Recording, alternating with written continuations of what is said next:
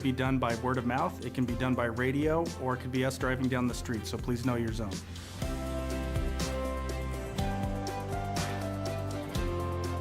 From Truckee to Lake of the Pines, from Chicago Park to Spenceville, every single square mile of Nevada County has a zone. And having a zone that you know for your neighborhood is going to help you save time to be able to evacuate and keep you and your family safe.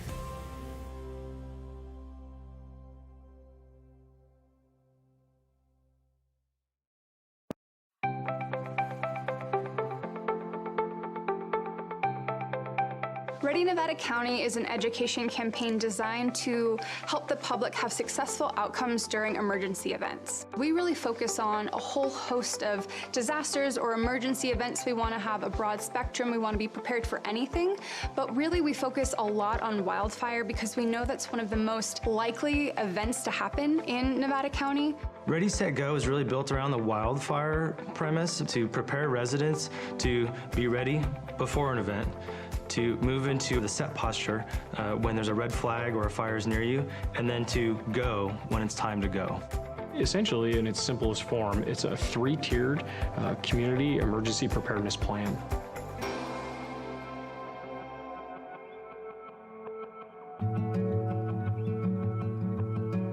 I have lived in this house, which we built, my husband and I, 26 years ago now, actually.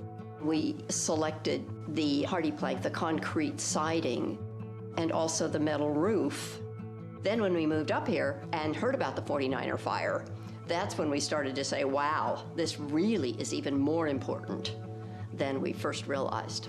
So the 49er fire is one of the most historic fires in Nevada County's history. They figured it changed the laws of the state of California that said this is how you have to protect your home. That came out of Nevada County. Steve Eubanks came from the Fire Safe Council, and the main thing we needed to pay attention to was the ladder fuels. Planting has been removed from the edges of the house so that it does not touch the house. It was an incredible service from the Fire Safe Council to come out and spend a couple of hours going through this property. So the ready phase is when there's no immediate threat to you and your family. This is the time when you should be doing education and planning, whether that be training, educating yourself, or accumulating equipment, hardening your home, creating defensible space. Defensible space is really all about creating a buffer zone between your house and flammable vegetation. We really focus on defensible space around the home, that first 100 feet, but also around the roadway too. Another aspect of the ready phase is hardening the home, and really what that means is making your home more resilient to wildfire. That's going to be putting the fine-grained mesh around the vents of your home so that embers won't get under your house or into the eaves of your house. That's going to be using non-combustible materials on your deck and around your home. So when an ember storm comes through, it's not going to ignite your home itself.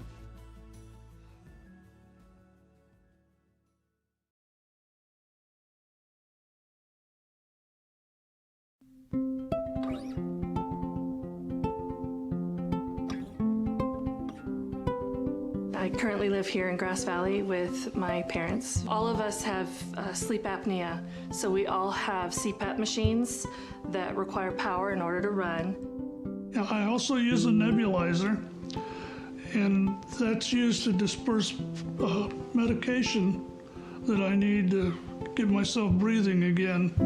When we have safety shutoffs, we have to hook up our equipment to batteries that have inverters. We have a generator that powers some of the things around the house, but then I obtained a pretty substantial battery from Freed, and it was so easy to go through the process to obtain a battery that I would recommend it to anyone who might have medical needs that require power, or really anything. I would highly recommend contacting Freed.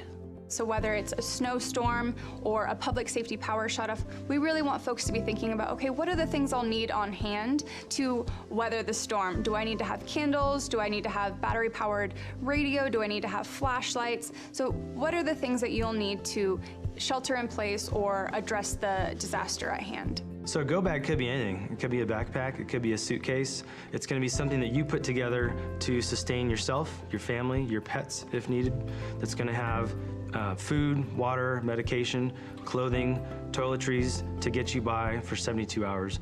You need to think of your go bag as the only resource you may have. Stores may be closed, the power may be out, so you may have to literally live out of this thing for a 3-day period as an evacuee.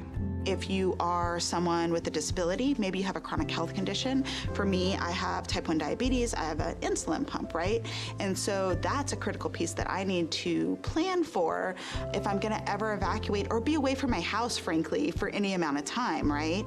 What we find often is that if people don't evacuate with their CPAP machine, with their oxygen concentrator, with their wheelchair, walker, then it can be difficult on the other end. My name is Ulysses Palencia. I work in the 211 call center. I'm just a resident of Grass Valley. I have 2 daughters, a 4-year-old and a 1-year-old. In Nevada County, 211 is available 24/7. So what we provide for the community is information. That could be anything from directions to the resource centers. It can be letting them know where the fire is, you know, if they are themselves in an evacuation center, if it's a fire, if there's any information as to whether their power's coming back on during a PSPS. 211 gets the information that we provide directly from the county, so directly from the Office of Emergency Services. The whole team cares. We're all local community members. We all just want to help.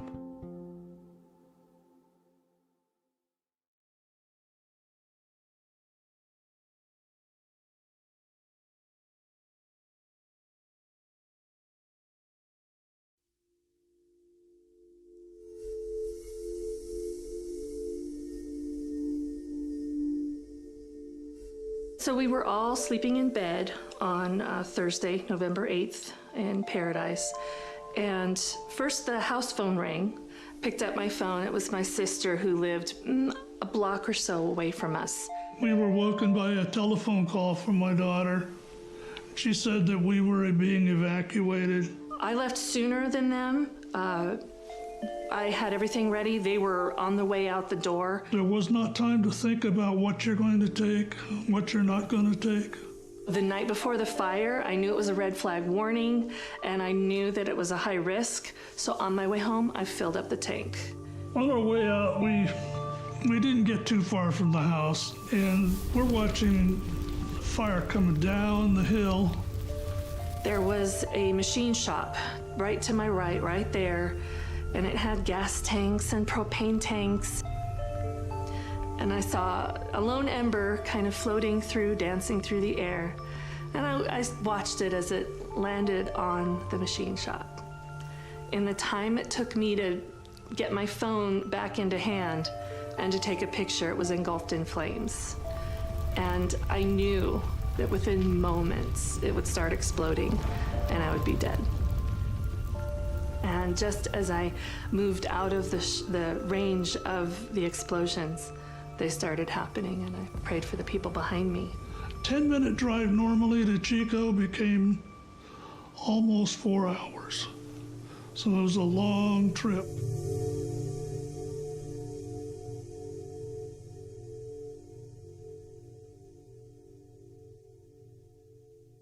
We started to hear a pattern. People kept telling us their story of how they escaped the campfire, and they talked about how if it wasn't for my neighbor who came and knocked on my door to tell me there was a fire, I don't know that I would have gotten out alive.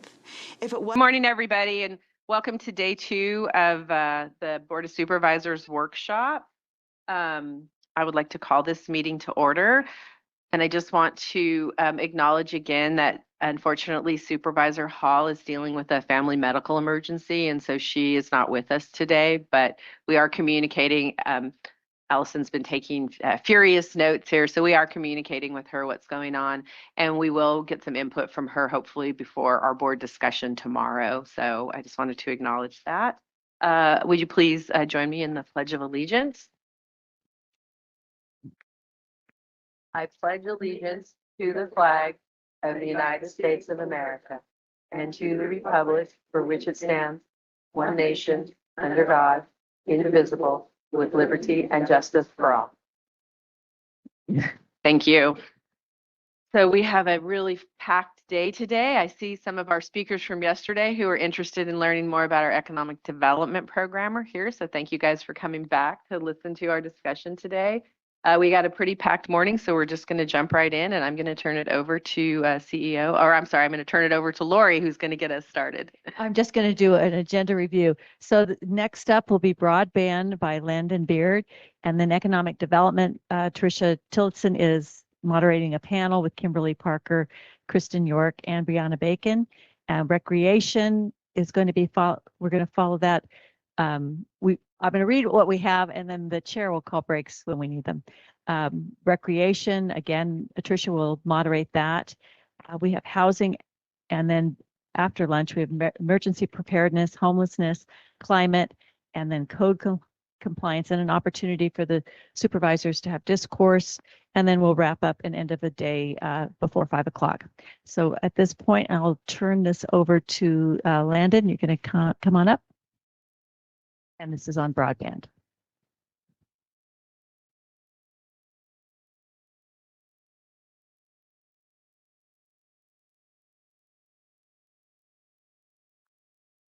Good morning, everyone.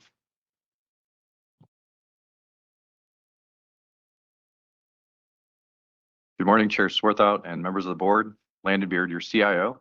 I'm filling in today for Craig Griesbach, your Agency Director for Information and General Services. He is at home recovering from recent injuries, and I hope you will join me in wishing him a speedy recovery so he can rejoin us quickly.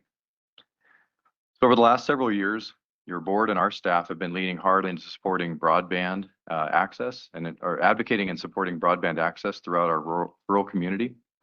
Over this past year, this initiative has been very fluid given the frequency of changes to overall engagement and programs and funding at the federal level. With that said, since leaning into the broadband space, our organization has done a great job positioning ourselves to be successful through strong advocacy with several wins, including carrier of last resort legislation, enhancing local land use regulations to improve the ease of permitting for broadband infrastructure, awarding several last mile grants, creating hundreds of new connections for our community, improving digital equity through community engagement and education, and implementing our holistic broadband strategic plan and completing a programmatic EIR for broadband projects. And this just names a few of the items.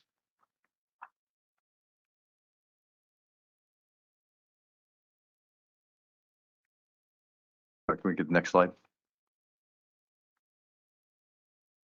Do I have it? Thank you. The framing of our discussion today will discuss what our role is as local government in the broadband arena, our current state of this objective and our efforts, associated funding resources, what the site picture for this objective looks like going forward, and concluding with an overall recommendation and opportunity for discussion.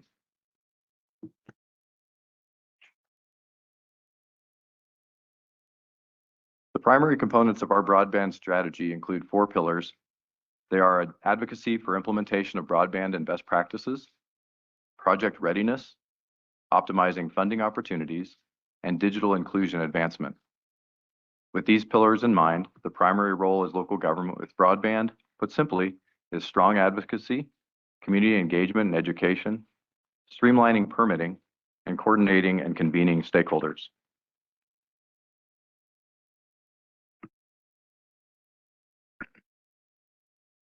The funding landscape for broadband is a mix of federal, state, and locally funded programs, with the vast majority of funding resources available that are not for local government to apply for or administer. These resources are applied for directly by service providers. I'll review a few of the key programs at a very high level. At a federal level, one of the key programs is the BEAD program, the Broadband Equity Access and Deployment. This was authorized under the Infrastructure Investments and Jobs Act in 2021, and that included a one-time federal investment for every state to receive an allocation. This program is administered through the CPUC through a competitive grant program, and although this program was stuck for a while, it does appear to be shaking loose in recent months. Project award decisions in California are expected sometime this year, 2026, and the anticipated allocations include $1 billion in fixed fiber, $100 million in fixed wireless, and $100 million of low Earth orbit satellite, for an example, Starlink.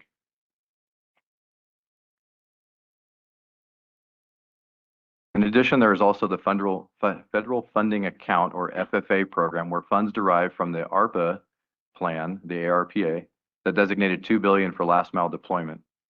Your board may remember that we submitted a joint application for funding with 39 other rural counties through the Golden State Connect Authority. Nevada County was only awarded $15 million of the available $75 million that was allocated, and this was mainly due to the programs being competitive, highly competitive, with over double the cost of programs proposed versus the overall program budget.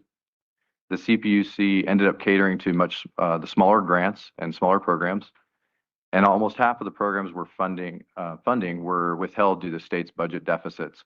It's likely that these funds will be absorbed permanently back into the state general fund.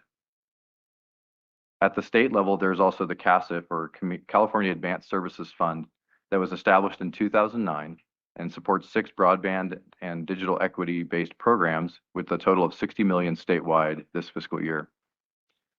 Although many of our local service providers are prioritizing BEAD-based projects currently, we anticipate an increase in applications from them for this program year. And at the local level, we've had our successful last mile grant program that administers and awards, and we've had 3 rounds of successful grant awards with that program.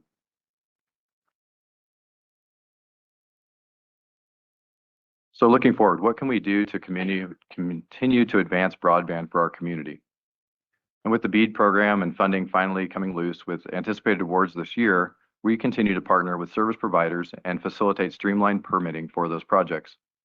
This could be through continuing to leverage our programmatic EIR, prioritizing, expediting encroachment permits, grading permits, and environmental reviews, designating single points of contact for our service providers related to permitting, reviewing opportunities for permitting standardization for broadband projects, and supporting alternative deployment methods such as microtrenching.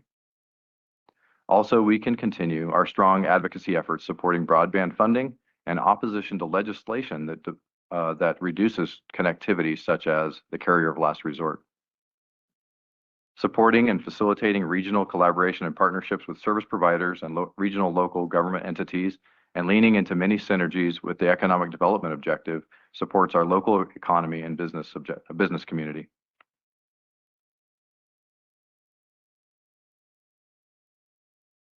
Given our positive progress and momentum over the last several years, as well as many of our opportunities that are moving forward, advancing broadband has a nexus with the economic development's objective, and it is staff's recommendation to fold the broadband objective into the economic development objective moving forward. But also note that many of the broadband activities are already woven into the economic development department, including the management of the contract we have with Sierra Business Council.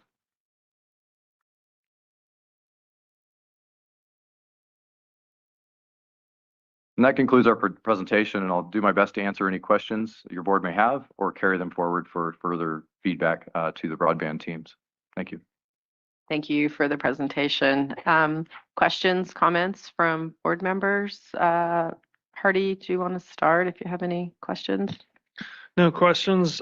Thank you. One of the recipients for our broadband grant is located up on Donner Summit, previously X-Wire, now Oasis. And I know Kimberly Parker's been helping us try and connect the dots to further that implementation, because there's some problems getting infrastructure connected in the right way to serve that community. So just a request to continue forward with grants we may make to these organizations and understand the needs when we have the grant, and help them get to the next phase that they may need additional support down the road. And we all, the board and others and our staff may continue to support them and help them however we see fit to help them actually get it done and complete it, because the projects are kind of a long time frame, and a lot of times after we award the grant we kind of move on. But at least one provider in my neighborhood is still working on it, working hard trying to get it done, but we still don't have signal in some of those areas like Soda Springs and the outlying areas of Truckee and District 5. So any support there and keeping those contractors supported and helping with community advocation and moving it forward is greatly appreciated.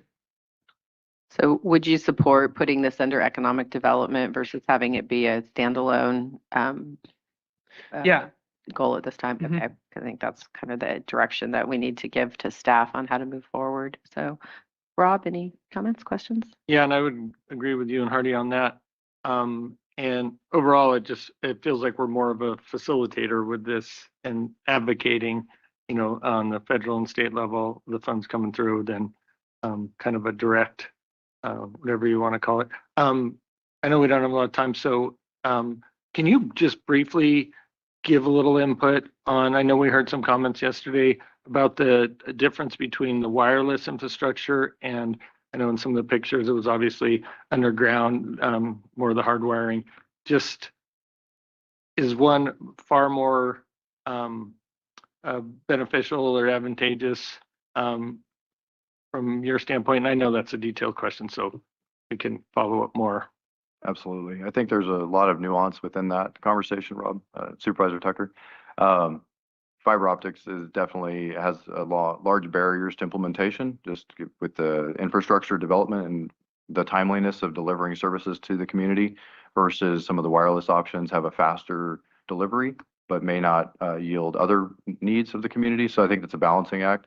Over the last 3 years of our local grant programs, we've implemented, I think, about 10 different local grant programs in there, a mix of some wireless and some fiber optics. Thank you. Sue? Yeah, thanks, Sherry. Yeah, I would support it going to economic development. I think that we're going to see struggles with funding.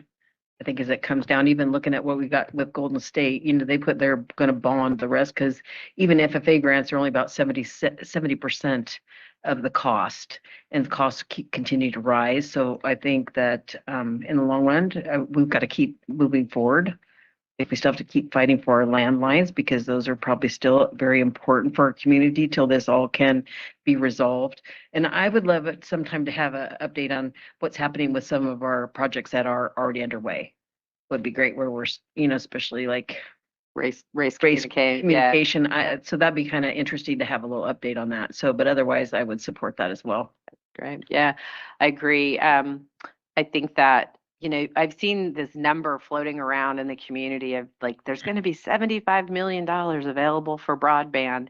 But when you break it down, it's really not, that's not a real number. It's not a reality that we're going to get broadband for every single house and business in Nevada County. So I think, just like a lot of things you have to do in the rural environment, is you kind of piece together and you do the best you can with the resources that you have.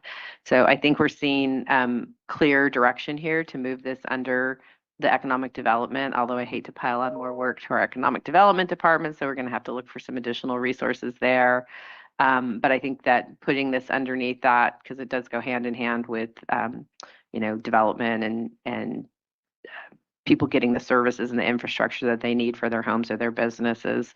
I think direction to move it under economic development is looking good. And I also think that perhaps maybe later in the year, sometime maybe late spring, you guys can bring back a report that does show the work that's been done and where connections have been given, and where we're going for in the future for additional connections. So Chair, Allison? yeah, just a follow up to that. So that direction's clear. So thank you. In addition to that, I'd like the board to reflect on page 2 of their staff report, which looks at the work plan for 2026. A lot of it mirrors the conversation that Landon brought to you this morning.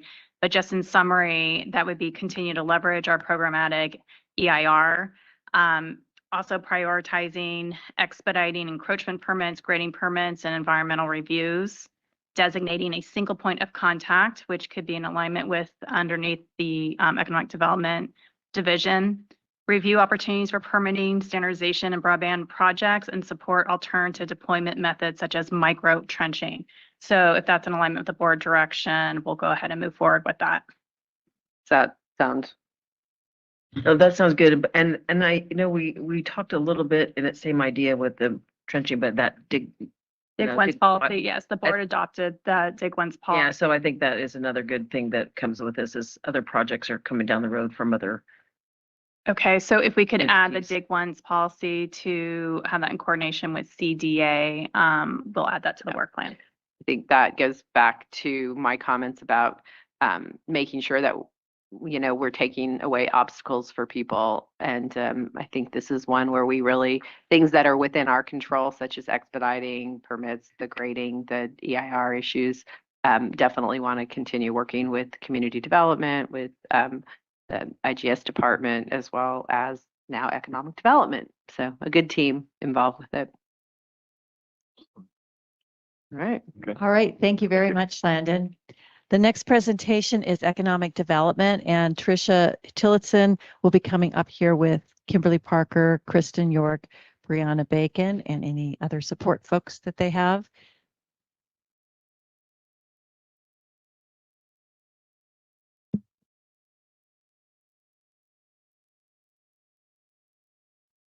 All right, and I'll turn it over to you, Tricia, when you're ready.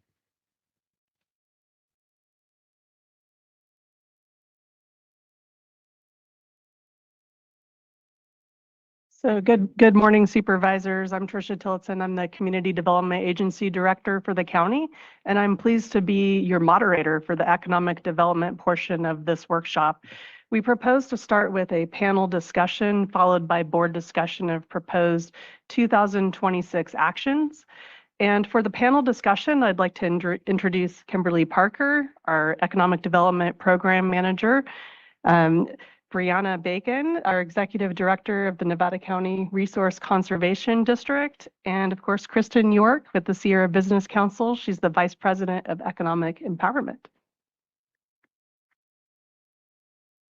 So this is the board objective, just as a reminder. You know, we're really looking to promote economic development, and there's primary things notified here: resiliency, entrepreneurship, high quality jobs, investing in infrastructure, working with our partners, and of course, supporting small business, nonprofit, and tourism. So we'll jump right into our panel discussion here. So as the moderator, I'll start with asking Kimberly, as the program manager overseeing the Economic Development Board objective, key performance indicators can help direct your work. Could you walk us through those top indicators? Absolutely. Thank you, Tricia. Welcome to everyone. Good morning, Chair Swarthout, board, staff, and guests. It's my pleasure to be here today and go through some of the topics that we have discussed. So I'm going to start with sales tax. The sales tax chart reflects what many communities are experiencing right now, that clearly the economy is under pressure. That being said, the trend suggests that we're not losing significant ground, especially given the broader economic slowdown affecting consumer spending statewide. Statewide data from the California Department of Tax and Fee Administration show that even in a slowing economy, most county sales taxes remain, somewhat stable or plateauing. And when we look at some of our rural counties, we're actually doing better than some of our rural counties. Right now, resources, an economic development office can truly help strengthen this position by focusing on business retention and expansion, helping local businesses navigate permitting and regulations, workforce challenges, and also helping to attract new investment that keeps spending local. These efforts don't eliminate economic cycles, but they do help reduce volatility and support more stable, reliable tax revenue over time. This chart shows fictitious business name filings, which is tracked through our clerk recorder office. This helps us track early stage activity in the county. These filings often represent new sole proprietors, home-based businesses, and entrepreneurs that are just formalizing their operations. While not every fictitious filing becomes a long-term employer, the data does help us understand where entrepreneurial activity is occurring and where businesses may need support to move from startup to sustainability. Even in a challenging economy, steady filing activity suggests residents are continuing to pursue small business opportunities.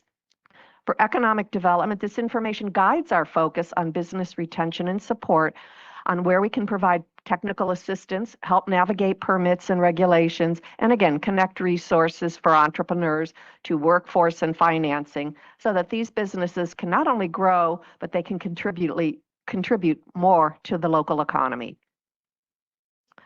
These next charts look at Nevada County's unemployment over the past few years, and a few things do stand out.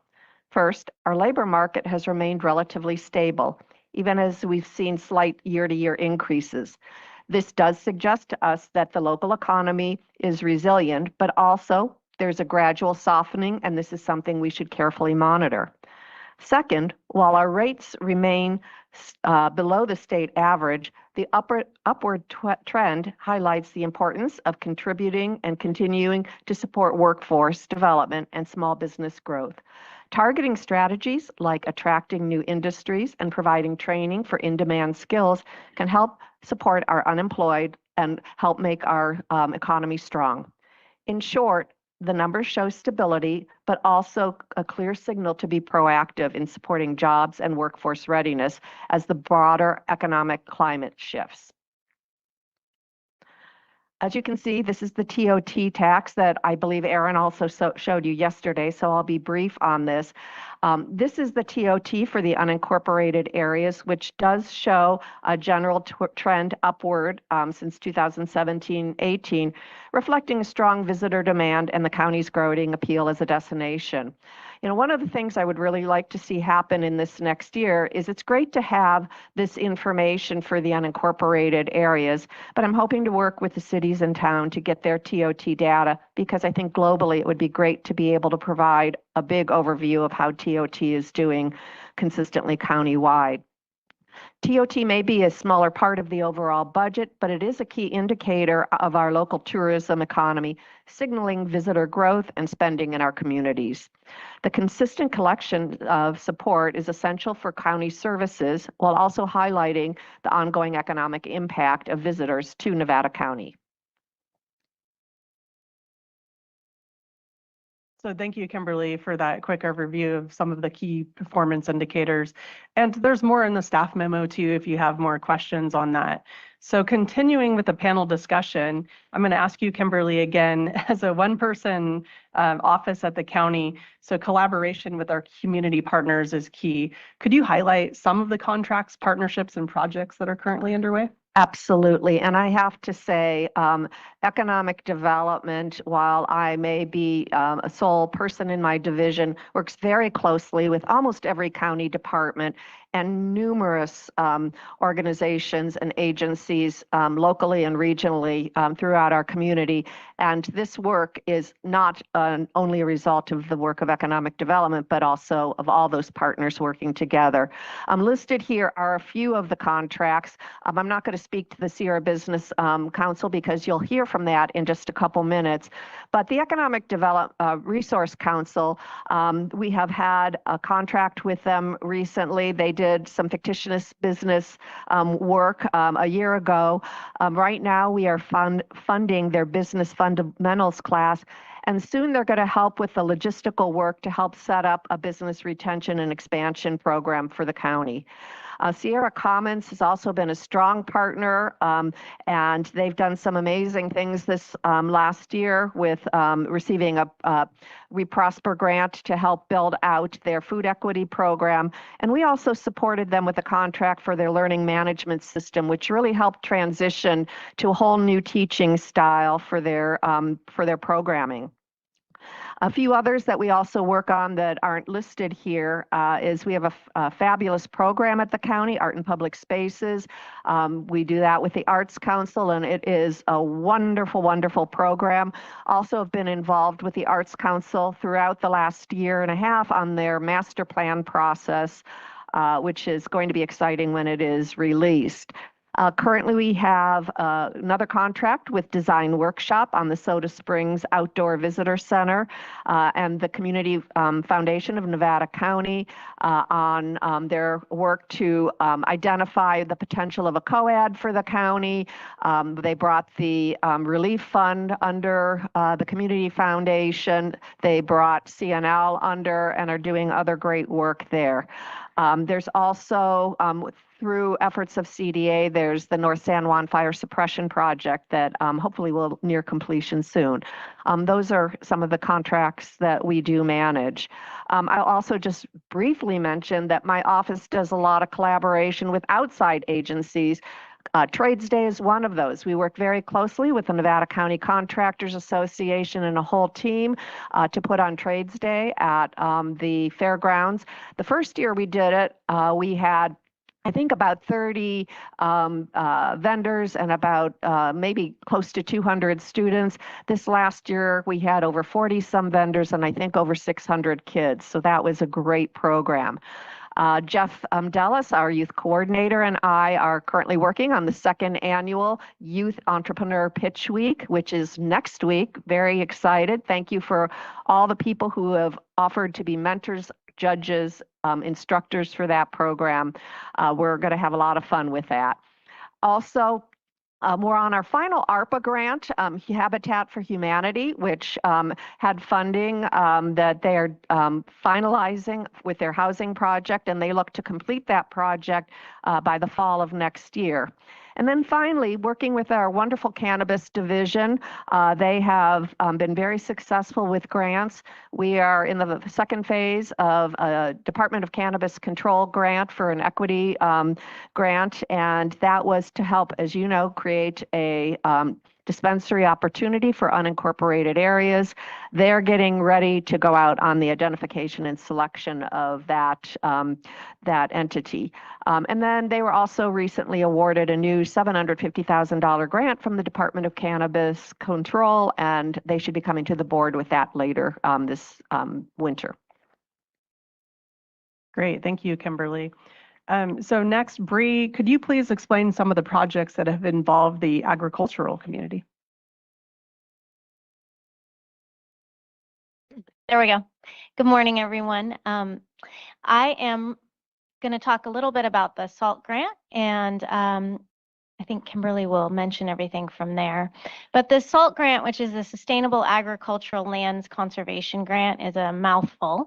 I just want to give a little bit of a background and how wonderful it is that we actually received this grant. It's a big deal for small rural communities. So the SALT program is originally launched in 2015 from the Department of Conservation and the Strategic Growth Council to protect at-risk California farmland from development and to reduce greenhouse gas emissions.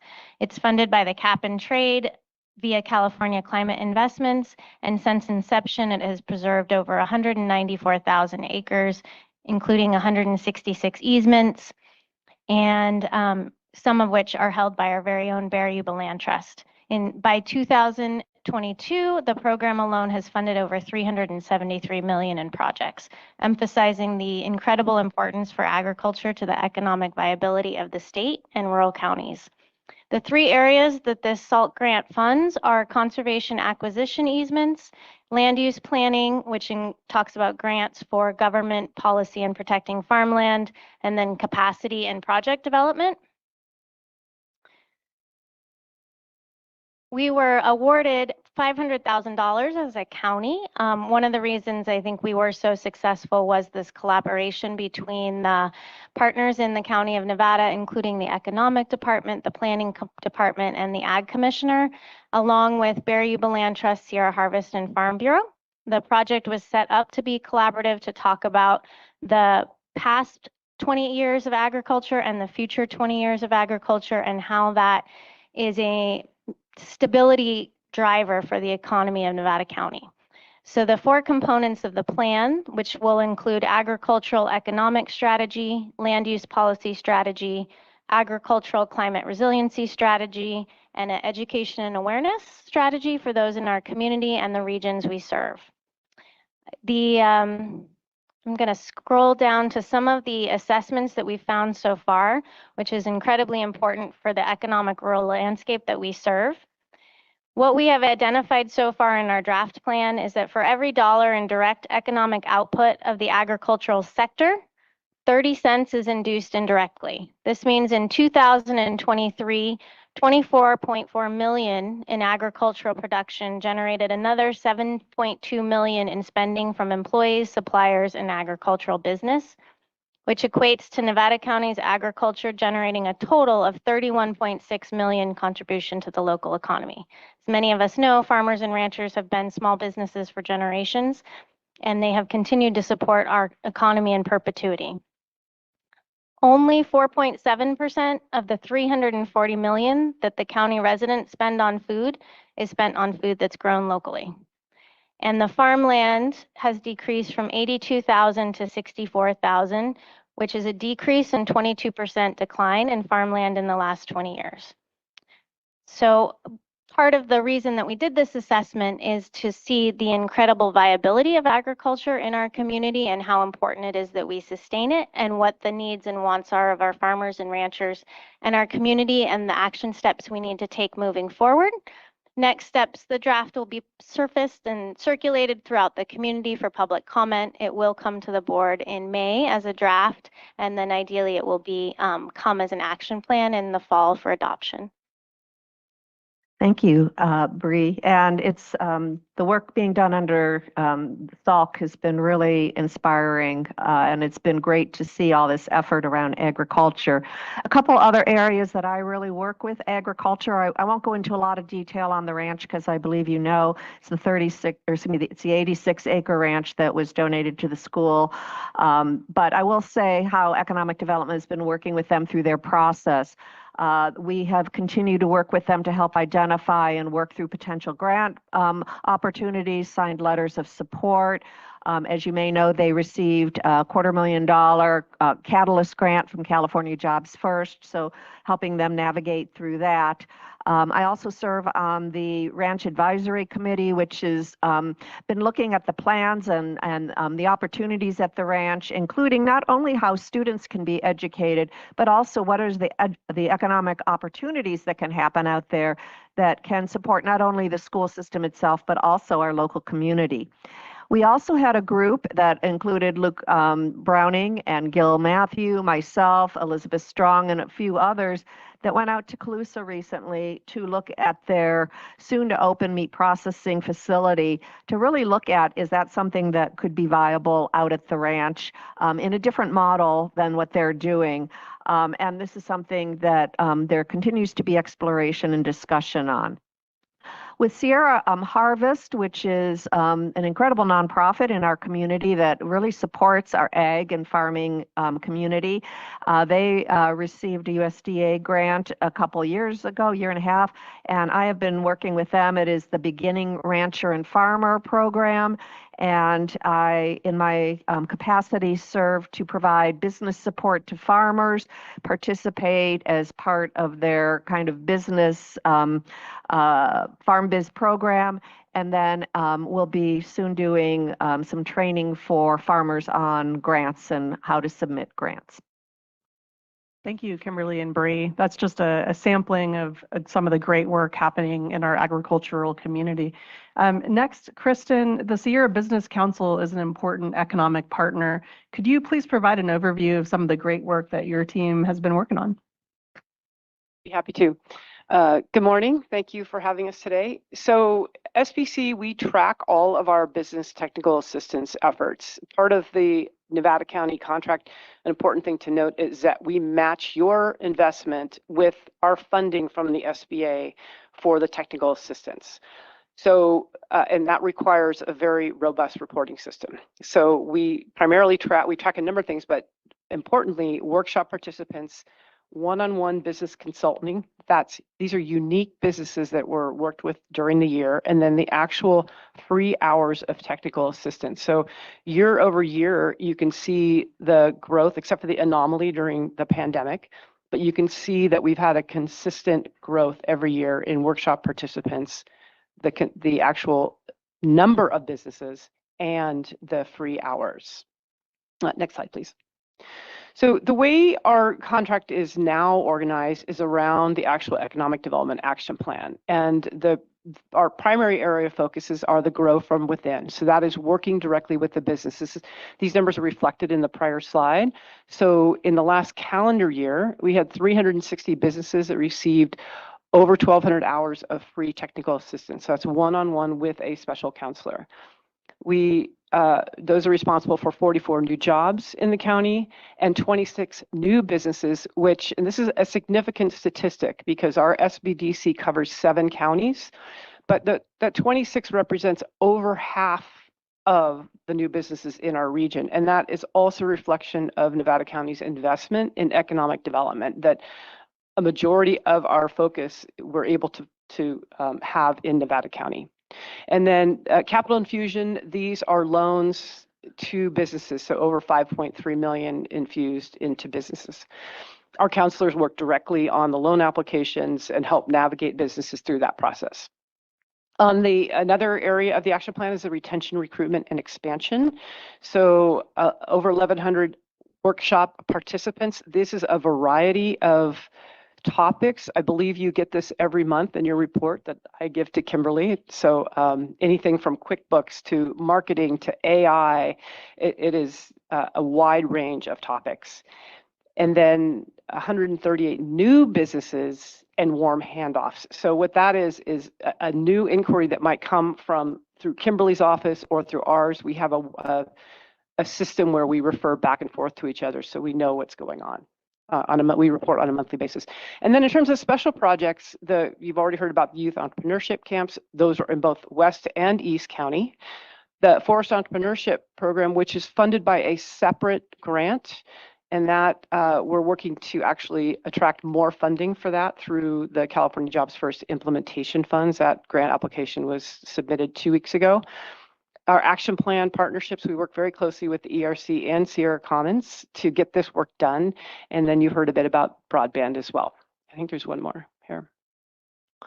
I know you like to hear about success stories, so I just have a couple here. In the East County, this is a new food truck. So we love this client. I can't name them yet because they have not allowed us to release their name, but we have a Spanish-speaking advisor who worked with them to secure their permitting, their business plan, their initial marketing, walk them through the loan application to actually purchase their truck, and they will begin their operations in the spring.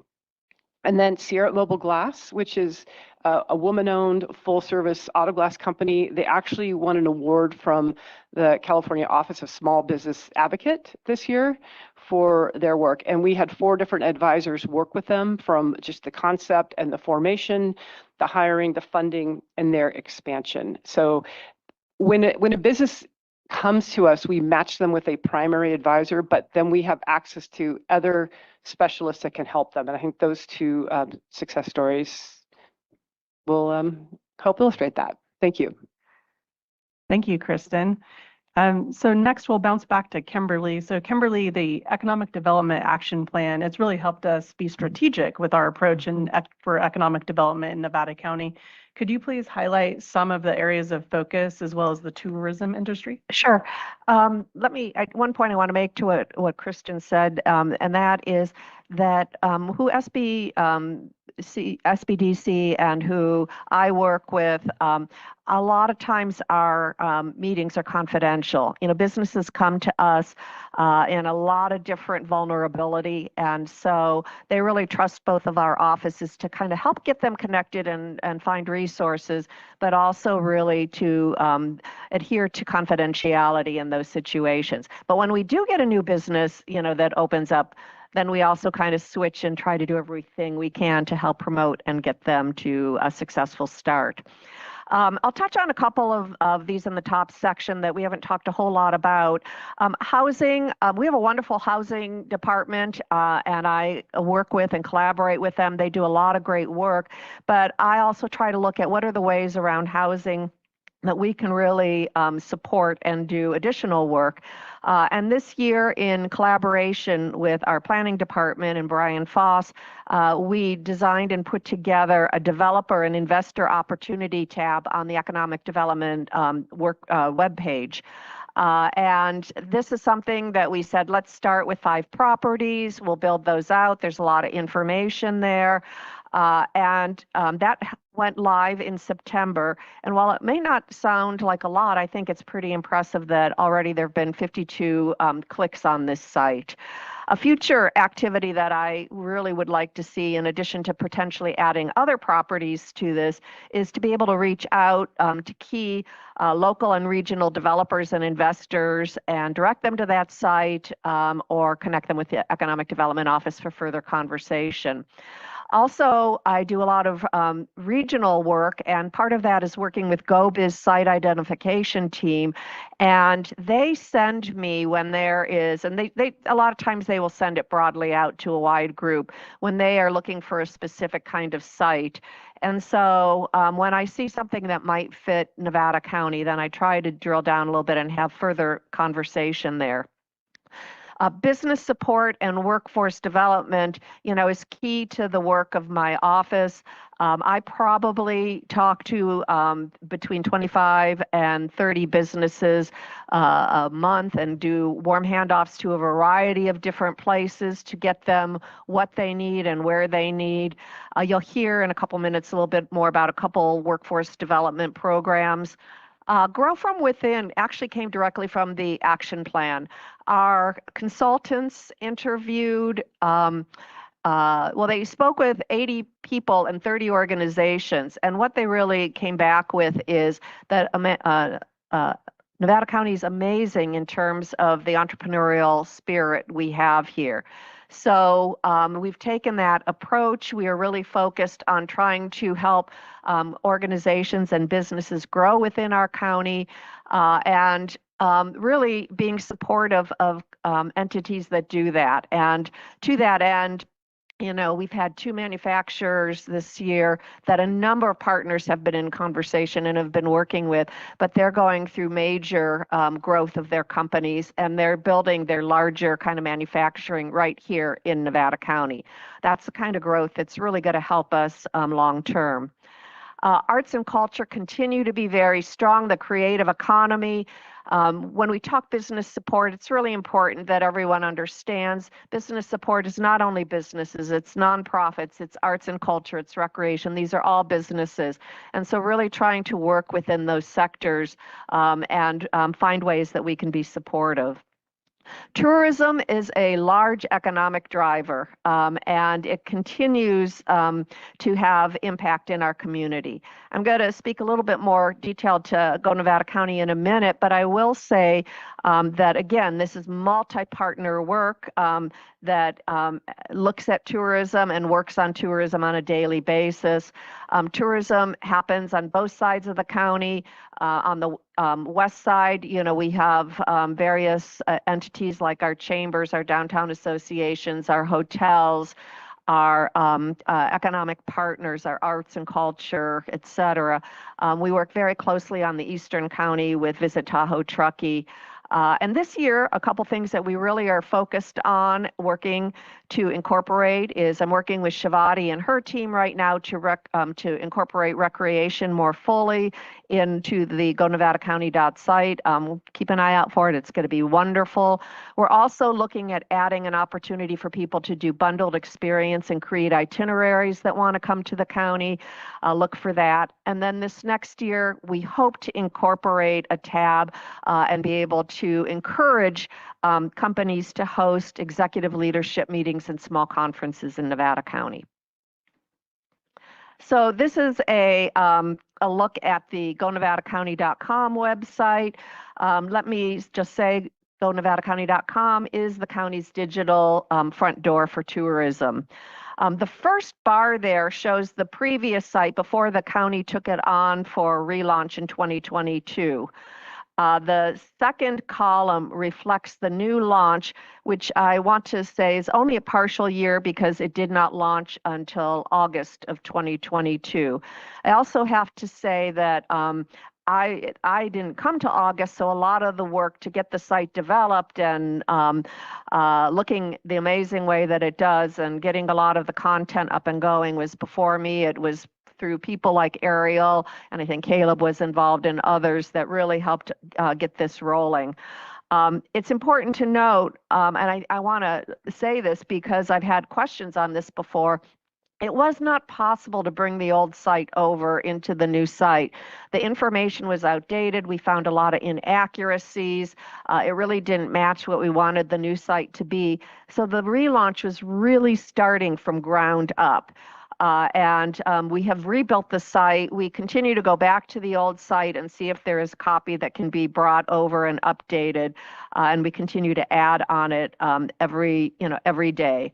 A modest investment in this site, which again, I want to make sure everyone knows is not only the website, they also do social media. They do the Facebook and Instagram. It is also an e-newsletter, and the contract includes the back end, so kind of not just the creative side, but the actual website piece. And it also includes some contracts through the contract that help hire reporters or writers on the west side of the county.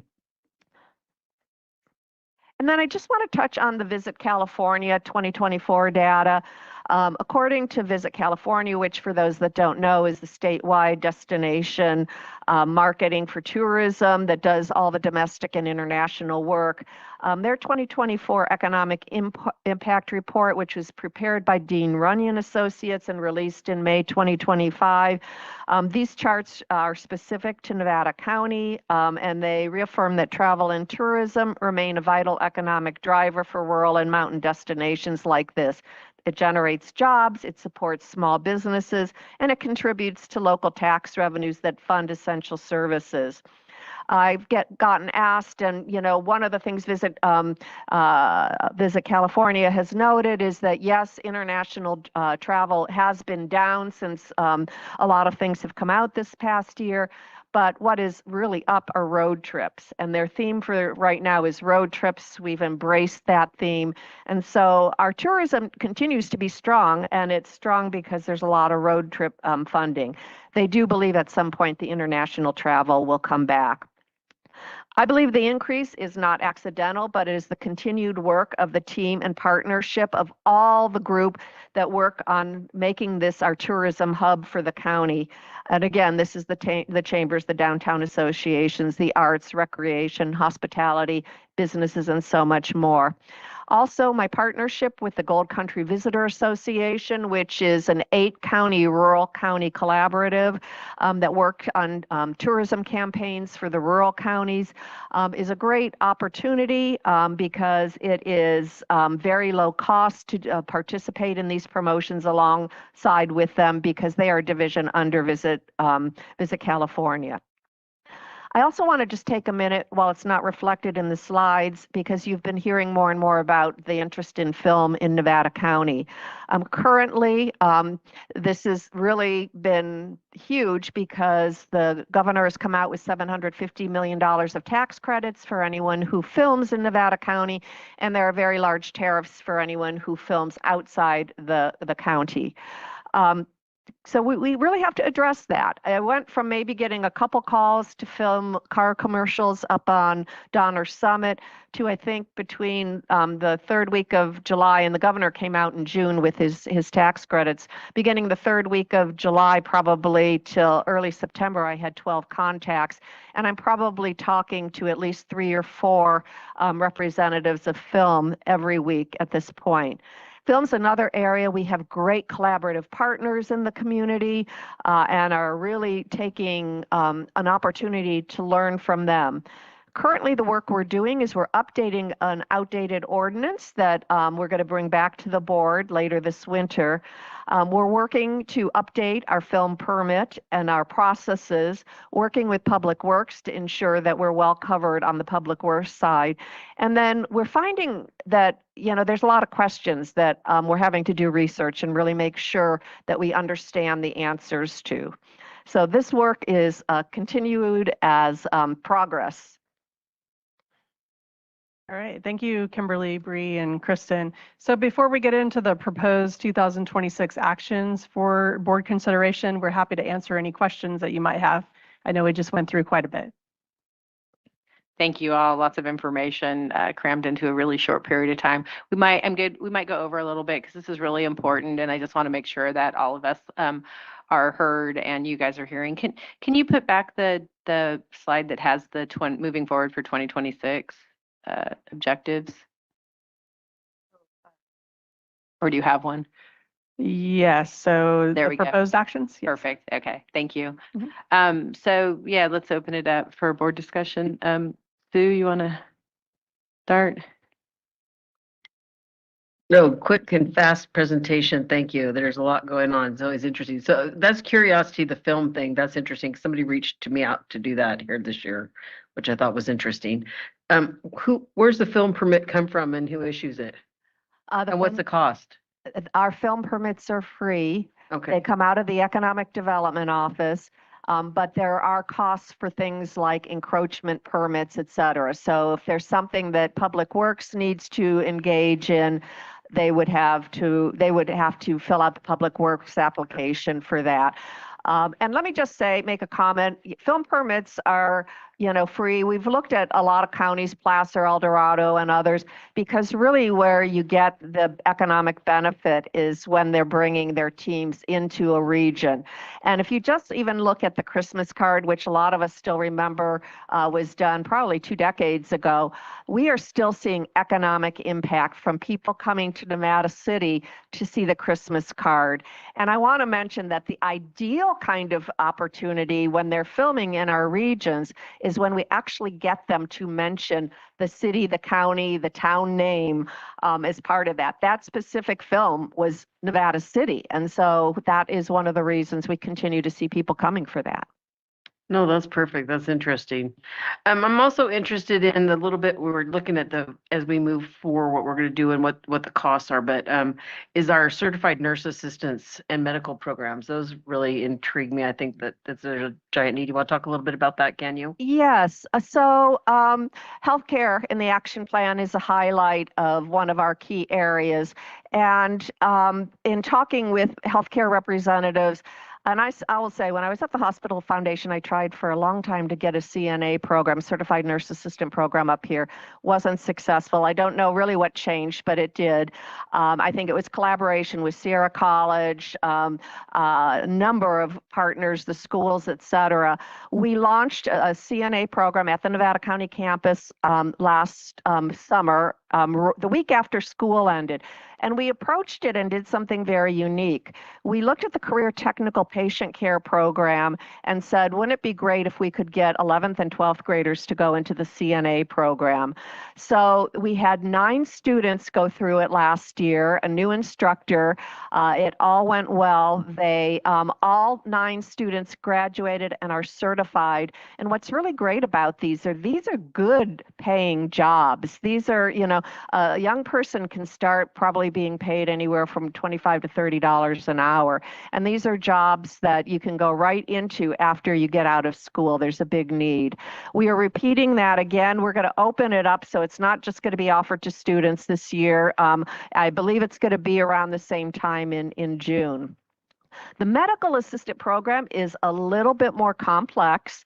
It is two semester, plus they have to work in a working environment for 1,500 or 1,600 hours.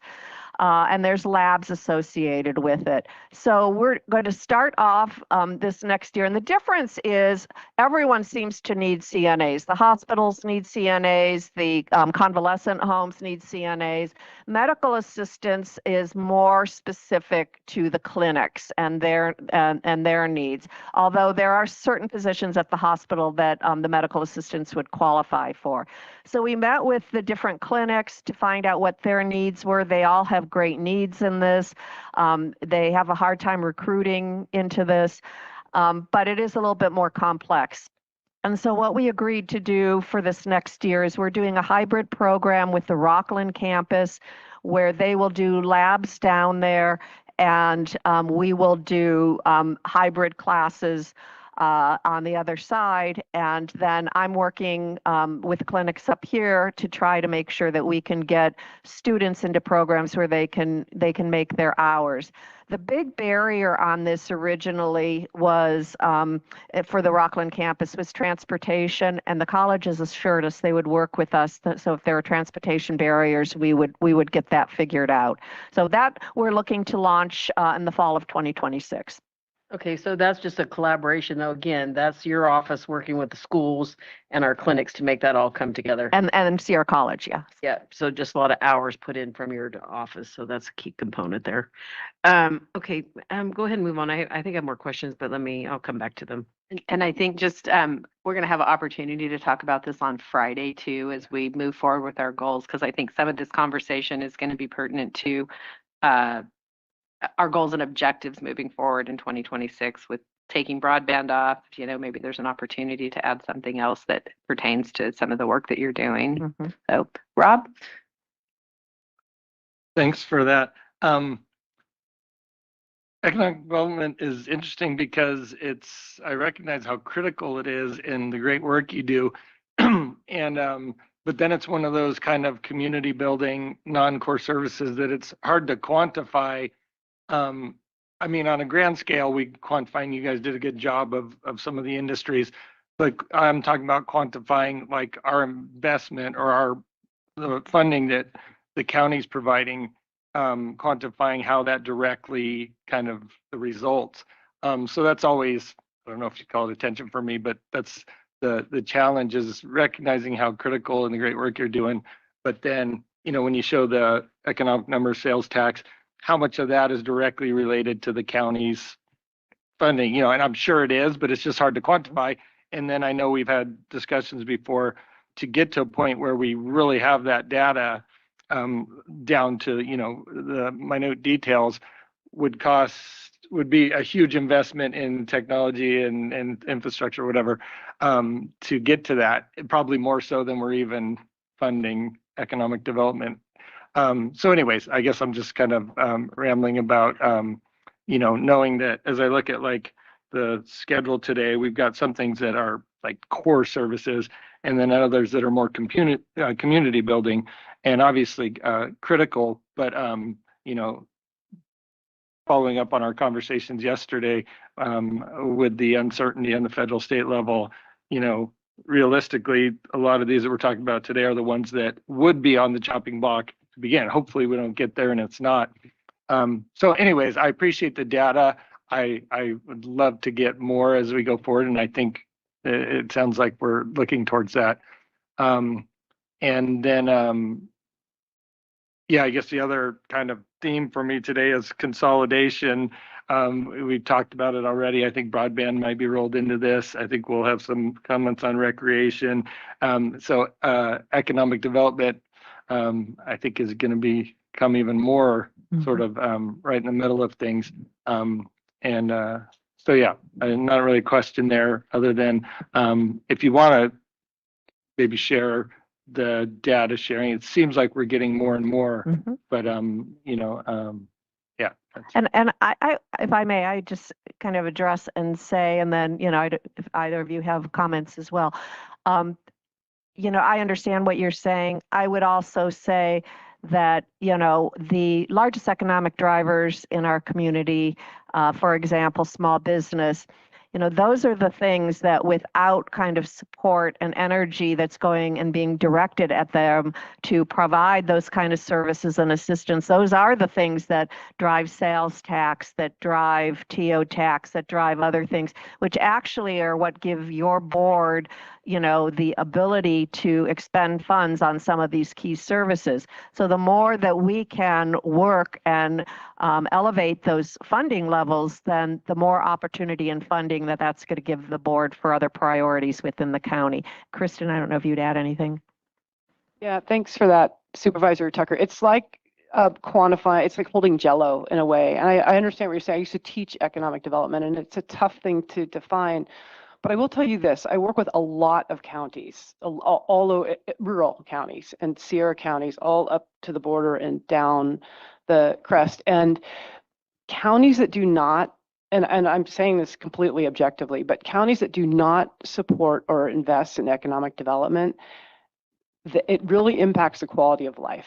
The small businesses on aggregate are your largest employer, not your single largest employer, but your largest aggregate employer. And the healthier they are, the healthier the community is, the healthier the schools are, the healthier the community colleges, the healthier the ranching can be. I mean, Bree had these statistics about how farming, the acres that have decreased. That's actually not bad compared to many other ag communities. It's decreased, yes, but look at the support that the programs that you have in Nevada County. That is a really healthy objective. So I can help Kimberly give you metrics to make you feel better about it, but I can tell you from just my ad hoc observation, it is what Nevada County is doing is really impactful. And I should have started off with that. I totally agree, and I'm totally supportive. It's more of wanting more on the positive end to be able to advocate for it. And then also, I guess the caution would be, as we roll more things into this, it may even be climate, it may even be recreation, it may even be broadband, as we talked about. It becomes even more muddled, you know, as far as the data. So no, I totally agree, totally support. It just, yeah, I hopefully as we go forward, we'll be able to have more data to advocate. Yeah, and more. it would be helpful, you know, for us to really understand from the board what data is most useful and informed, you know, to help you, you know, with your information. Because again, you know, there's so much data you could try to collect out there, and you just don't want to be out there collecting data that isn't really going to be data that is going to help influence decisions or be looked at in a way that's going to be meaningful. So we'd love at some point, and I think Kristen would too, to love hear more about, you know, what other kinds of data that we can provide that, you know, we can help guide this discussion. Thanks. So can we add another 10 minutes to the clock on this one? Thank you. We'll try and wrap it up. Hardy? Yeah, thank you. A lot of different pieces wrapped up in that, and I think I respect Supervisor Tucker's comments. I think the economic development is a long-term steady push in my mind. It's a general direction and a general objective of the board, but I think we're going to have to kind of fine tune it as we go and move the needle slightly a little bit. And so I do agree, and your ad hoc observation of other counties is worth $1 million to me, because you're the person out there surveying the landscape and the big picture to let us understand how we fit into it. So thanks for mentioning that. I think a couple of years ago, we used the term toolbox, like, hey, provide the board with a toolbox or a menu of options to create levers to grab onto to move economic development in a way that we feel is appropriate. And I think from my perspective, it's the business support piece where you've got that keyed in. I would like to see us accelerate the business support pieces that you've outlined there and get those really on track, because I think that's what the board was asking for a couple of years ago. When we asked for toolbox, we kind of asked for those specific programmatic pieces. I'm in support of all those. You know, I was talking to Luke, and we were at CalEd last week talking about the ranch and creating some of those business opportunities like meat harvesting and things. The economic viability with farming, ranching, and ag, I think is a great place to start and keep pushing that forward. Bree and I and some others met talking about food circulation and how Eastern County and Western County can really create kind of a microeconomy of getting food where it's grown from the western side to the eastern side where we want and need healthy food. So I think that's another area of us to, you know, we can grab onto. Yeah, I mean, and that's essentially my take on it. The one piece I would mention is when it comes to tourism, I'd like to see us focus on events. You know, there's all kinds of tourist-based events, athletic endeavors, races, adventure racing, geotourism, things like that. I think there's a huge marketplace out there. I was at an event last weekend on Sunday in Mendocino County in a fairly kind of rural repressed community in southern Mendocino County, and the place was packed with 3,000 racers and all their family, and every single restaurant was busy, every single business was open. It was really pretty cool to see in kind of the lowest piece of their seasonal economy to have this huge influx and venue of people. And I kind of experienced an area where I'm probably going to go back to. It's like, oh, I didn't know you could ride. The riding was this good here. So I think we'll probably go back there and race again. But I think while we do, I think grow from within, that concept, I pushed back a little bit on that. And I still think that there's room in our initiative here to bring forward outside forces, outside events, outside technology. I know AI, we're not going to have some big data center here. That's not what we're looking for, but really trying to understand the impact of technology. And what I've seen in Eastern County, just my 2 cents, seeing a lot of intellectual capital and a lot of money come into that community based on people that want to enjoy a quality of life, but they don't really want to live and work in the Bay Area.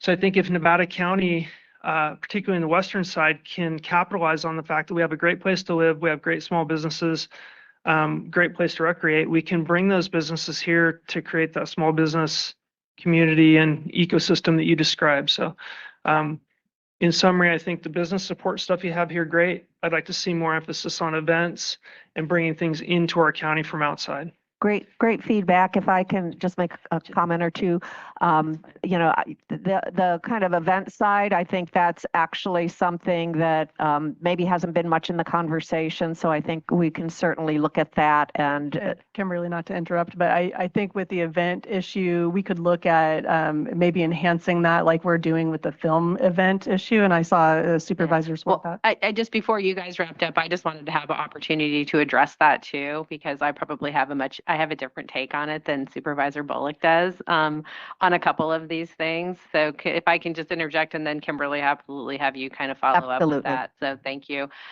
So this is a topic that we could spend another 2 hours talking about, because there's a lot that goes into it. This is an area that I've worked in for many, many years, including being, part of the founding group of the Economic Resource Council, which will be celebrating its 30th anniversary this year. Yay, Gil. And 30 years ago, when we started looking at economic development and job creation and all the things that went into it, we were really only talking about bringing small businesses here, that manufacturing, technology, service type of businesses. Tourism was very much not part of the equation. And the film thing, we'll never forget, back in the day, somebody else tried to start a film commission here right when the ERC was being started, and they wanted the county to give the money to the film commission versus the Economic Resource Council. Did not sit well with a lot of the business people, so I applaud you for bringing that back. But as you're looking at your permits, please appreciate the unintended consequences that can happen in a community when you bring film here. I'm absolutely not opposed to it. I was just watching something recently. Ong Lee is making a new movie about the gold mining era. They actually were looking at here. I was going to say they're filming it. I saw parts in El Dorado County and Sacramento, but let's reach out to them. We are the ultimate gold mining community, and we have a lot of the artifacts and things that go along with it anyway. But I think that is important. It does put if they say Grass Valley or Nevada City or Truckee, it puts your community on the map, and people watch it and they go, I want to go there. So I'm happy to see that we're working on that, but definitely there are some unintended consequences that go along with filming, particularly when they ask you to close down streets that involve the business community. So hopefully we're taking that into consideration. So hang on. The hard part about economic development is really hard to quantify. I always said, I know what it is, I just can't tell you. Yeah, I know we need it, but I just can't really quantify it. But I think some of the work that you're doing, it does make it much more, we're able to quantify it through increased TOT, through increased sales tax, with job training programs of things that we need here. So I really appreciate the more specificity that is going into the planning now. again, there's a lot to unfold here. We throw a lot through community development, through Trisha's department with economic development. So I think the board needs to look and see if there's additional resources that we can apply to this, or is there different areas in the county that can pick up some of the work so that we're not overwhelmed with the one person show on it, especially if we're adding broadband into it. Allison? Well, I don't want to mislead the board thinking this is a team of one with Kimberly. And so it is truly integrated with our departments, from Jeff Dallas working on the CTE, with contractors, with our nonprofits. And so if you are looking at, and when I'm hearing the direction in terms of broadband, recreation, and climate underneath economic development, I don't want you to assume this is all going to be bundled underneath Kimberly, that these are side-to-side initiatives and divisions that will be housed underneath CDA with lots of support. In addition to that, we have additional administrative support to provide lift to these programs already. So as we look into the budget, we could show that clearly in terms of how they're staffed. And my goal is on Friday when we come back to talk about what things we want to be moving forward, what changes we want to make, that both Kimberly and Trisha will be here, so that if there's questions that come up, say, do you have the capacity to do this kind of work? What's the potential for it? Is this a 26, 27, or do we need to push this out to 27, 28? So, yeah. So can I just? I agree. I think that's probably what I'm talking about is not what I didn't say this, but we need to find out where the dollars are and how we're gonna facilitate it. Like they're saying, how do you show that, right? I think that's the part where you just really need to look at where's the budget, where's the staff time going into it, because there is a lot of good stuff going on. I love that work going on ag. I love how we're interjecting with different groups to make it happen, but we don't see that. Yeah. And I think that's what's important. And I think just, trying to tie all these things together and how they all work together, such as tourism, agriculture, recreation, small business development, even to the point of housing. I mean, I owned a small business for 30 years downtown. I can't tell you how many people I met over that time who said, oh, I came here for Victorian Christmas, or I came here for the rodeo, and my family loved it, and we spent 10 years trying to figure out how to move here, and then they finally did. So those events are really great economic development opportunities. The trick with events is they're extremely labor intensive, they're very expensive, and you don't know if they're going to be successful. So it's a fine line, and I've been involved with events in the community that are super successful, and I've been involved in events in the community that have lost a lot of money and weren't successful. So kind of finding the sweet spot of that is really important. But I like the events in coordination with our partners. For example, the event that you do with the bike race, the bike ride, you partner up with nonprofits to do it. The kid thing that it was at the fairgrounds, trades days. I mean, that was a collaboration between the Nevada County Contractors Association, the county, the ERC. I mean, everybody was involved, the schools. So those are the kinds of things that are going to help us drive forward, I think, with some of the economic development stuff. So go ahead. Just one quick question. In advance of the discussion you mentioned on Friday, some of us were at a CalEd presentation last week, and one of the things that I saw threaded through all the counties or communities that were doing big work meaning real, like, concrete economic development, were these large scale grants. And I can't even name them all, but I know that Kimberly and others that were at that CalEd meeting probably can. And I would just request that maybe you bring or be prepared to talk in brief about some of those grant opportunities, because we haven't necessarily seen those here kind of bearing down on our economic development objectives. So that may be something we could talk about. Yeah, no, great suggestion. So one other thing though too, I love all this we're talking about too, but we also have to look at the unintended consequences of this. So I think those are some of the things that we have to key in. We saw that with all the tourism on our rivers. Right. Right. So, and none of that's coming into the conversation. Those are big expenses. Mhm. And there's a lot of work being done by Circle, like cleaning up and some of the traffic issues that we are going to continue to have. So I think some of that has to be added into the conversation. Yeah, that definitely goes back with the unintended consequences. So just, want to make sure that we're realistic with the things that we want to do. So I think with that, and I apologize that you guys aren't going to have time to give your final comments, Okay. but if you have one burning thing that you want to say, go ahead. I would just say I hear everything, and with the one comment you made about film, Lisa, that part of what hasn't happened in the past with regards to film is negotiation, Right. and that's a part that we're really trying to build. Negotiation and then management of the filming company when they come here. I know Trisha has to remember because she was at the city of Grass Valley. We had a huge debacle years ago with a film company that came in, and I just don't want to see that repeated. So like I said, I appreciate the fact that you're taking it on in the manner that you are. So So before we hand off to Lori, I just want to make sure that I'm reflecting the board's direction. So what I'm hearing is to enhance the metrics in terms of data. We could work with SBC on that. I'm hearing from Supervisor Bullock in terms of fine tuning to move the needle in terms of really refocus on the toolbox in terms of business supports, which is in your economic development plan. So we'll bring focus to that. And then I just want to bring your attention to the last page of your staff report, because these are the initiatives that we plan to bring forward in 2026. And one is the C-PACE program.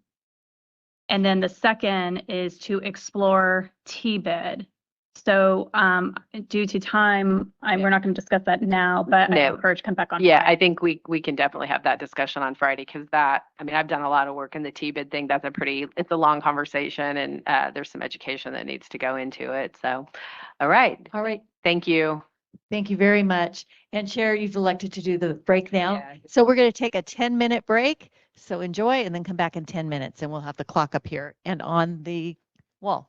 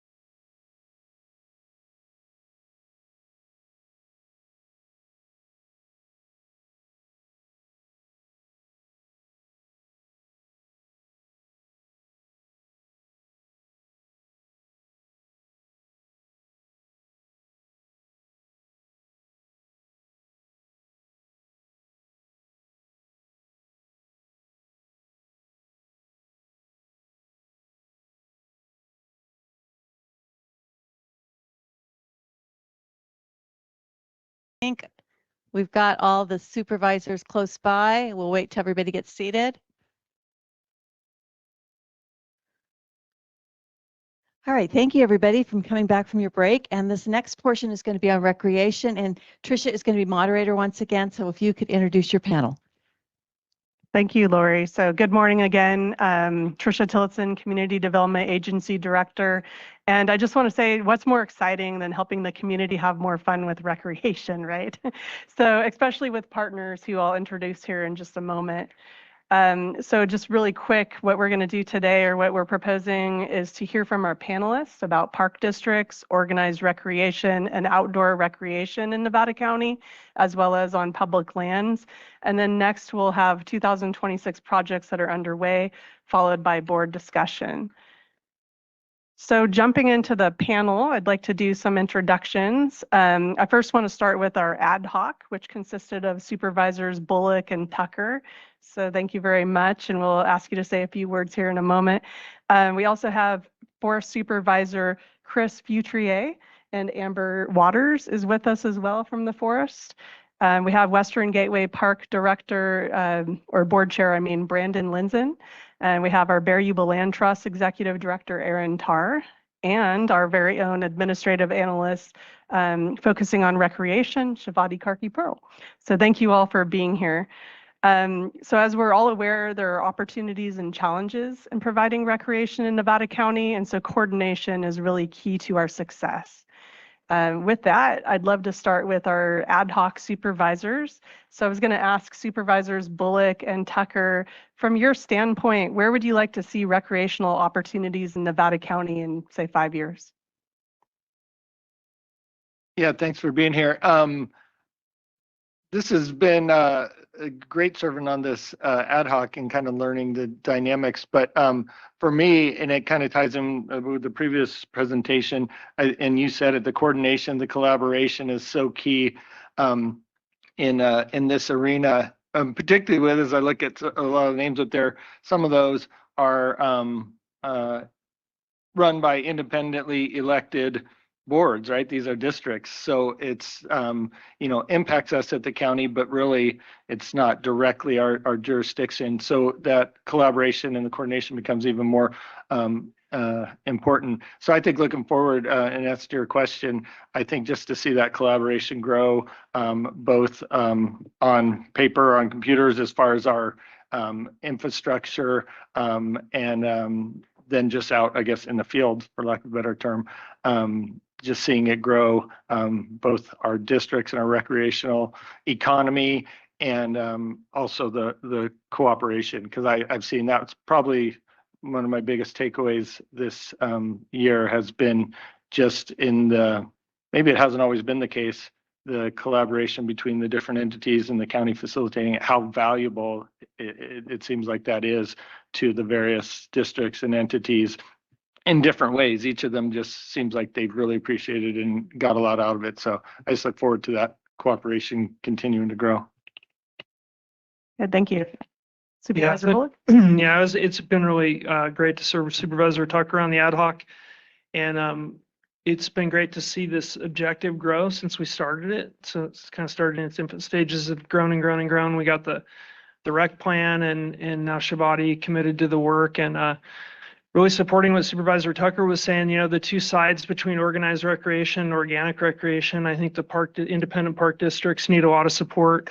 Supervisor Tucker's been a great champion of trying to understand, how we can best support them through administrative support and advocacy, and, potential connections to grant funding, and what we've done with Western Gateway Park, which has been great to see their organization, come full circle, use that grant, get improved.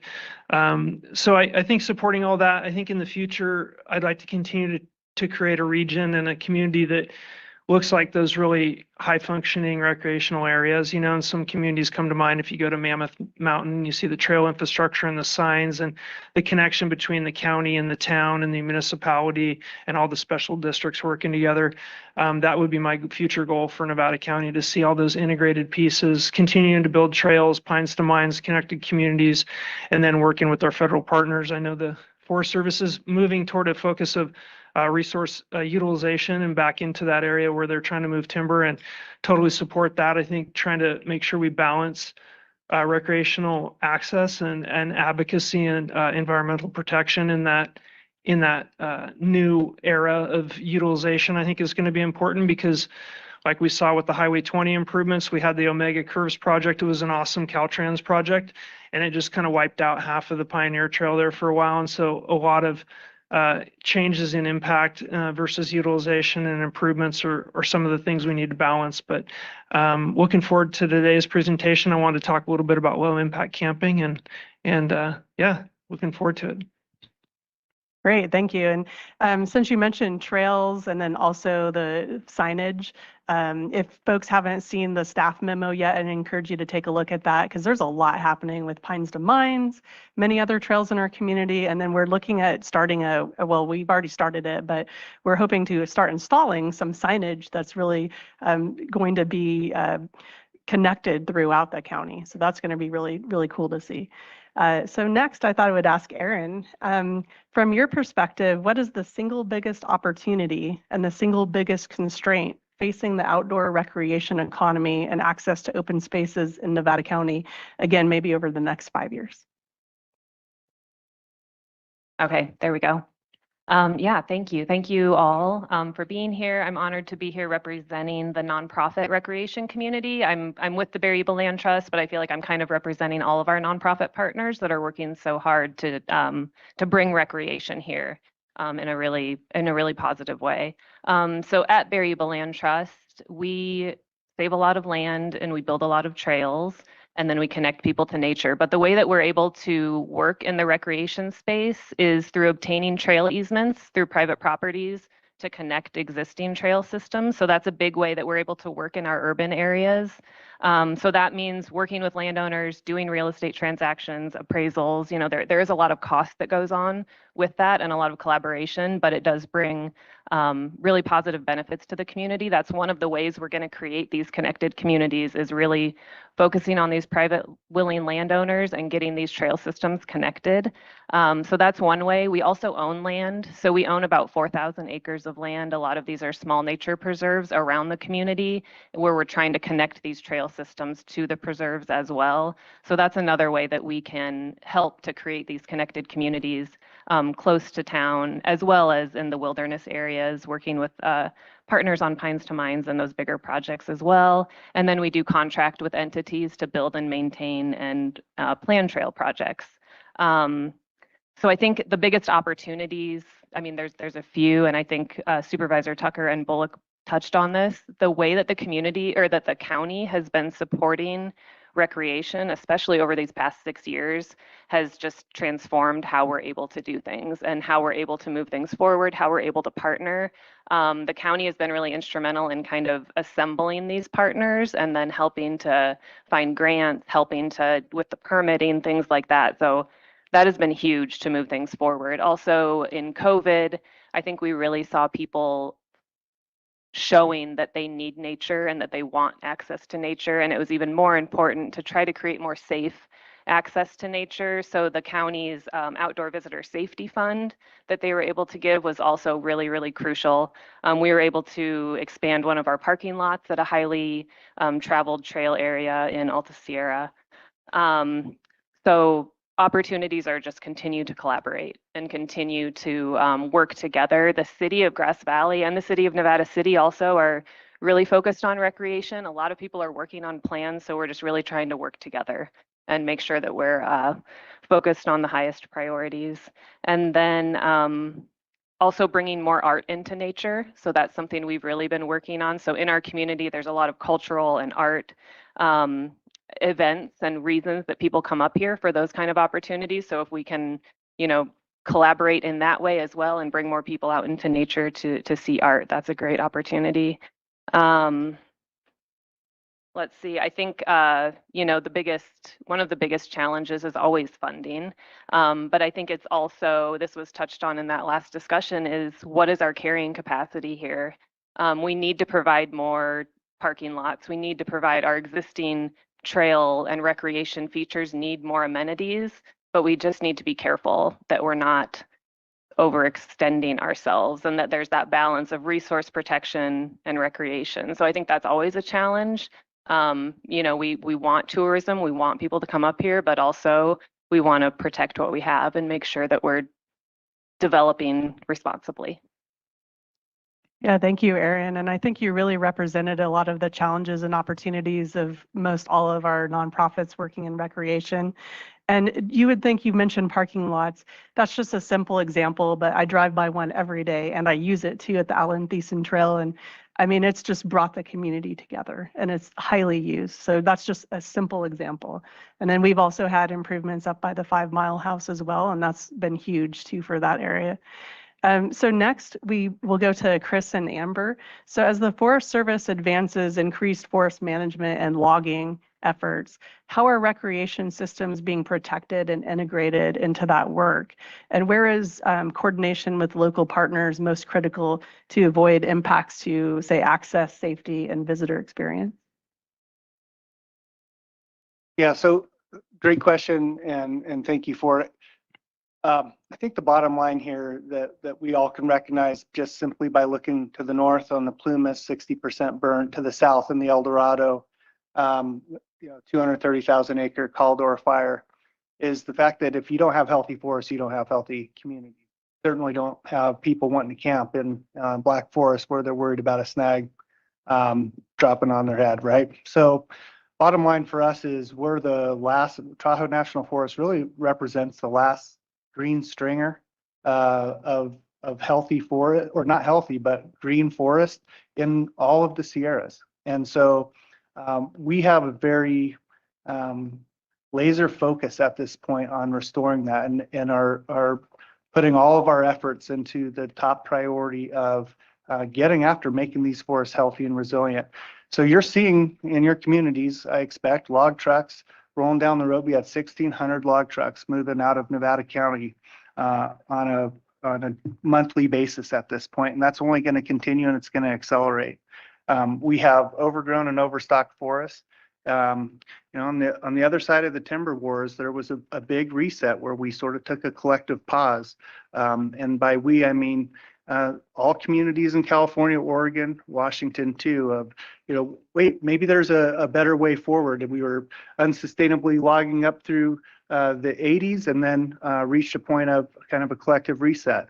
But we never fulfilled the other side of that. Well, what did we learn in that reset? And that, as a result, we're burning down a heck of a lot of forests and a heck of a lot of towns. We have got to really work together with urgency to get after that. So I'll just name, you know, North Yuba is rolling along pretty well. We've got American River District around Forest Hill that's covered in planning and action. The Truckee and Sierraville districts up where you're at, Hardy, those are all moving along pretty well. But we still, one of the places of collaboration that we really need, that our intent is to focus on here in the coming months and years, are really in that Bear River, middle Yuba and South Yuba areas. We've got to get rolling on that too. So with all of that, healthy forests equals healthy communities, healthy recreation. We don't have unlimited funds. We don't have unlimited money. So one of the big things you're going to see changing for us is we're moving more into a hybrid concessionaire model. So up on your district, Hardy, this year, we're going to have a concessionaire taking over many of the campgrounds and some of the trails. There's some benefit to that. While we're doing that, we're going to be putting probably half or even 3/4 of our campgrounds towards a concessionaire model. It's a process. It's going to take some time, but you're going to see new faces and people other than the tan-colored shirts, or the pickle suits, as I like to call them, out there managing those campgrounds. That's important because that allows us to move headcount over to making sure that we're taking care of healthy forests, that we're working with the grazing community, and making sure that we're attending to some of the mining reclamation efforts that we also have to get done. What that means for the county is concessionaires create transient occupancy tax that you'll see rolling back into the county coffers. That's a good thing. They also have more flexibility to do to be vendors and have more flexibility in the things that they're offering, and also turn those dollars back into better infrastructure. So again, in part towards your vision there. I think so. We'll have more collaborators, more people who are professional recreation managers in that space. I think those are important opportunities. The other thing I'll say in this space is we have the Explore Act in this Good Neighbor Authority, and what that allows us to do is increasingly work together to do some of the active forest management that needs to be done. But we can turn some of those timber receipts back into recreation improvements directly. So there's a mechanism that allows us to do that. It's a new law that passed a year ago or so, and I think there's real opportunity for us to continue to support rec infrastructure and that balance of you do active management on one side with higher volume of timber rolling to the towns and communities supporting rural jobs and economies, and also then turning those timber receipts not just into fuels projects but into recreation infrastructure. The key here, though, is that balance, to your point, right? We can't just shut down the entire forest from recreation while we're cutting the woods, and we don't have that sort of capacity anyways. And so that's really going to just require some coordination. I just want to flag that on our website there is an alert section for where we're looking at doing temporary closures while we have helicopters flying overhead with logs, as we do over by Downeyville right now, or up on Highway 20 with our Twin Ridges project where we're putting in some fuel breaks up there. So want to flag that for the public. The alert section on our website. We'll be doing targeted outreach. Our social media has reopened so that we've got some new flexibility where we can start posting more regularly. And we just have to stay in touch, right? Nevada County is a tremendous partner of ours. We want to make sure that all of you know exactly what we feel, what we're planning and where we're going next, so that we can keep the public safe while we're doing this work. What do you add, Amber? Well, first, good morning, everyone. Thanks for having us. What I would add is we are going to be increasing our production on forests that we have not done in 30 years. The technology that we have today is not the technology we had 30 years ago. And so we are going to be implementing new strategies, and we need your help to tell us what's working, what's not. Customer service is a key part of our mission, as well as keeping the public safe. We need people to be safe. And so we may try new approaches, and if they don't work, we're going to need to hear that feedback and really looking at it as a partnership. At the end of the day, we are not managing national forest lands. We are managing our land altogether. And I think that's an important takeaway of how we are going to get through this, because as Chris mentioned, our forest is one of the last green ones, and we need to keep it green, and we need it to be healthy and resilient. Thank you, Chris and Amber. Very well said. So next we'll jump to the recreation district. So Brandon, from your experience, what's the biggest challenge park districts face today, and where's the greatest opportunity? And then also, how can collaboration among the park districts and with the county improve recreation outcomes? And where does that coordination matter most? Okay, so my name's Brandon Linson. I've been on the board of directors for Western Gateway Park about 5 years now, and I've been the chair for the last year. My family moved to Penn Valley in 1993, and I remember riding in my dad's little Suzuki Samurai Jeep down to the creek and going for swims on hot summer evenings. Through my older school years, I grew up meeting friends to play basketball and disc golf, and now as an adult, I get to enjoy that same park with my own children, making those new memories. So memories like our first annual pumpkin race, where we had pumpkins racing down the hill on tricycles and Tonka trucks and skateboards, stopping by our farmers market on Sundays for fresh fruit and fresh veggies, watching my son play Little League on the same field that I played on 30 years ago, and on rainy days, just getting my little ones geared up in rain suits and boots and just walking through the park, throwing rocks in the creek, instead of sitting inside and watching TV and movies all day. So I'd say the greatest opportunity that we have and I have is to protect and preserve this park for future generations. It really encourages the mental and physical health that these open spaces give to our community. And it gives new users the ability to make new memories in the gem of Western Nevada County that we call Western Gateway Park. Our biggest challenge, like probably everybody here speaking to you guys, is we don't have the funds to maintain our aging infrastructure or make updates to cater to our existing population and the culture. Like Aaron was saying, parking is an issue because more people are driving their own cars. So parking can be an issue on busy weekends. A lot of our facilities are 40, 50 years old. They need repair, replacement. And our biggest issue is we can't afford to hire more help or pay our existing employees very good wages.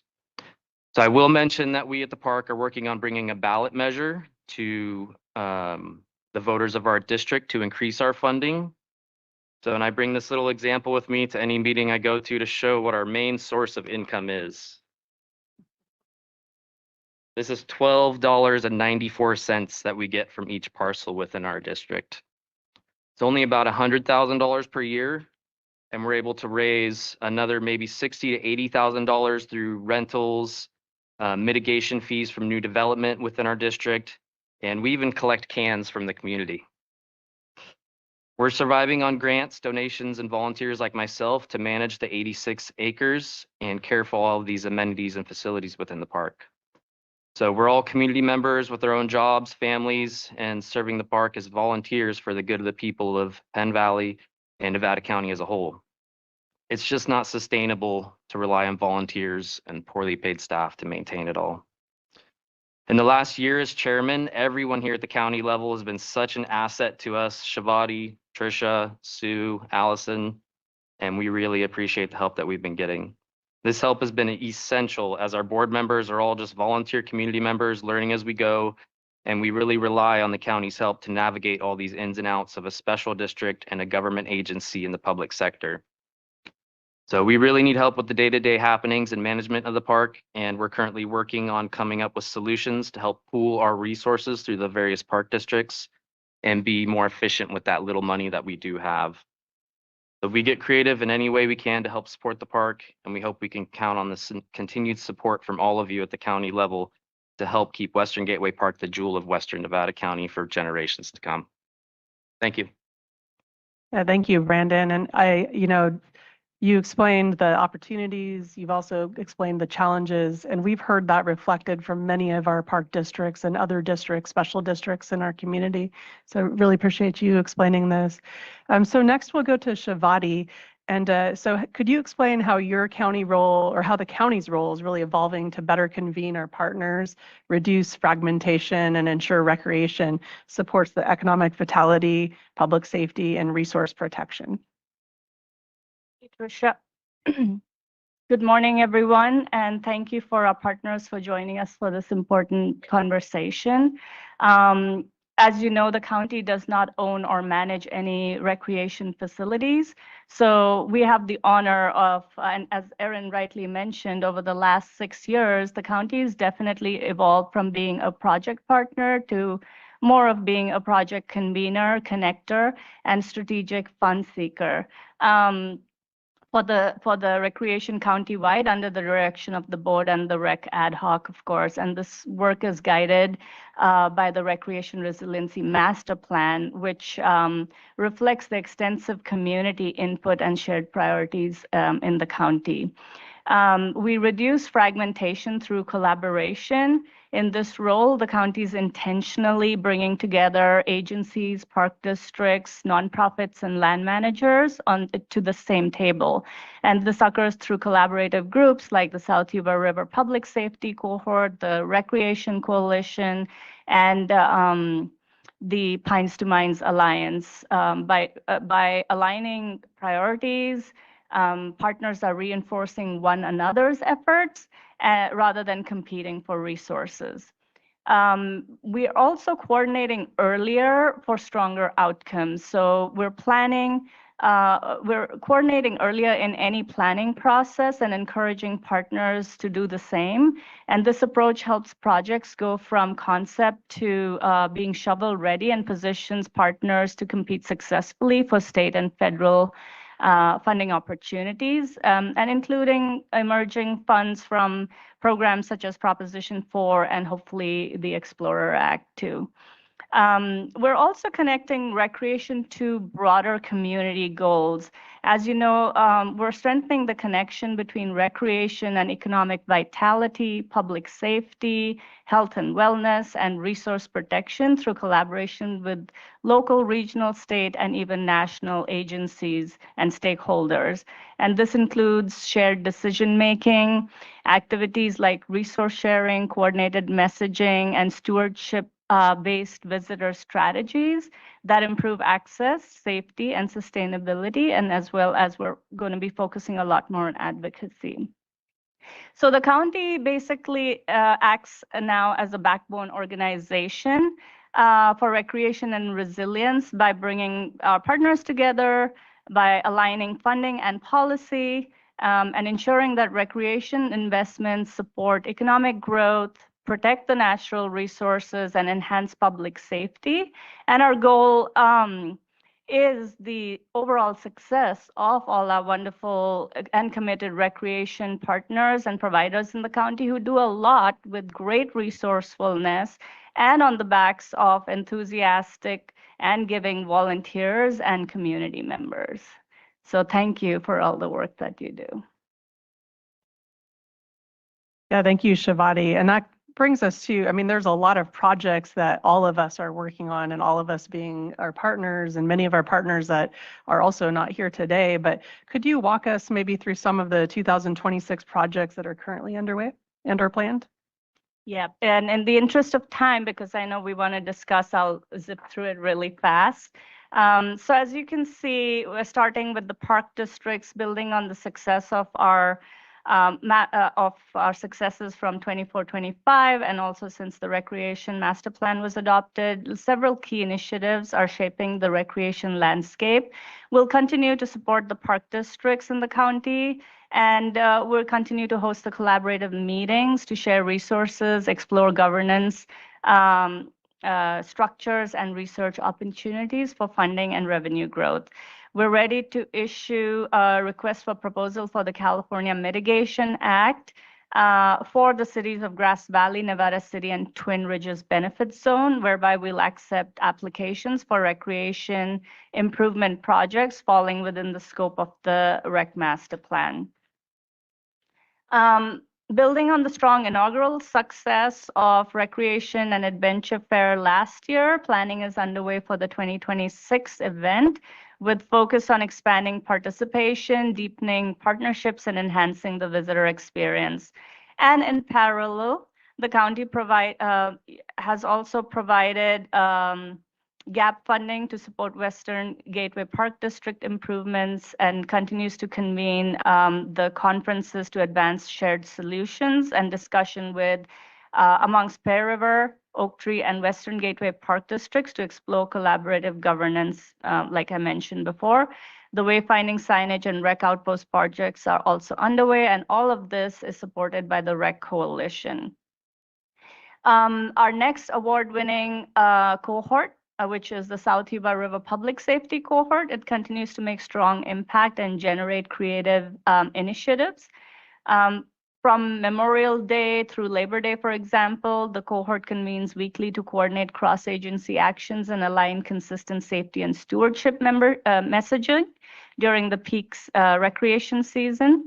And then building on the work of last year's targeted work groups, the cohort is now focused on securing funding for priority projects that were elevated through referencing the South Yuba River Adaptive Management Plan as well as the River Recreation Management Plan, including the launch of a pilot shuttle program serving the Highway 49 Yuba River crossing.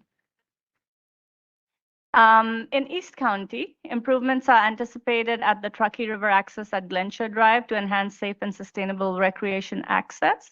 Design work for Van Norden Meadow Recreation Center is underway. It's going to be managed by our county's economic development manager alongside continued collaboration with East County recreation providers and associations to strengthen coordination and regional recreation delivery. The county will continue to convene Pines to Mines Alliance, advance funding efforts for Pines to Mines Trail. We just completed a project narrative that we've submitted to WCB. And then other recreation priority projects, and support the successful delivery of also Heart of Gold event race, that Heart of Gold gravel race. That's a signature regional recreation and tourism event and led by Child Advocates of Nevada County and other partners. So this is just the highlight of our projects underway in 2026. Great, thank you, Shivati. So next we'll dive into the board discussion, and our panelists, of course, are all here to answer any questions that you might have. But before we dive into that, I thought I would just mention our recreation ad hoc and staff helped to put together 4 bulleted categories of work for board consideration. So one of those, it may not seem like a big deal to rename an objective, but the suggestion was to consider renaming it to recreation economy. And as you've heard throughout this workshop so far, the tie to the economy is so strong. It would help clarify to the public potentially that, we're not recreation providers as the county, but we are here to help the economy overall. And, again, there's information in your staff report, but for example, the Outdoor Industry Association, for example, as you can see on this slide, has shared some information of just how much of an impact recreation has on our economy. And so, 81.5 billion, for example, throughout California. We also have on this list consideration for utilizing TOT funds. It would be a continued investment. As you realize, recreation helps impact our economy, so this would be reinvesting that. And then we're also looking at if there were additional funds for Recreation Resiliency Master Plan project implementation, $250,000 would be recommended at this point. And then also our ad hoc had potential focus areas. So this is low intensity camping is one of those. Thanks to AB 518, it's really elevated this. We've talked about this many times over the last couple of years, but we really feel it's time to take a hard look at this. And, so one suggestion is to have us look at updating our ordinance to allow low intensity camping. And I know Supervisor Bullock might have more on that. And then we're also looking at emerging needs and demands, and so advancing our advocacy efforts. And so with that, I'd hand it back to Chair Swarthout. Thank you so much. Great presentation. Lots of different perspectives that you brought to us. So really appreciate hearing from everybody and what your challenges are, especially because I believe recreation is one of the most important things that we offer as a community. So I think I'm going to turn this over to my colleagues. I'd like to start with Hardy because I know you've been part of this, and I'd like to hear your thoughts on the low intensity camping, because for those of us, like I have a more urbanized district, so you're probably not going to see low intensity camping in the Grass Valley, but you have a much different take on it. So thank you. Yeah, thank you. Yeah, thanks for the presentation. Thanks for taking your time to come talk to us. You guys are doing great work, and it's good to see the county looped into that framework. Yeah, so the low intensity camping piece, I think, has finally gotten to a position where it's right for us to look at some structural changes. I spent the last year in a bunch of different circles. Last week was CalEd. Before that, it was the Outdoor Rec Consortium meeting. I forget the name of it, but a number of different meetings with Hip Camp, and then also some work in DC with NACO on the public land side and the NACO Recreation Ad Hoc that I'm a member of, trying to understand if low intensity camping is the right fit for Nevada County. It's been a long conversation, several years, obviously. I think from where I'm at, the state of California passed Assembly Bill 518, which essentially removed the barrier for the need for state authorization for campground installation and really put it back on the counties, giving the counties this opportunity to create their own low intensity camping ordinance. We've already got a camping ordinance in Nevada County. I think with some minor modifications, we could make low intensity camping essentially another piece of our recreation-based economy. San Benito County is a really great study. About 2 years ago, they approved a low impact camping ordinance. And since then, they've had a lot of, particularly ag land that was underutilized. Many farmers are using, just a little campsite, 1 or 2 campsites on these lands to really pay taxes to make capital improvements to allow them to build fences and gates and really start their journey through agritourism. And really, from my perspective, over the course of my journey and trying to understand this, I have not heard really any negative impacts. A lot of the discussion the board previously had was related to fire risk and sanitation, both of which our ordinance could essentially address in whole.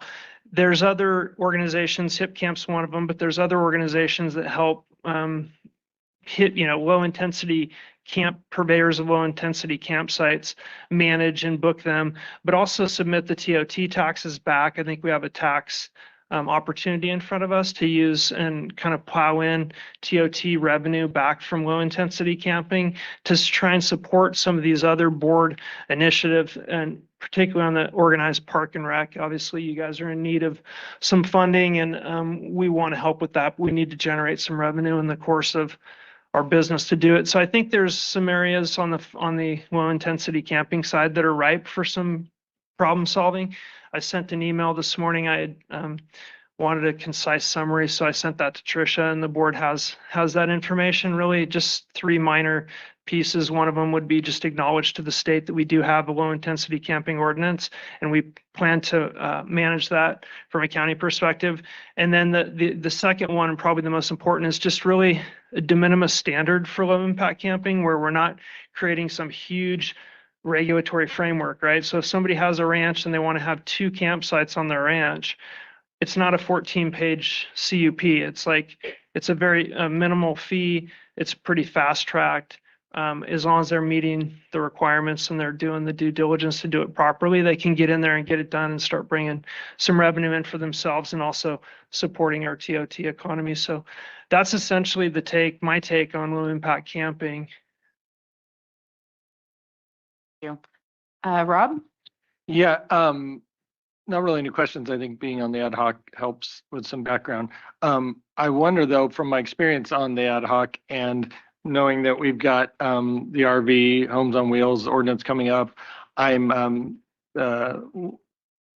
wanting to discuss a parking and camping ordinance on unincorporated areas of the county, particularly on streets. Can you, either Tricia or Shivati, just give a super short description of what low intensity camping is in this context? Because I think, I think I know from my experience, but I think it'd be helpful. Sure. So low intensity camping refers to small scale minimal infrastructure camping experiences on private rural land, including tent sites, glamping, and dry RV camping. Platforms such as HipCamp obviously have enabled rural landowners to host campers while generating supplemental income. And just for reference, in Nevada County, we have approximately 60 landowners that are already hosting low intensity camping sites. And the county is receiving fees related to these activities. I believe $886,000 was collected last year. At present, there's no single ordinance clearly defining what's allowed and how impacts are mitigated or how complaints are handled. So the question before the board is whether a formal ordinance would provide clarity and benefits without creating additional compliance burdens for county and the staff. And I don't know if you wanted me to mention what San Benito did or. I think we'll have time for that as it comes forward. I just wanted to make sure and differentiate between the Homes on Wheel ordinance that will probably come before us soon, various anti-parking, anti-camping, thing, and then this, which is a sort of third aspect of that, but they all sound the same. That's about all I have, other than, when my opening statement talking about the collaboration, it definitely applied to all the organizations, but I think particularly it's my time on this committee has driven home the need for on the local level with the park districts particularly, and that's where I was referring to. I mean, I don't know how many we have in the county. I could probably go through and count, but probably close to a dozen different separate park and rec districts that have their independently elected. These are special districts. So I think the collaboration and the administrative help we can give them knowing that they, like you suggested, if they want to pass bonds, propose a bond, that's within their purview. That's not really ours. Yeah, so whatever else we. So I just want to provide clarifying information. So what you said was low intensity camping brought in an estimated $800,000 a TOT. And I want to provide some clarification. I think that's our total TOT, but I'll lean on our CFO just to make sure that we have the accurate information for the board and the public. Yeah, total TOT is more like 1.4 million each year. So I'm not sure where Shivati's source documentation is for that 800,000, but happy to. I wonder if that number is the number of TOT that's received just from short-term rentals and camping, and then maybe the other 600,000 comes through our actual hotel campsite, because I think our biggest TOT contributor for the county is the little town of Washington campsite up there. I'm sorry, I have to clarify because I don't know if I said TOD. It's just the dollars that were spent by HIP campers. Okay. So that includes restaurants, transportation, recreation, groceries, retail, etc. I'm so sorry. Yeah, thank you. That makes a huge difference. Yeah. I was thinking, wow, if we had $868,000 just from people, just from 60 people camping, those people are paying a lot of money to be out in the woods with no water or showers or anything. So that, Hardy, there's a bigger market for that than what I thought. Can I ask one more kind of follow up, knowing that the transient occupancy tax was one of the discussion items we wanted to hear more about. Can you just give a real brief kind of summary of the options of, so one perhaps proposal would be to dedicate some of that TOT tax going back to recreation specifically. What are some of the other top whatever areas that those funds are either restricted or could be dedicated towards the TOT funds?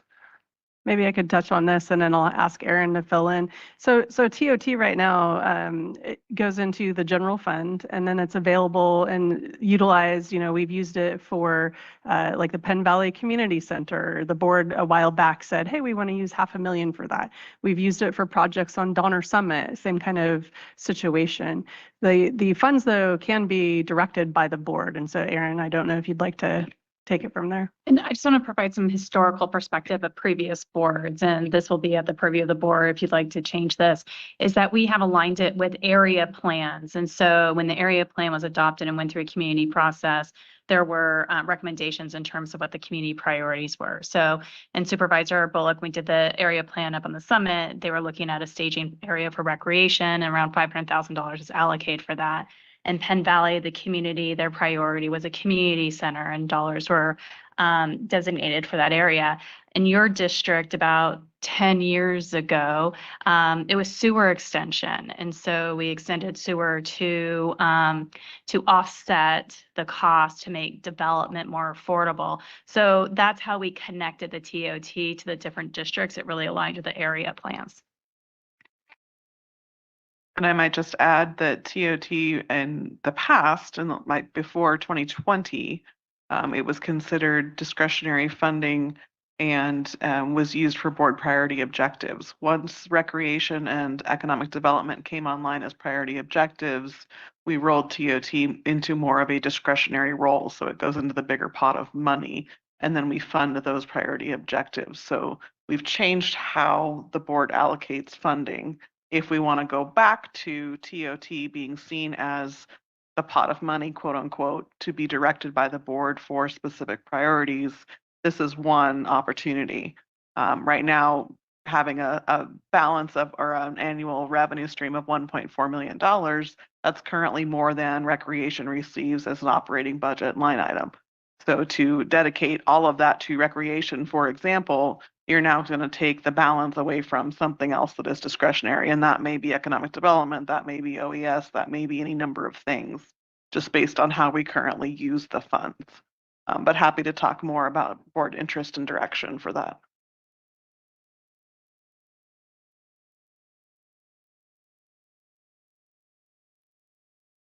Erin just talked, she hit on that. I just like to see where those dollars, again, we see a million things come across our board. I really like to have that backed out and to see what we're doing. I mean, because when we look, recreation was built off ARPA funding really in the beginning. And not that, because I love what we're doing. Like I said, I have 2 park districts in my district, and I know we all struggle. So it's really interesting when you look at how do we fund these. And I love the money that we've helped bring in through the grant funding. That's been a huge thing that the county's helped develop, is that's applying for those grants. So that, I mean, that's what saved our bridge, right? And we're looking at a camping part of to add to that with that grant. So those are really important because none of our small districts have the capability for grant searching or doing the applications. That's just a challenge when you have a volunteer group that manages those things, like a 2, one in North San Juan as well. People, it's all volunteer. So those are going to continue to be challenged. So I'm actually interested how we could maneuver that. And that the low intent camping, it's always an interesting thing that's going on right now. We're not getting complaints from it. And how do we manage that? I always feel like sometimes you open up a door and it backfires a little bit. So I just want to be careful on how that, and I am impressed. It's like the Airbnb thing. Those folks are already put into our TOT. HIP Camp is already doing that, and especially when it comes out of the funds straight to us, we don't have to search it out. I think that's really important. So I'm open to those conversations. I mean, we've been talking HIP Camp for a couple of years now, so where do we go with that? I just want to be careful we don't open up a door that backfires. That those unintended consequences. Yeah, I mean, right now it's working, and now when you add all the regulation to it, is it actually then affordable? Yeah. Are we still going to see the funding I mean, there's just some things to look at. Could I answer just one quick question, Chair? Yeah. San Benito County addressed Supervisor Hook, what you were describing, and they fast tracked the ordinance, and they also addressed that particular point, which is like, how much government oversight do you want to add to an industry that already exists, kind of thing. And they really did it in a pretty deft way, and it did not end up with any negative consequences. Although I met with, I'd say 50% of the HIP campers in Nevada County over the last 24 months. And the bulk of them are indeed low impact camping, and then some of them are not. Some of them need to go get a commercial use permit, and they need to go through our planning process, and they probably need a little bit of enforcement activity on their property. And I think incumbent on the staff and also the board to recognize what is this person in front of us trying to do? Are they trying to side hustle through the ordinance, or are they actually doing a low impact camping to benefit them? You know what I mean? So I think we would have to have some judgment there. There will be some enforcement activity. But to my point originally, and I think to your point too, unless it is a pretty easy and low de minimis standard and a threshold that's worth doing and easy, then we probably shouldn't pursue it. Because if we're going to make it a big process and just add workload to staff and the purveyor of the site, probably not worth it, because they're already, they're out there doing their thing right now. Yeah, I appreciate that, Ari, because actually it does affect your district, my district, and Rob's. Yeah. Basically. Yeah. Those are probably the biggest areas. I know I have them in my district as well. I've met with some of them, and definitely is low impact. So yeah, I just want to look at it. So Chair, what I suggested, because this is a big initiative to bring an ordinance forward, what we could do from this conversation is bring a presentation back to the board at a scheduled meeting and talk about the programs, the different pathways of developing an ordinance, and then seek the policy direction if we want to come back with an ordinance. Yeah. Is that the direction? Yeah. No, I think there's been a lot of good work that's gone into it. Obviously, you guys have done some research into it, but I agree bringing it back for a bigger discussion about moving forward with an ordinance, because I think I look at this as one of those things, we know people are already doing it, and we know they're going to continue doing it whether the county has an ordinance or not. And so if we can figure out a way to make it a little safer for people sometimes, or that there is some enforcement if people are abusing it, I think that for me is the important part, is that we have some sort of a regulatory process, and whether it goes through code enforcement or whether it goes through law enforcement, that there are some teeth in it, so that if people are abusing it, that we have a way to handle it. So just before, I'm going to make a couple comments about recreation, but I just want to obviously we're running way over time. these are really important discussions, and I wanted to make sure that everybody had the time to talk about what they want to talk about. So we're going to still break for lunch around noon. We're going to push the housing conversation to after lunch, but we're going to do a little bit shorter lunch. Be back at 12:45 after we break for lunch. And then my suggestion is that we move the climate resiliency discussion to tomorrow, because I want to make sure everybody is heard. And obviously the housing issue is very important, homelessness, the things we have this afternoon, and I don't want us to feel rushed. And I appreciate this conversation. I just want to make sure everybody is heard, and I want to make sure that the board members are being able to have the discussion that they want to have on these important topics. So little change of schedule. Thank you to the people who are here. I apologize that if you're here for the housing thing that we're going to push it a little bit further out, but we should be able to buy you lunch because I think there's lots of food back there. So we'll play that part by ear. The part for me on this is the TOT. In 2020, there was a pretty concerted effort with a group of tourism and the Economic Resource Council and chambers to talk about increasing the TOT. So I was part of that discussion because I was chairing the Economic Resource Council that year. Unfortunately, 2020, what happened? COVID hit. And so there was that whole discussion, especially with our hotel and motel and campsites. It just kind of went away because they were battling things that they weren't sure how they were going to overcome. So obviously we're in a different situation. So I think we're also ready maybe potentially to have that discussion again. It's, do we want to look to raising our TOT? Our TOT in Nevada County is probably one of the lowest in the state. The town of Truckee has had 2 ballot initiatives where I think their TOT is up to 14% now. Ours is at 10 down here for the unincorporated and Grass Valley and Nevada City. So, and that I will tell you, that conversation excluded the eastern part of the county, and it wasn't personal, but they just have such a different handle and take and how much money they take in TOT. So we're looking at something potentially for the western county.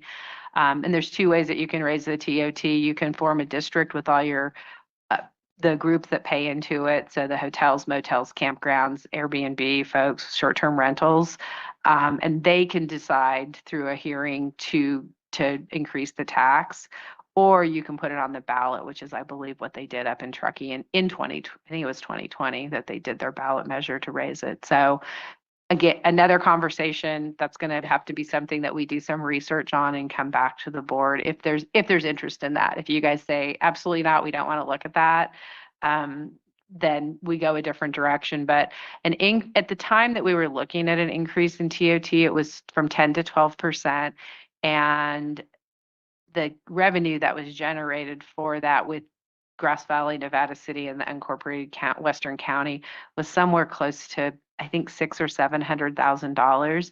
It would be higher today because the county's TOT has increased a lot since 2020 when we did the initial. And actually, the city of Grass Valley has increased considerably too. They're building another hotel. Nevada City has increased because of their short-term rental ordinance, and the Northern Queen going back to being a hotel versus being a assisted living facility. So there's some things that have changed that potentially could generate maybe $1 million a year in additional funding that we could use for recreation, that we could potentially use for tourism and arts and culture. So something to think about. Yeah. Just one question, but I think that's where we need to come back and have the conversation. How are we going to use our TOT? I mean, because then I look like said available funding for matching. Are we going to take some money out of TOT to do that? Are we going to designate it more towards all recreation and accommodate? I think that needs to be the bigger conversation is what do we do? Because we have done some great projects with that TOT funding that we wouldn't have been able to do.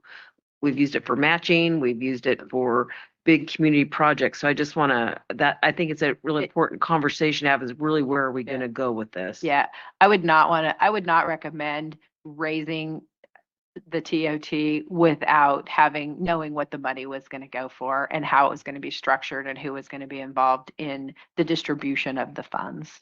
So, Rob?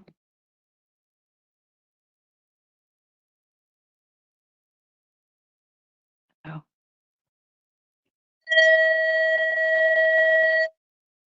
Right. I'm here.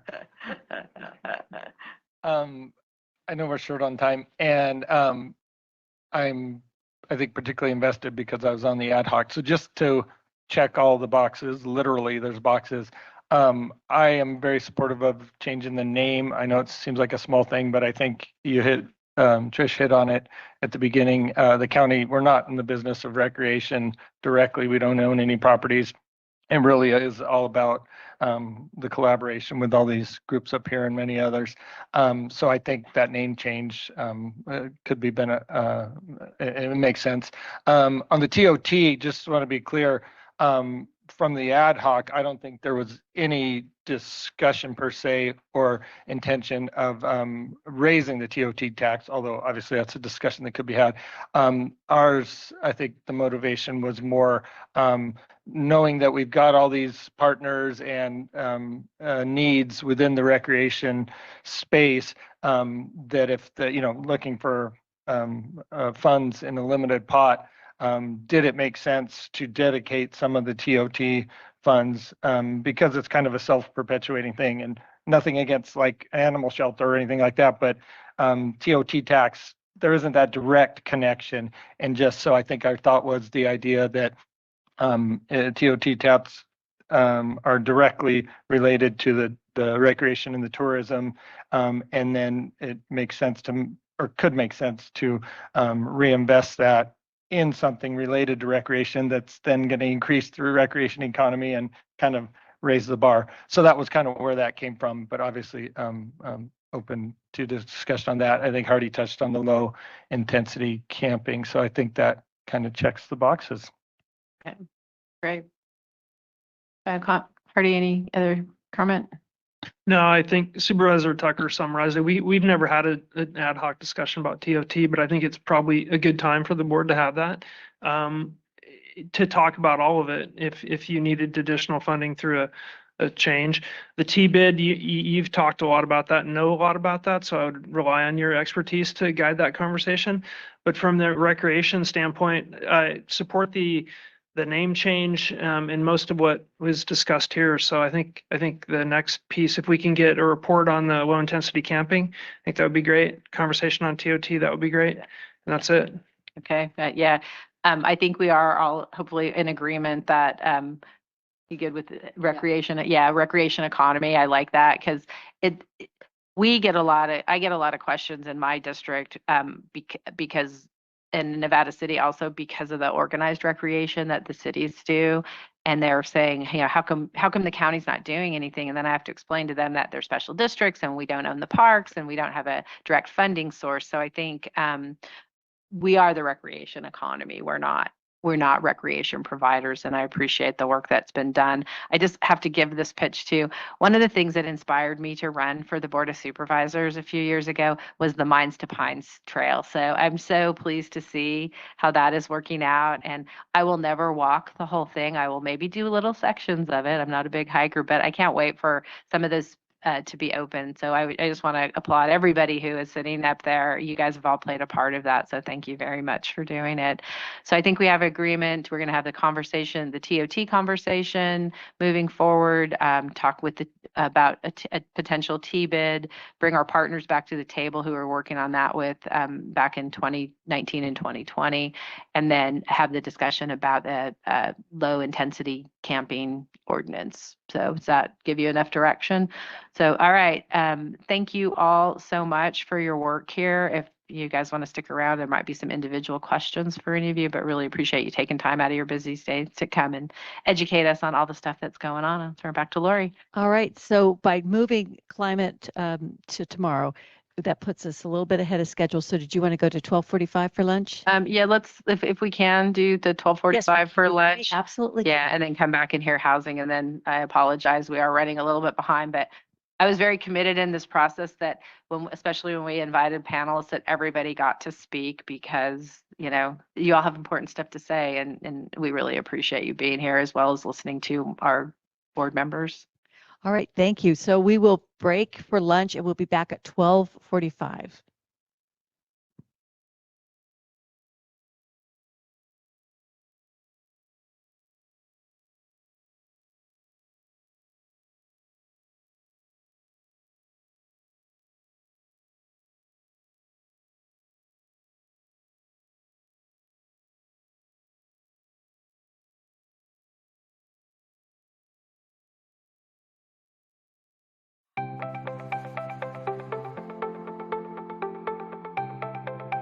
Ready Nevada County is an education campaign designed to help the public have successful outcomes during emergency events. We really focus on a whole host of disasters or emergency events. We want to have a broad spectrum. We want to be prepared for anything, but really we focus a lot on wildfire because we know that's one of the most likely events to happen in Nevada County. Ready, Set, Go is really built around the wildfire premise to prepare residents to be ready before an event, to move into the set posture when there's a red flag or a fire is near you, and then to go when it's time to go. Essentially, in its simplest form, it's a three-tiered community emergency preparedness plan.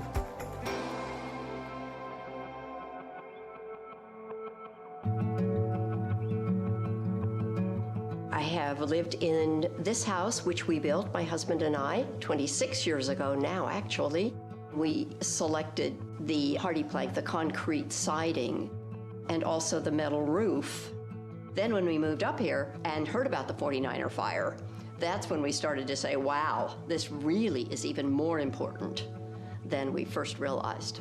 So the 49er fire is one of the most historic fires in Nevada County's history. They figured it changed the laws of the state of California that said this is how you have to protect your home. That came out of Nevada County. Steve Eubanks came from the Fire Safe Council, and the main thing we needed to pay attention to was the ladder fuels. Planting has been removed from the edges of the house so that it does not touch the house. It was an incredible service from the Fire Safe Council to come out and spend a couple of hours going through this property. So the ready phase is when there's no immediate threat to you and your family. This is the time when you should be doing education and planning, whether that be training, educating yourself, or accumulating equipment, hardening your home, creating defensible space.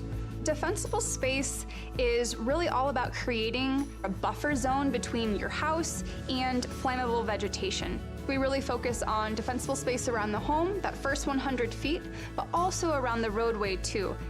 Another aspect of the ready phase is hardening the home, and really what that means is making your home more resilient to wildfire. That's going to be putting the fine-grained mesh around the vents of your home so that embers won't get under your house or into the eaves of your house. That's going to be using non-combustible materials on your deck and around your home. So when an ember storm comes through, it's not going to ignite your home itself.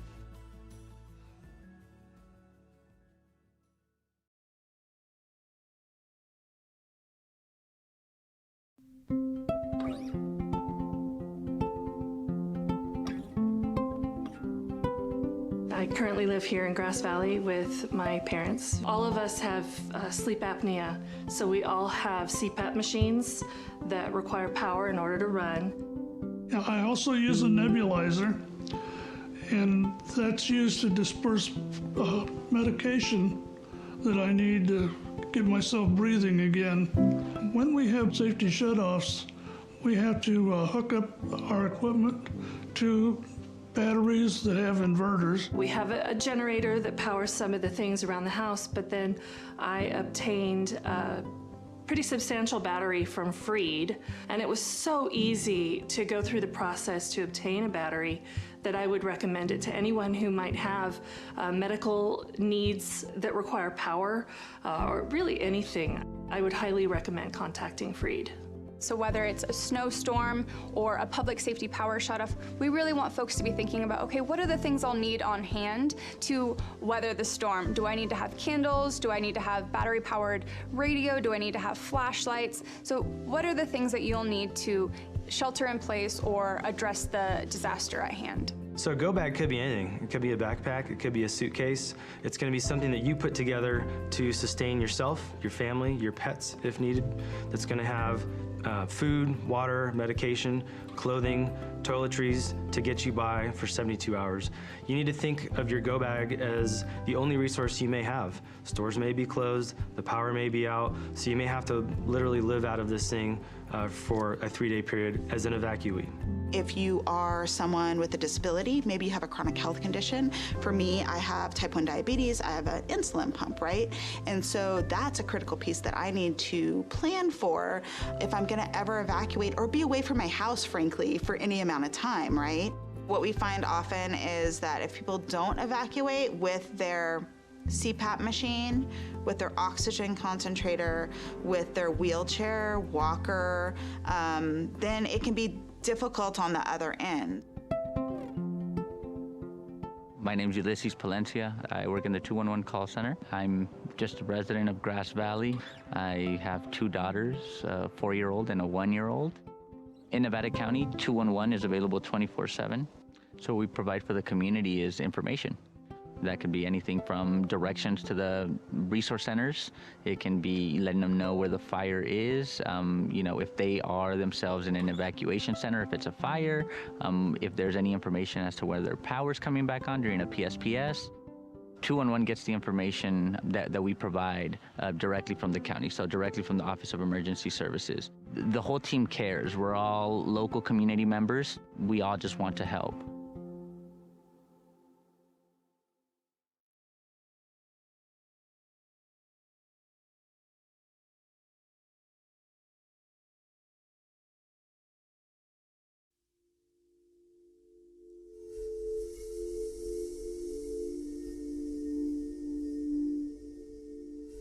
So we were all sleeping in bed on Thursday, November 8th in Paradise. And first the house phone rang. Picked up my phone. It was my sister who lived a block or so away from us. We were woken by a telephone call from my daughter. She said that we were being evacuated. I left sooner than them. I had everything ready. They were on the way out the door. There was not time to think about what you're going to take, what you're not going to take. The night before the fire, I knew it was a red flag warning, and I knew that it was a high risk. So on my way home, I filled up the tank. On our way out, we didn't get too far from the house, and we're watching fire coming down the hill. There was a machine shop right to my right there. And it had gas tanks and propane tanks. And I saw a lone ember kind of floating through, dancing through the air. And I watched it as it landed on the machine shop. In the time it took me to get my phone back into hand and to take a picture, it was engulfed in flames. And I knew that within moments it would start exploding and I would be dead. And just as I moved out of the range of the explosions, they started happening, and I prayed for the people behind me. 10-minute drive normally to Chico became almost 4 hours. So it was a long trip.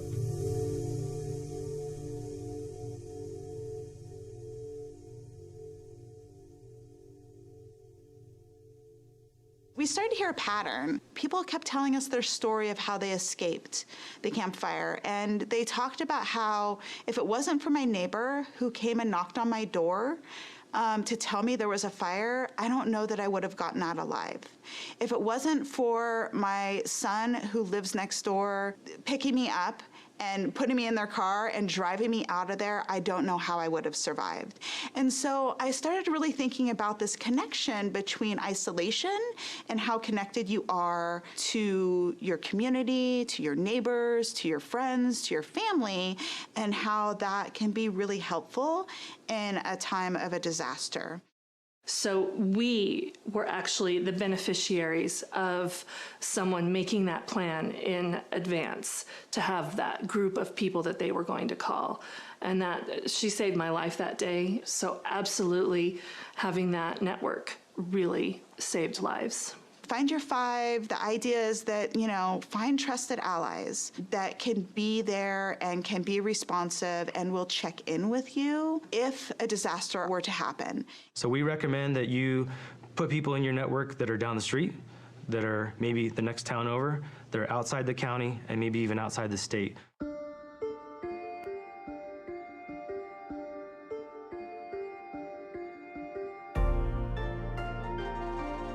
The final tier of the Ready, Set, Go is that go piece. And it's simply that, it's go. Evacuation information comes in two types. The first type could be an evacuation warning. This is essentially information that we're going to push out to the public, notifying them of a potential threat in their area where they may have to evacuate their home. An evacuation order is essentially that. We are telling people that it's time to go. There is an imminent threat to life, and we do not believe that you have much time to leave the area. Code Red is a opt-in alerting system that will dial your number. It'll send you a phone call, a text message, and an email notifying you of an emergency. That message is sent from our office, the Office of Emergency Services. It's going to be very targeted to your area, and it'll be specific to you. At 5:13, the phone rang with the Code Red call. And so as I was going up 49, I could look over to the left and see the flames in the canyon. The next layer is for staff to actually be out driving in the areas with a high-low siren. There's no other reason you'll hear that in an area unless we're putting out that evacuation order, not a warning, but an order. My day started routine patrol. Came in and I was notified by dispatch to respond out to the Jones fire. Houses that had evacuation tags made it so we could just pass by. We knew that the residents had already been evacuated. Residences that did not have the tags, we would have to physically go in, knock on the door, look in the windows, make sure there were no occupants inside. Once you've been evacuated, as you're leaving, put this tag somewhere very, clearly identifiable, whether it's a mailbox, a gate, your address marker, so that deputies and officers can quickly identify if your residence has already been evacuated.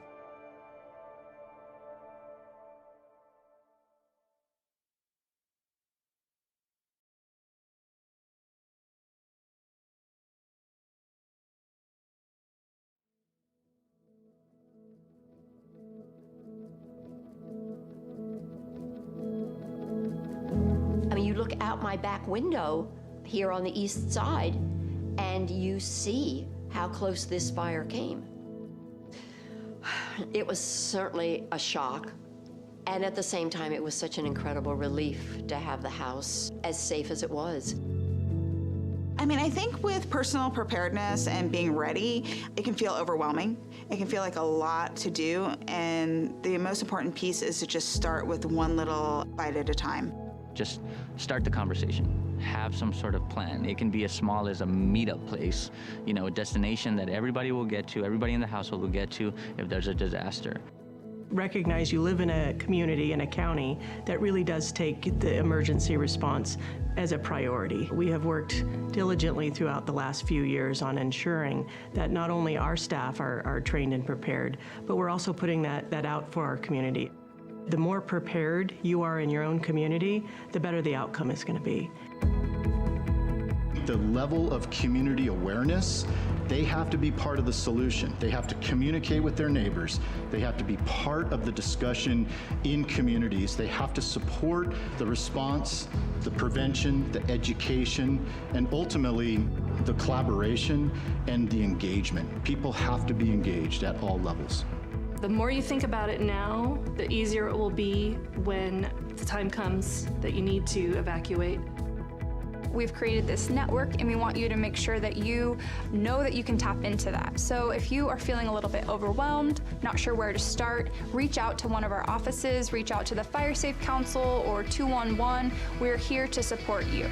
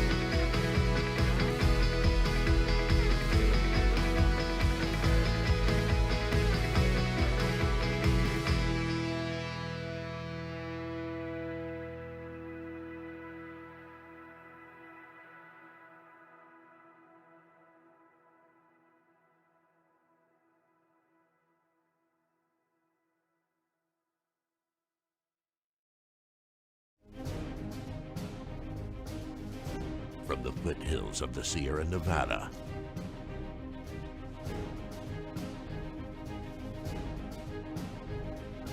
A new hero will emerge.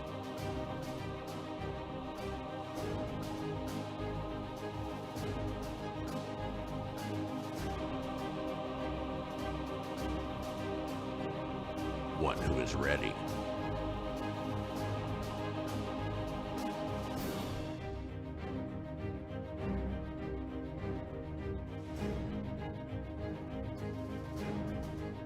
One who makes sure their friends and family are set.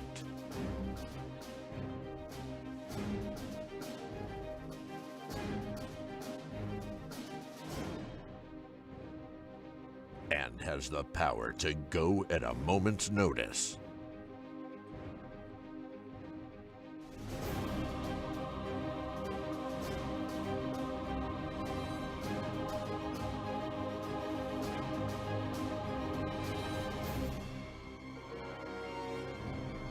This fire season, you're the hero. We are Ready Nevada County.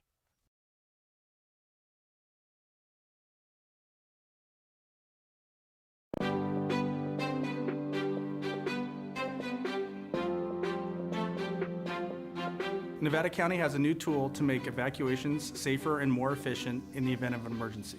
This new tool is called Zone Haven, and we need you to know your zone.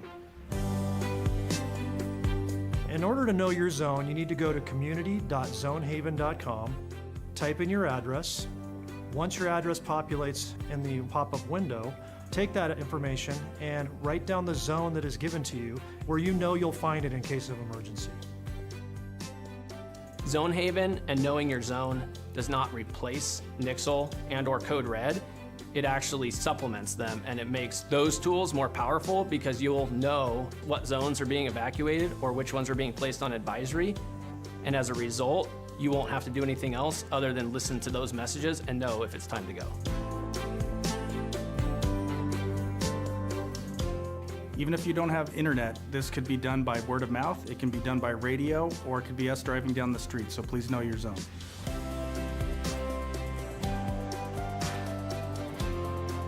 From Truckee to Lake of the Pines, from Chicago Park to Spenceville. Every single square mile of Nevada County has a zone. And having a zone that you know for your neighborhood is going to help you save time to be able to evacuate and keep you and your family safe.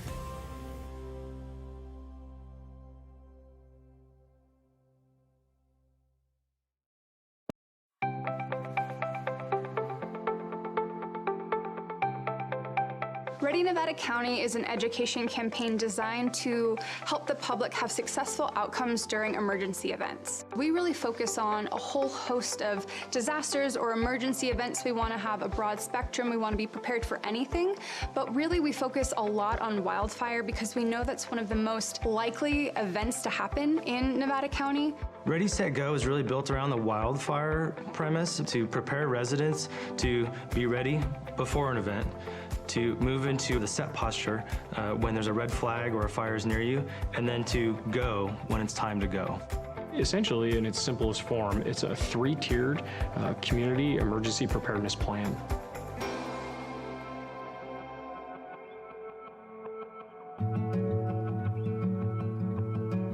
I have lived in this house, which we built, my husband and I, 26 years ago now, actually. We selected the hardy plank, the concrete siding, and also the metal roof. Then when we moved up here and heard about the 49er fire, that's when we started to say, wow, this really is even more important than we first realized. So the 49er fire is one of the most historic fires in Nevada County's history. They figured it changed the laws of the state of California that said this is how you have to protect your home. That came out of Nevada County. Steve Eubanks came from the Fire Safe Council, and the main thing we needed to pay attention to was the ladder fuels. Planting has been removed from the edges of the house so that it does not touch the house. It was an incredible service from the Fire Safe Council to come out and spend a couple of hours going through this property So the ready phase is when there's no immediate threat to you and your family. This is the time when you should be doing education and planning, whether that be training, educating yourself, or accumulating equipment, hardening your home, creating defensible space. Defensible space is really all about creating a buffer zone between your house and flammable vegetation. We really focus on defensible space around the home, that first 100 feet, but also around the roadway too. Another aspect of the ready phase is hardening the home, and really what that means is making your home more resilient to wildfire. That's going to be putting the fine-grained mesh around the vents of your home so that embers won't get under your house or into the eaves of your house. That's going to be using non-combustible materials on your deck and around your home. So when an ember storm comes through, it's not going to ignite your home itself.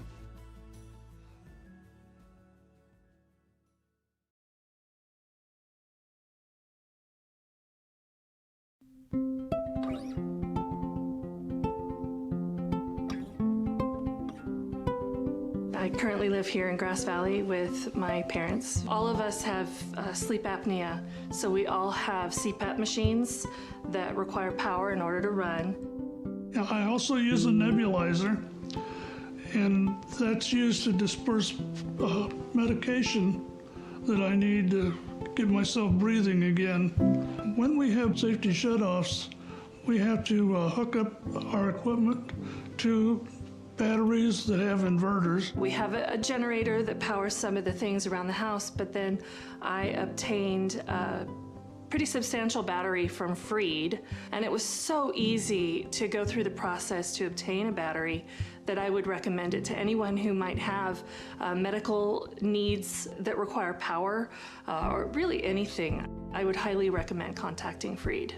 So whether it's a snowstorm or a public safety power shutoff, we really want folks to be thinking about, okay, what are the things I'll need on hand to weather the storm? Do I need to have candles? Do I need to have battery-powered radio? Do I need to have flashlights? So what are the things that you'll need to shelter in place or address the disaster at hand? So a go bag could be anything. It could be a backpack, it could be a suitcase. It's going to be something that you put together to sustain yourself, your family, your pets if needed. That's going to have food, water, medication, clothing, toiletries to get you by for 72 hours.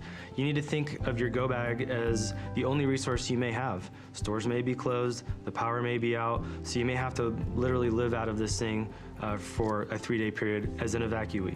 If you are someone with a disability, maybe you have a chronic health condition. For me, I have type 1 diabetes, I have an insulin pump, right? And so that's a critical piece that I need to plan for if I'm gonna ever evacuate or be away from my house, frankly, for any amount of time, right? What we find often is that if people don't evacuate with their CPAP machine, with their oxygen concentrator, with their wheelchair, walker, then it can be difficult on the other end. My name's Ulysses Palencia. I work in the 211 call center. I'm just a resident of Grass Valley. I have 2 daughters, a 4-year-old and a 1-year-old. In Nevada County, 211 is available 24/7. So what we provide for the community is information. That could be anything from directions to the resource centers. It can be letting them know where the fire is, if they are themselves in an evacuation center, if it's a fire, if there's any information as to whether their power's coming back on during a PSPS. 211 gets the information that we provide directly from the county, so directly from the Office of Emergency Services. The whole team cares. We're all local community members. We all just want to help.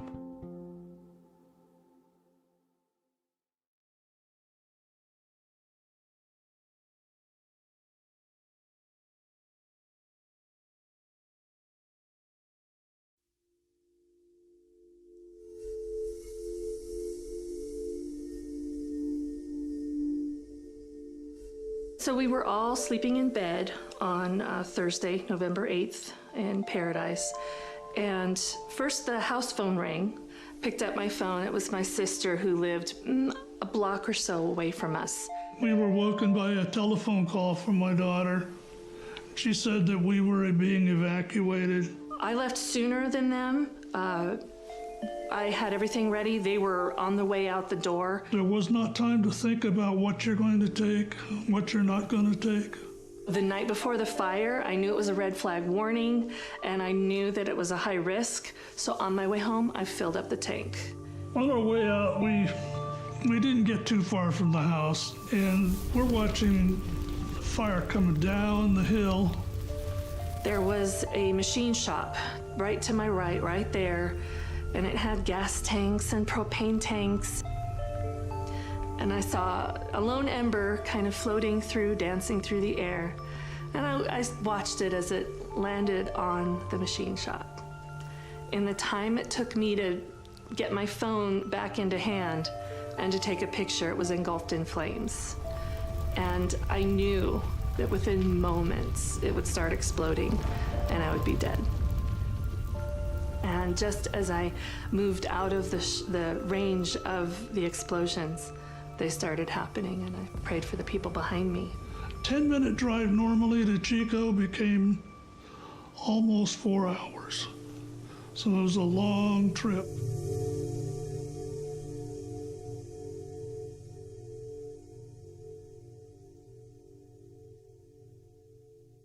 We started to hear a pattern. People kept telling us their story of how they escaped the campfire. And they talked about how if it wasn't for my neighbor who came and knocked on my door to tell me there was a fire, I don't know that I would have gotten out alive.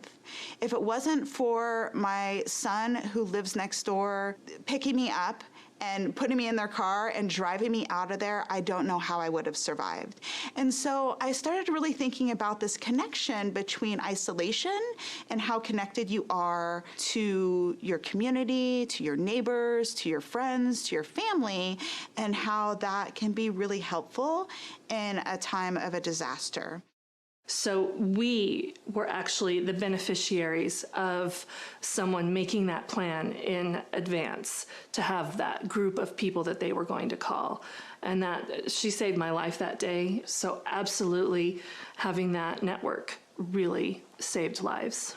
Find your five. The idea is that, find trusted allies that can be there and can be responsive and will check in with you if a disaster were to happen. So we recommend that you put people in your network that are down the street, that are maybe the next town over, that are outside the county, and maybe even outside the state.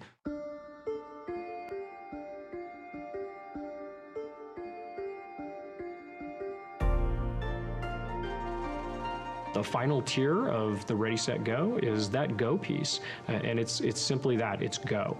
Evacuation information comes in two types. The first type could be an evacuation warning.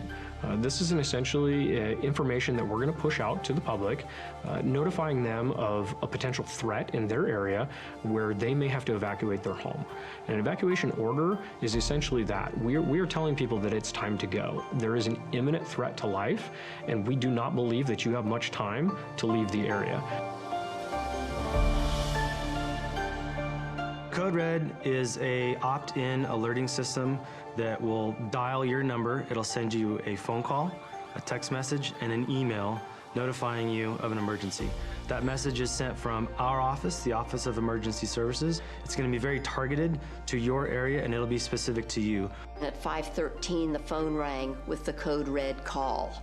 And so as I was going up 49, I could look over to the left and see the flames in the canyon. The next layer is for staff to actually be out driving in the areas with a high-low siren.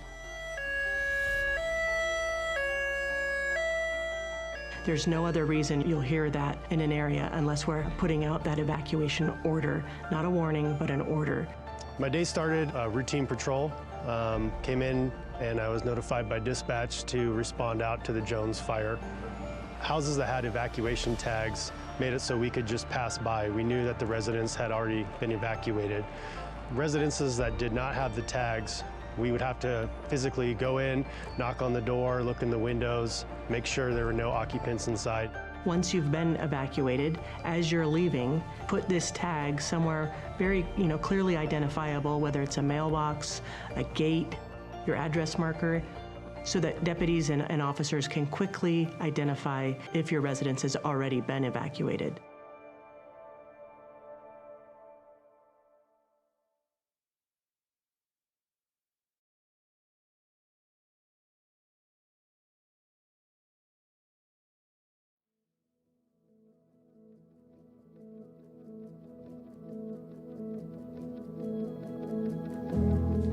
out my back window here on the east side, and you see how close this fire came. It was certainly a shock. And at the same time, it was such an incredible relief to have the house as safe as it was. I mean, I think with personal preparedness and being ready, it can feel overwhelming. It can feel like a lot to do. And the most important piece is to just start with one little bite at a time. Just start the conversation. Have some sort of plan. It can be as small as a meetup place, you know, a destination that everybody will get to, everybody in the household will get to if there's a disaster. Recognize you live in a community, in a county, that really does take the emergency response as a priority. We have worked diligently throughout the last few years on ensuring that not only our staff are trained and prepared, but we're also putting that out for our community. The more prepared you are in your own community, the better the outcome is going to be. The level of community awareness, they have to be part of the solution. They have to communicate with their neighbors. They have to be part of the discussion in communities. They have to support the response, the prevention, the education, and ultimately the collaboration and the engagement. People have to be engaged at all levels. The more you think about it now, the easier it will be when the time comes that you need to evacuate. We've created this network, and we want you to make sure that you know that you can tap into that. So if you are feeling a little bit overwhelmed, not sure where to start, reach out to one of our offices, reach out to the Fire Safe Council or 211. We're here to support you.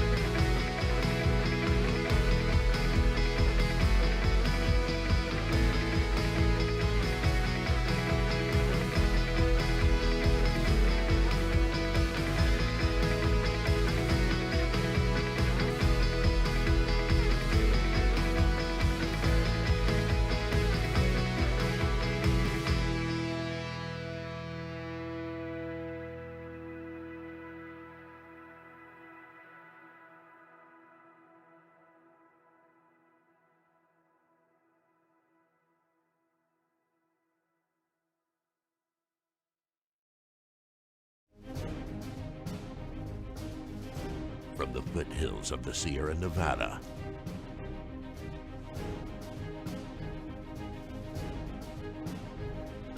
a new hero will emerge.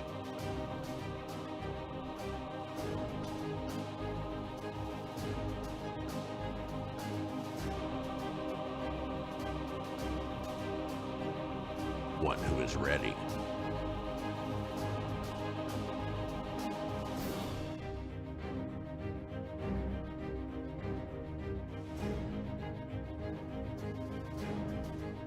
One who makes sure their friends and family are set.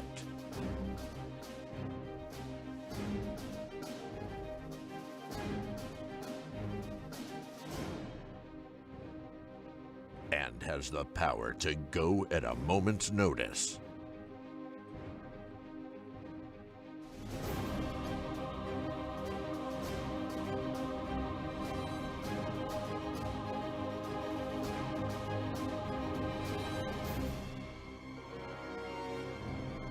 This fire season, you're the hero. We are Ready Nevada County.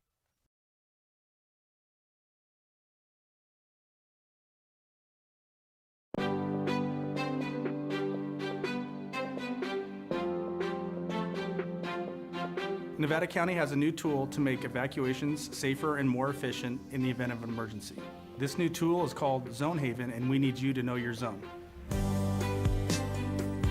In order to know your zone, you need to go to community.zonehaven.com, type in your address. Once your address populates in the pop-up window, take that information and write down the zone that is given to you where you know you'll find it in case of emergency.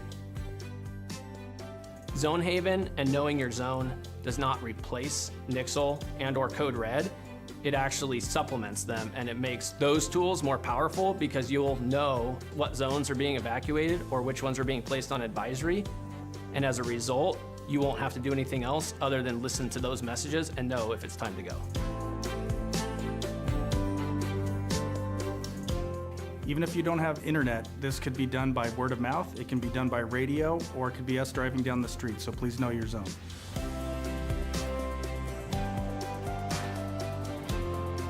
From Truckee to Lake of the Pines, from Chicago Park to Spenceville. Every single square mile of Nevada County has a zone. And having a zone that you know for your neighborhood is going to help you save time to be able to evacuate and keep you and your family safe.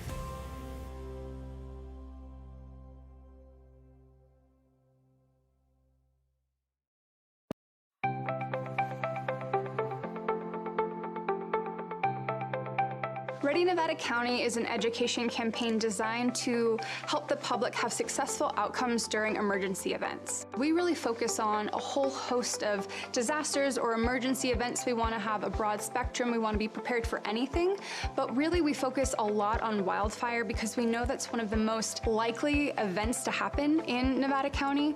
Ready, Set, Go is really built around the wildfire premise to prepare residents to be ready before an event, to move into the set posture when there's a red flag or a fire is near you, and then to go when it's time to go.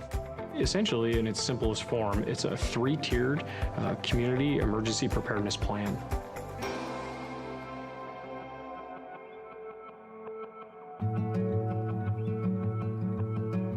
I have lived in this house, which we built, my husband and I, 26 years ago now, actually. We selected the hardy plank, the concrete siding, and also the metal roof. Then when we moved up here and heard about the 49er fire, that's when we started to say, wow, this really is even more important than we first realized.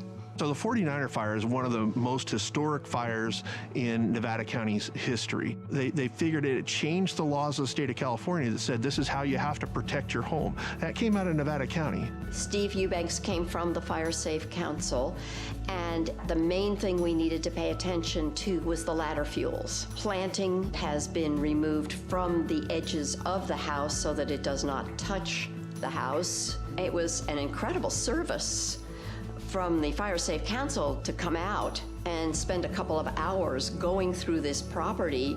So the ready phase is when there's no immediate threat to you and your family.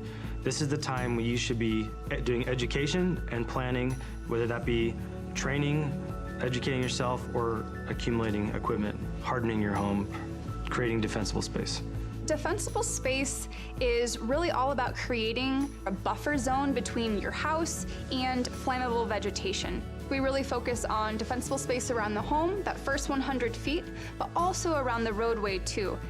Another aspect of the ready phase is hardening the home, and really what that means is making your home more resilient to wildfire. That's going to be putting the fine-grained mesh around the vents of your home so that embers won't get under your house or into the eaves of your house. That's going to be using non-combustible materials on your deck and around your home. So when an ember storm comes through, it's not going to ignite your home itself.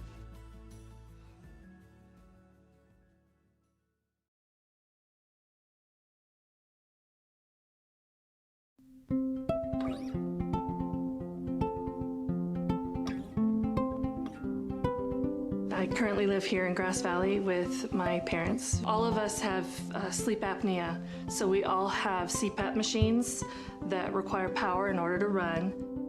I also use a nebulizer, and that's used to disperse medication that I need to get myself breathing again. When we have safety shutoffs, we have to hook up our equipment to batteries that have inverters. We have a generator that powers some of the things around the house, but then I obtained a pretty substantial battery from Freed, and it was so easy to go through the process to obtain a battery that I would recommend it to anyone who might have medical needs that require power, or really anything. I would highly recommend contacting Freed. So whether it's a snowstorm or a public safety power shutoff, we really want folks to be thinking about, okay, what are the things I'll need on hand to weather the storm? Do I need to have candles? Do I need to have battery-powered radio? Do I need to have flashlights? So what are the things that you'll need to shelter in place or address the disaster at hand? So a go bag could be anything. It could be a backpack, it could be a suitcase. It's gonna be something that you put together to sustain yourself, your family, your pets if needed. That's gonna have food, water, medication, clothing, toiletries to get you by for 72 hours.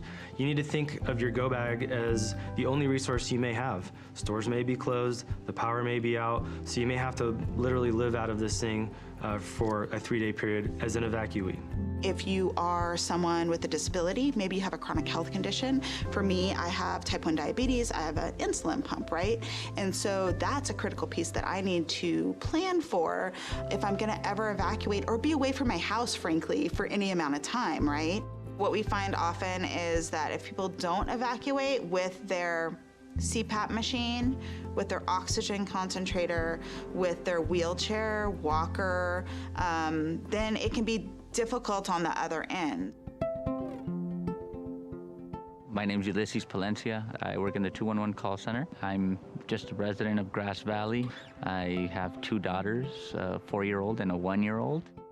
In Nevada County, 211 is available 24/7. So what we provide for the community is information. That could be anything from directions to the resource centers. It can be letting them know where the fire is, you know, if they are themselves in an evacuation center, if it's a fire, if there's any information as to whether their power's coming back on during a PSPS. 211 gets the information that we provide directly from the county, so directly from the Office of Emergency Services. The whole team cares. We're all local community members. We all just want to help.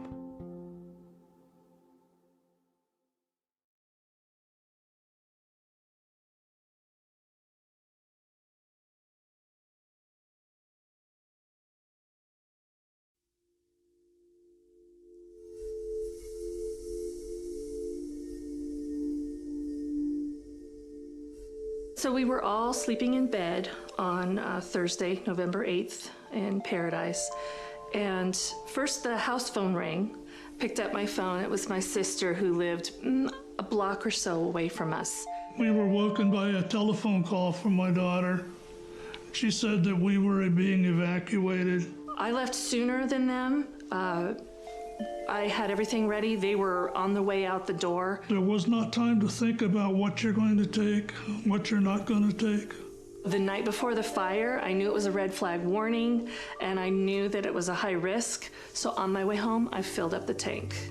On our way out, we didn't get too far from the house, and we're watching fire coming down the hill. There was a machine shop right to my right there, and it had gas tanks and propane tanks. And I saw a lone ember kind of floating through, dancing through the air. And I watched it as it landed on the machine shop. In the time it took me to get my phone back into hand and to take a picture, it was engulfed in flames. And I knew that within moments it would start exploding and I would be dead. And just as I moved out of the range of the explosions, they started happening, and I prayed for the people behind me. 10-minute drive normally to Chico became almost 4 hours. So it was a long trip.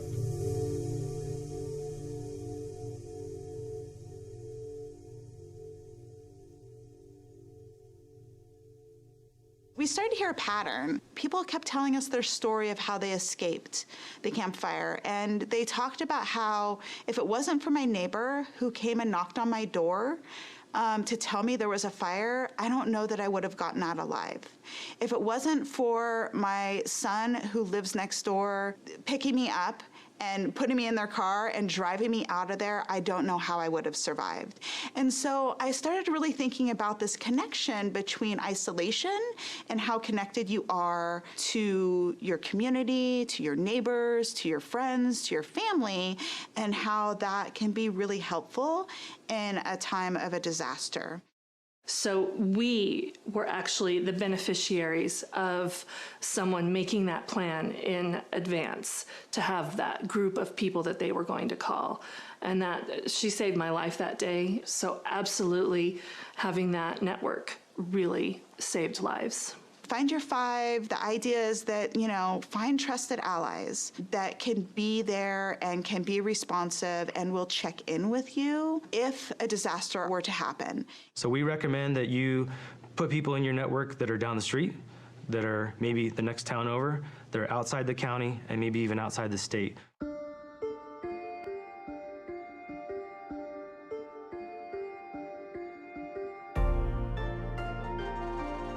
The final tier of the Ready, Set, Go is that Go piece, and it's simply that, it's Go. Evacuation information comes in two types. The first type could be an evacuation warning. This is essentially information that we're going to push out to the public, notifying them of a potential threat in their area where they may have to evacuate their home. An evacuation order is essentially that. We are telling people that it's time to go. There is an imminent threat to life, and we do not believe that you have much time to leave the area. Code Red is a opt-in alerting system that will dial your number. It'll send you a phone call, a text message, and an email notifying you of an emergency. That message is sent from our office, the Office of Emergency Services. It's going to be very targeted to your area, and it'll be specific to you. At 5:13, the phone rang with the Code Red call. And so as I was going up 49, I could look over to the left and see the flames in the canyon. The next layer is for staff to actually be out driving in the areas with a high-low siren. There's no other reason you'll hear that in an area unless we're putting out that evacuation order, not a warning, but an order. My day started routine patrol. Came in and I was notified by dispatch to respond out to the Jones fire. Houses that had evacuation tags made it so we could just pass by. We knew that the residents had already been evacuated. Residences that did not have the tags, we would have to physically go in, knock on the door, look in the windows, make sure there were no occupants inside. Once you've been evacuated, as you're leaving, put this tag somewhere very, clearly identifiable, whether it's a mailbox, a gate, your address marker, so that deputies and officers can quickly identify if your residence has already been evacuated.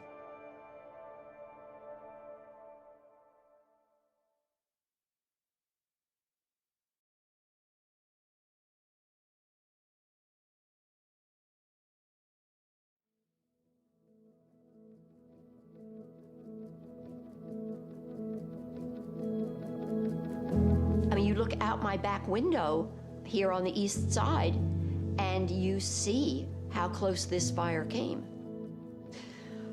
It was certainly a shock, and at the same time, it was such an incredible relief to have the house as safe as it was. I mean, I think with personal preparedness and being ready, it can feel overwhelming. It can feel like a lot to do, and the most important piece is to just start with one little bite at a time. Just start the conversation. Have some sort of plan. It can be as small as a meetup place, a destination that everybody will get to, everybody in the household will get to if there's a disaster. Recognize you live in a community, in a county, that really does take the emergency. And go ahead and take a seat. And this next panel is set for 40 minutes, and it's on housing with Ryan Groover and Tyler Barrington. Thank you, Lori. Madam Chair, members of the board, I'm glad to be with you this afternoon to talk about housing, and lucky for you, you don't have to listen to me drone on for an hour until later in the afternoon. Mostly Tyler, and I just want to thank Tyler in his first year as our Housing and Community Services Director, really working with the ad hoc to envision the housing department at the county, and then we'll be reporting out on how things are going, talking about the work of the ad hoc and some other projects, and yeah, happy to turn it over to Tyler. Thank him for his work in this new department. Great, thank you, Ryan. It's been a pleasure serving the community and the board in this last 6 or 7 months. I also was interim for approximately a year before that, so I've been working on it. So the overview of our presentation, we're going to talk a little bit about the restructure in our work program, Ryan will give you a little bit of update on threats and opportunities specific to the HR1 bill, and then we'll talk a little bit about policy direction and discussion.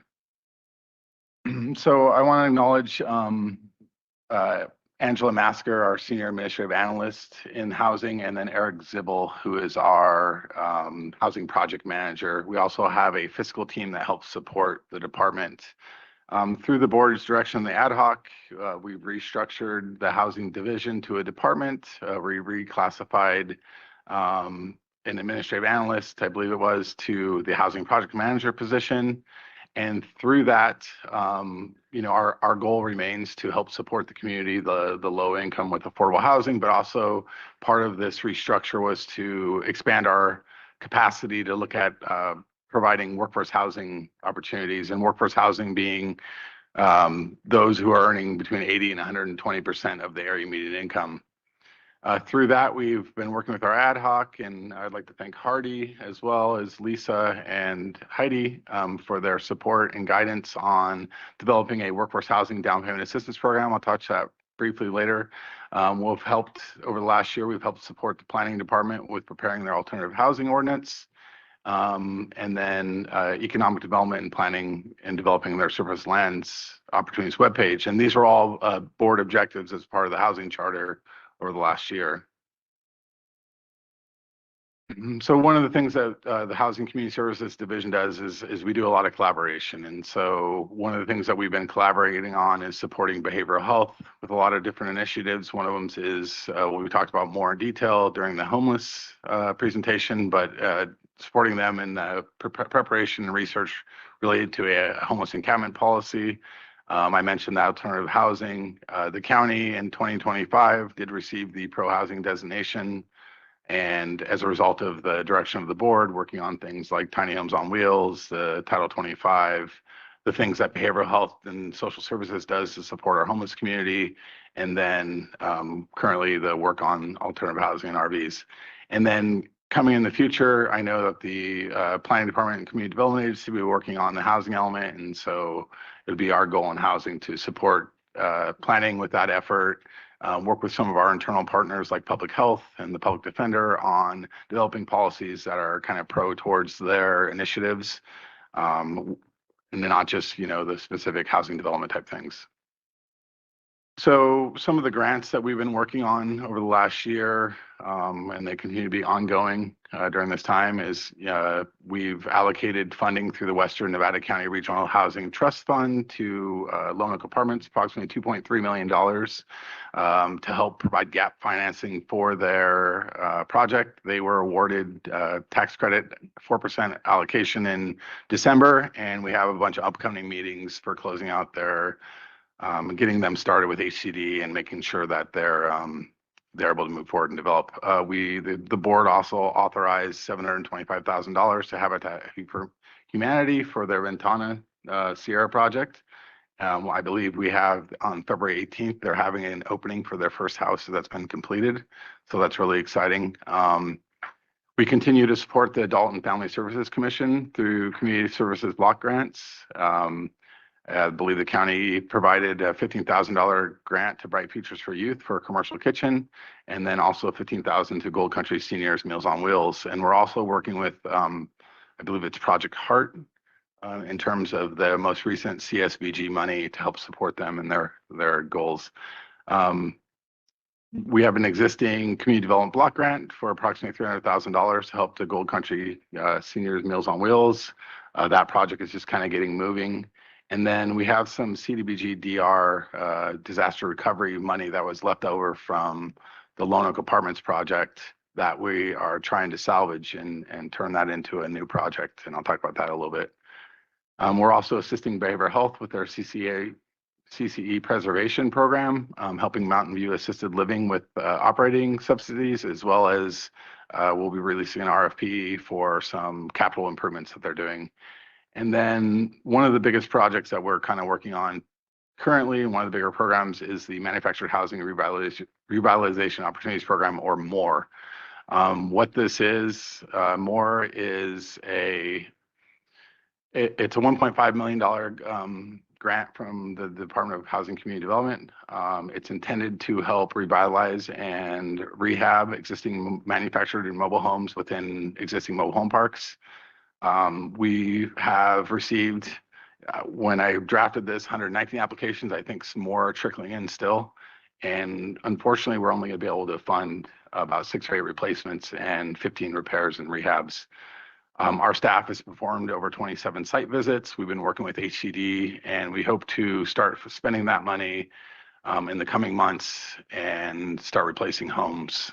Some of the interesting things about this program is approximately 74% of our applicants are over the age of 60. 56% of those are over the age of 65. The homes, 80% are over 40 years old. And so you can imagine the slideshow showed some pictures that some of these units have lived their lifetime, if you will. About 54% of those people are earning less than 30% or $30,000 a year. So there's a huge need. And it's something that's really important for our community. We have approximately 1,800 manufactured homes, APNs, within our mobile home parks in Nevada County. So it's a large part of our affordable housing stock, if you will. In 2026, we will be focusing on implementing the down payment assistance program. Currently, we have our guidelines out to several lenders. We sent it to the Board of Realtors to look at to ensure that we can have lenders and realtors who are willing to work with the program. The program itself, the board authorized approximately, I'll just say $600,000 to keep it clean, in general fund to go towards this program. The program will provide $50,000 to qualifying individuals or families. And we tailored it working with the town of Truckee, and as well as looking at some of Placer County's programs, where in Western County, because of the cost of a house is around $600,000 median, and it's almost 900 to 100 or a million in Truckee. In order to qualify for the program, if you are looking to buy a house on the western side of the county, you need to earn between 80 and 120% of the area median income, and then we allow up to 150% of the area median income in Truckee. We're hoping to serve approximately about 10 people with this program. The board also recently approved approximately, it's a little over $600,000 of the county's Cal Home program income funds to establish a low income first-time home buyers program. So those are folks that are earning less than 80% of the area median income. We are working towards applying for the upcoming community development block grant cycle. We are hosting 2 public meetings, one on February 11th at the Providence Mine Room, and then another one on February 12th at the Joseph Center to gain public input. It's a requirement of the program. And some project ideas. A project idea was the potential purchase of the Truckee Navigation Center. And then program ideas, and we talked with CDA about this. There were some ideas about an economic development program or a housing preservation program. And based on feedback from our contractor, Lori Adams, with Adams Ashby Group, we can't apply for both, so we have to choose one or the other. We will come before your board on February 17th to gain direction based on that input from those public meetings to go and apply for those. I can never say that word, specific projects and programs. There's approximately $3.6 million aggregate that we can apply for. Unfortunately, there's only $27 million statewide, and so it's going to be a highly competitive program.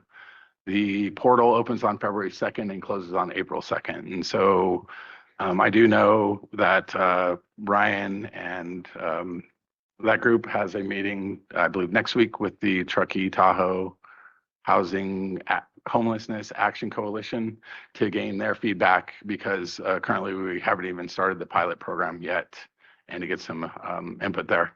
Another grant that we'll be applying for in the future is the Pro Housing Incentive Program. And because we are a pro housing designated county, it makes us eligible for that. I don't know the exact amount at this point in time. I want to say we applied for about $800,000 last year, but we weren't eligible at that point. Funding from that program can go towards like down payment assistance. There's a whole wide range of things, and we'll narrow that down as we start preparing the application. We're also working on submitting a home program income application. with the idea of creating additional funding for potentially Habitat for Humanity or other owner occupant housing. We'll be doing an RFP for that. And then also we'll be using some of that funding to establish a tenant-based rental assistance program. And my understanding is that program in the past has helped fund like 1 year worth of rent for folks that qualify for the program. I mentioned that, collaboration is a big thing that Housing and Community Services does. And so some of the things that we've been collaborating on include completing the Commons Resource Center on Sutton Way. And then also completing Badger Lane. Now Badger Lane is they have their final occupancy, but there's a few things they have to do still in order for it to be to start housing people. So we're working with AMI Housing on that. Some ongoing things is my department has been working with behavioral health and the HHSA team on the Home Key Scattered Residential Sites program. So county has purchased 3 homes and is working towards the purchase of a 4th home. There's been a title issue that we're working through. And through those 4 homes, which are in the picture, are intended to provide for 24 units of permanent supportive housing. I believe the county got approximately $5.3 million to both acquire and operate and to rehab these homes for this purpose. Housing has also been instrumental in working with that same team on the Veterans Housing Project, Stagecoach. And our role specifically has been, one is to work with the landowners in terms of the acquisition of the property, but also working on the back end with AMI Housing and their architect in terms of revitalizing these homes, doing things like septic upgrades if they're required, remodeling to create livable space. The Veterans Project will be a big lift. These funds typically require a 1-year turnaround from when you get the funding to when you complete the construction. And so standard agreements will be coming to your board for approval on a future date. We are still doing some due diligence on the Stagecoach project. There will be a public meeting on February 3rd. I believe at the Gold Country Senior Center for the community. We've went to the city council with that project. Our team had a neighborhood meeting and they did some door knocking, if you will, last week to inform the neighbors of this meeting coming up. We're also helping support behavioral health with the new campus facility that's going in. I think they're going through the naming currently because the B-chip puff or PHF, this doesn't make a whole lot of sense, if you will. So, we're working with facilities on that particular project. I think facilities is taking a lot of the lead, but we're also supporting them from HHSA's standpoint. I mentioned the Truckee Navigation Center. Currently, I'm helping the developer through the process of getting their tentative improvements completed with the town of Truckee. And then I already previously mentioned the Mountain View Assisted Living Center. So as I mentioned, collaboration's, a big deal, and it's something that's really important to our community. And so these are some of the entities that we've been collaborating with over the last year. I mentioned the housing element as an area we'll help work with planning in terms of policy development and potentially looping in the Regional Housing Authority in the event that it's required that the county rezone sites to meet our regional housing need allocation. One area I mentioned before, the CDBG DR funding, it's a multi-housing family. We've been working with the Community Land Trust to see if there's a way that the state can fund a potential project in Grass Valley for them. We haven't gotten their approval yet, but I know that Tracy's here and she's working really hard to develop a budget and a project description. And we've got some real positive feedback, but until they fully conditionally fund the project, it's still kind of a wait and see. I mentioned Habitat for Humanity. We recently worked with Freed. Freed helped facilitate one of our CDBG grants for housing and rehab. I think there was a news piece about it maybe yesterday in the profile. And so that was some really great work. Our team continues to support the Adult Family Services Commission as staff and the CSBG process. Gold Country Seniors we mentioned. I'm currently serving on the board of directors for the Tahoe Truckee Housing Workforce Agency. And I would note that the Tahoe Housing Hub is kind of a newer partner up there that will continue to collaborate with that group.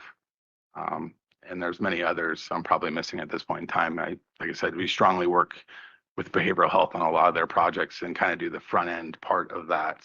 A good example is the ranch house, and our role, while I think behavioral health and Ryan, you can correct me if I'm wrong here, housing had some role in seeking the funding. Primarily, this is when I started as interim, we were working with facilities in terms of the contracting process and held the contractor's contract, if you will. So, that was a huge partnership between different entities. Planning had a role, behavioral health, housing. And so the California Department of, is it DHS? Yeah, prepared a video, and it's very short, but I wanted to show it for the group. I'm so proud of how beautiful this turned out to be. This fills a huge need in our community for this type of housing. This facility gave them the opportunity to stay here and thrive in a city that their heart is really attached to. Yeah, I like living here. But what we had was a perfect location just adjacent to our Eric Reed Administrative Building, where the Department of Social Services on your CalFresh and Medi-Cal. We're also very close to downtown Nevada City here. The county owned 7 acres. What if we rebuilt it using No Place Like Home funding, round 2? And so that was where the idea was born, to raise the old ranch house and build something new with higher density in it. In a rural area, it's important to have small houses that fit in with the community. People in these homes are our community. It's very unique, especially to Nevada City. They do not have facilities like this, and the residents of Nevada City have deep roots into this city and feel like this is where their home has to be. This project would not have happened without CCE funding. CCE came in at the right time to make the project viable.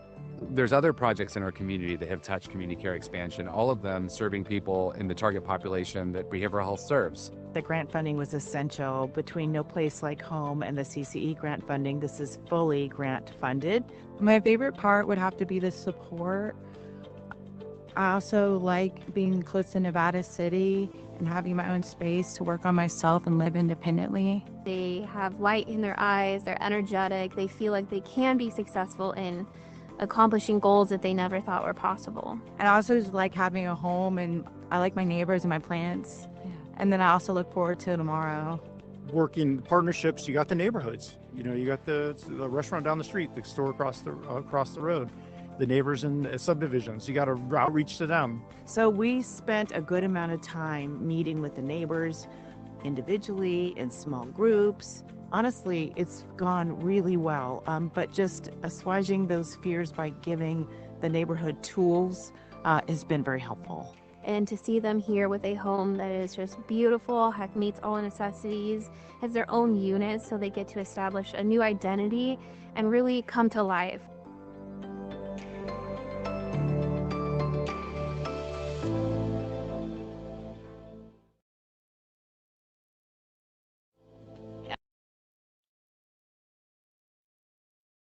All right, well, shout out to the tech team, because the batting average on embedded videos playing when the moment of truth comes is pretty low. So glad that worked. And I'm back with the doom and gloom. Want to talk a little bit about threats and opportunities. It's not all doom and gloom by any stretch. First of all, I just want to highlight the importance that the Department of Housing and Urban Development federal voucher program plays both in our housing system and our homelessness system. Oftentimes when we have these multifamily housing projects in partnership with the Regional Housing Authority, a component of the ongoing funding after you've gotten that project constructed is what are called project-based vouchers. So subsidies that live with the units for around 30 years. And then you also have what are colloquially known as Section 8 vouchers, housing choice vouchers, which are known as the golden ticket in our homelessness system. When we can get somebody onto a housing choice voucher, that is often their enduring support to get out of homelessness and get that next step where they don't need that support anymore. And some of them need ongoing support. There are many people with disabilities who are never going to be able to remain housed without that ongoing support. And there have been proposals percolating to make some changes to those systems that would have done things such as limiting people's ability to have that subsidy for 2 years before they have to be on to something else. And so those proposals have not gotten legs. And I understand that not only is the voucher program fully funded in the federal budget that is due tomorrow if it should pass, but there's also some guardrails that are in there in terms of what kind of administrative changes can be made to the HUD voucher programs. So remains to be seen whether the Congress can pass those spending bills by tomorrow's spending deadline, but some positive news in terms of maintained funding and some guardrails around protecting that current system of vouchers. And then, as I mentioned in the HR1 discussion yesterday, there is an expansion of tax credits as part of HR1, 12% ongoing expansion of that critical funding source for developing low-income housing across the nation. And we stand prepared, depending on our ability to support the ongoing infrastructure in our community, to work with Regional Housing Authority and others to go after those opportunities. Our success in past years has been navigating threats and seizing the opportunities that come up through that. And so looking forward to continuing work. Pass it back. So I outlined a lot of different funding sources that the county is currently using to help support different programs and projects. And one of the really difficult things, the county is not a developer. And so in order to be eligible for a lot of these funding opportunities, you have to have a developer with a significant amount of experience working in these low income categories. The Regional Housing Authority has kind of been that champion over time. And the other difficult part is in order for you to apply, you have to have shovel-ready projects. And a shovel-ready project essentially has, no entitlements required, or they've already completed all their entitlement process. They have plans that are bid level. All these, they've done their NEPA compliance, National Environmental Policy Act compliance, if it's federal dollars. So there's all these steps that have to occur in order for the county to be eligible to apply for specific projects. And so, what we're thinking from in terms of direction is to continue to work with the ad hoc over the coming year to investigate ways that we can create shovel-ready projects and properties. The staff report talks about the CLT and working with them on their project, and now they've worked really hard to get their project to a shovel-ready point in a very rapid manner. And it's still pending on whether or not the state's going to accept that or not. So through the housing element rezone potentially is an opportunity where we could look at specific sites. We do have an existing objective about looking at surplus county lands and making those more attractive for development. And so it kind of builds upon those previous directions and objectives of the board. And so from there, I'll turn it over to questions, but that's kind of where we think a good focus of our time could be, because we could be seeking grants for infrastructure. We could be looking at properties to create entitlements and things like that. So that way projects are by right and support developers in terms of getting more developers in the county that have that appropriate development experience to be qualified for these grants. Thank you. Thanks for the presentation. Thanks for all your hard work. I know that it's multifaceted and complicated, just the different pools of money and the work that you can do. So open it up for comments, questions. Hardy, do you want to start? Yeah, thank you. I'm excited about the home down payer assistance program. Excited about that. Excited about understanding the CBDG grant potential for the navigation center as well and the other project down here. So look forward to that information. Kind of working through the landscape of housing in Eastern County, just because I know kind of that's been a certain focus, particularly the town. They've really honed in on the workforce housing element and creating those units that Jen described yesterday.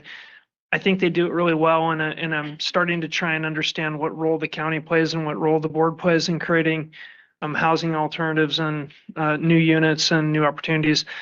And the transitional and supportive housing, I think because we're already connected to many of those populations through our social service network, that from my perspective, it may be the sweet spot for the county to play in that realm.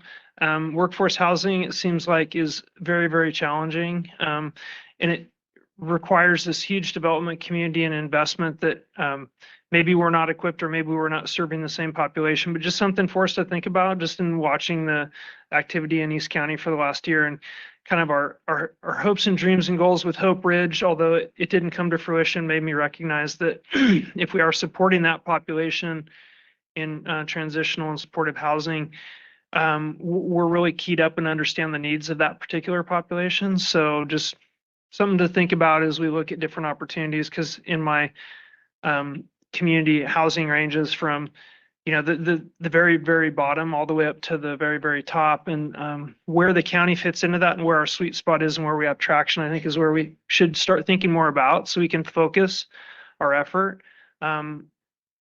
Those units that Truckee described developing have come over the course of 10 years or more, and a lot of very creative programs, but there's other new emerging things like the Tahoe housing hub that you described, which are really focused on, they call it NOAA, naturally occurring affordable housing units, like infill, almost like rehabilitation of things.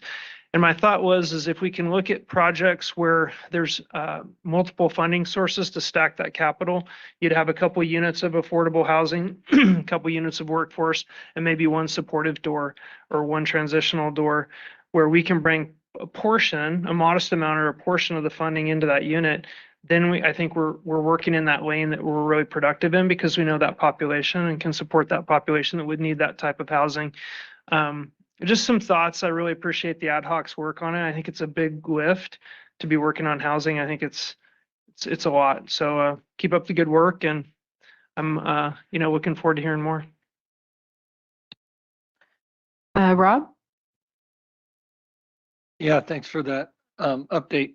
I agree with a lot of what Hardy said, but kind of taking a different angle. A lot of what we're hearing here is subsidized housing, obviously, and the fact that we have Health and Human Services. I know we've interacted a lot on the housing end. It shows how connected those are. I know there's a whole spectrum. Can you, I don't know if you have all the answers, but I'm thinking more, and I guess particularly in my district, of maybe the non-subsidized housing and the county's role in encouraging development.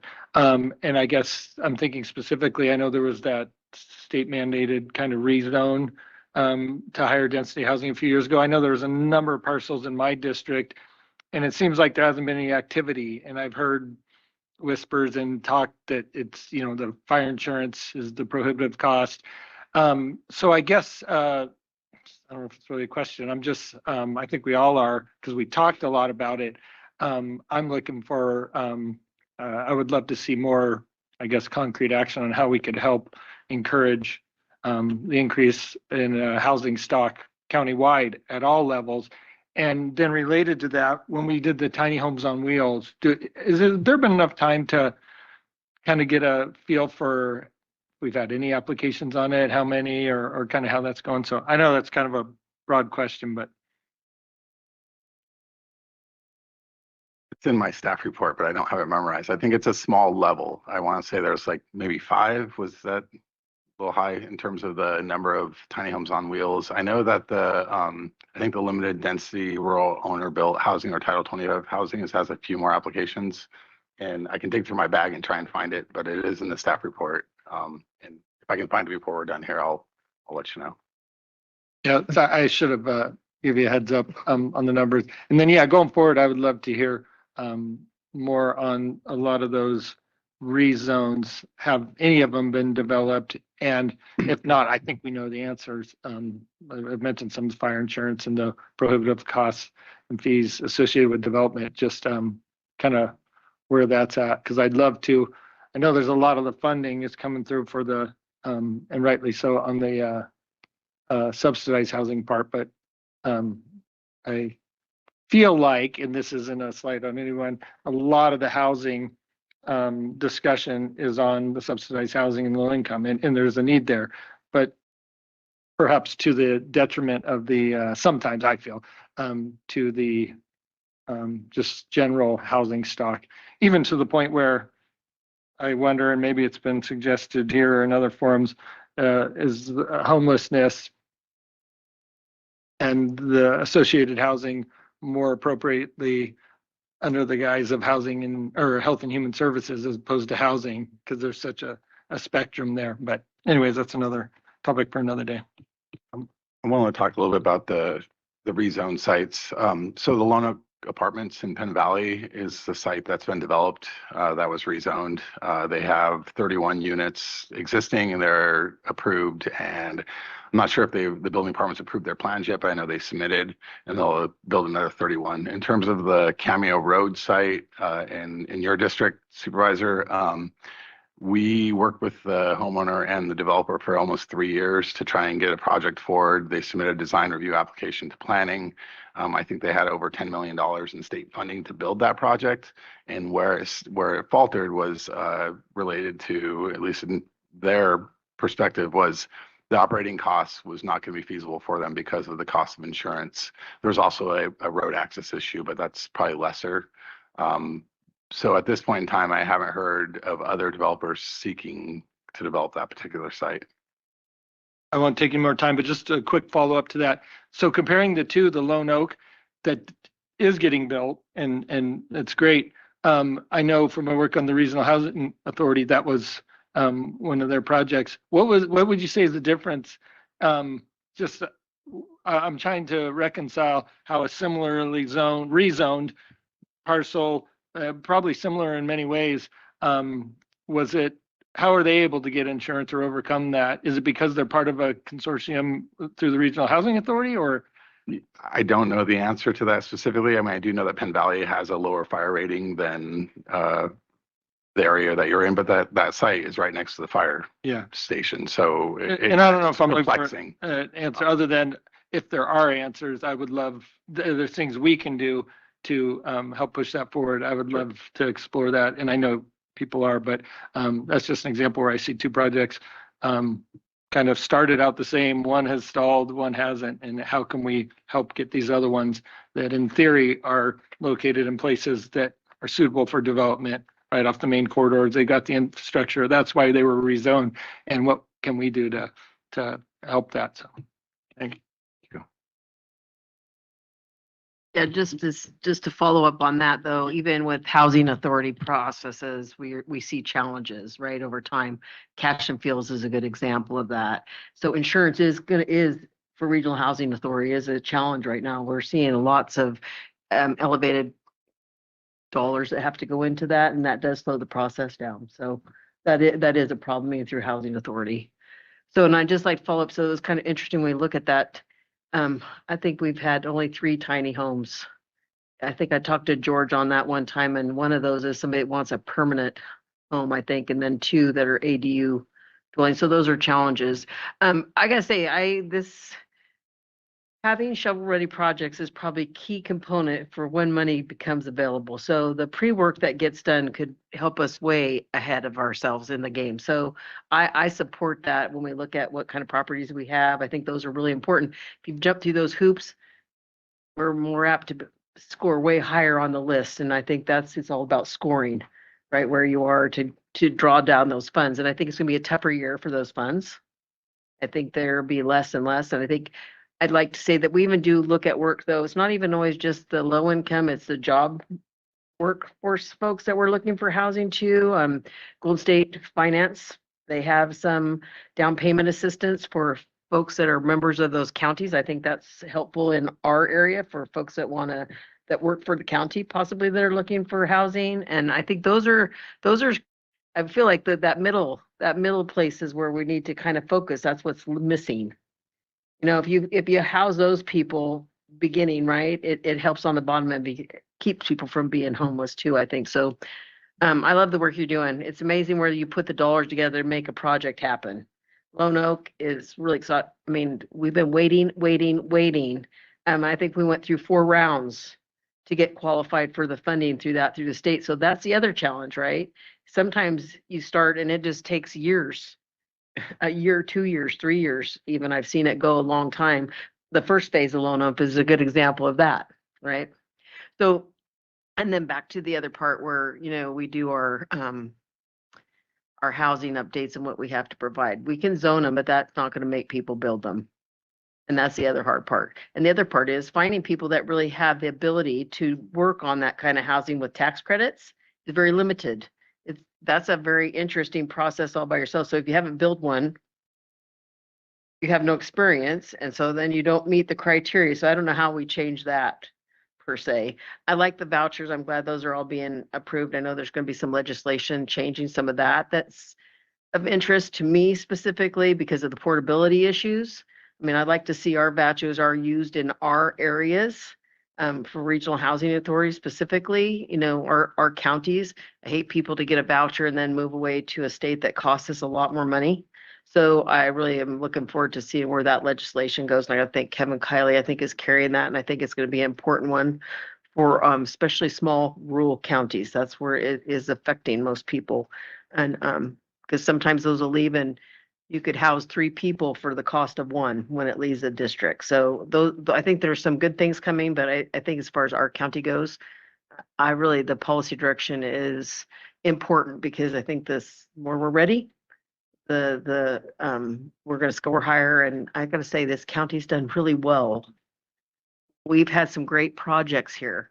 And I can tell you other districts are struggling with some of that, unless you get down to the valley. Like Yuba County's got, I can't remember how many units they have being built this year.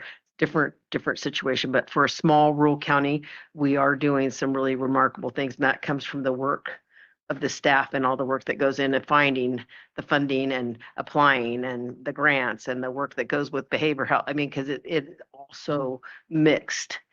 If we didn't do it together, we probably wouldn't have any of these projects. So I just like to commend you all for that and encourage you all to keep on working in that direction because I think it makes us stand out in our community, what we're doing for our folks to home them and house them into a situation that helps them to thrive. So I just want to say thanks for all that.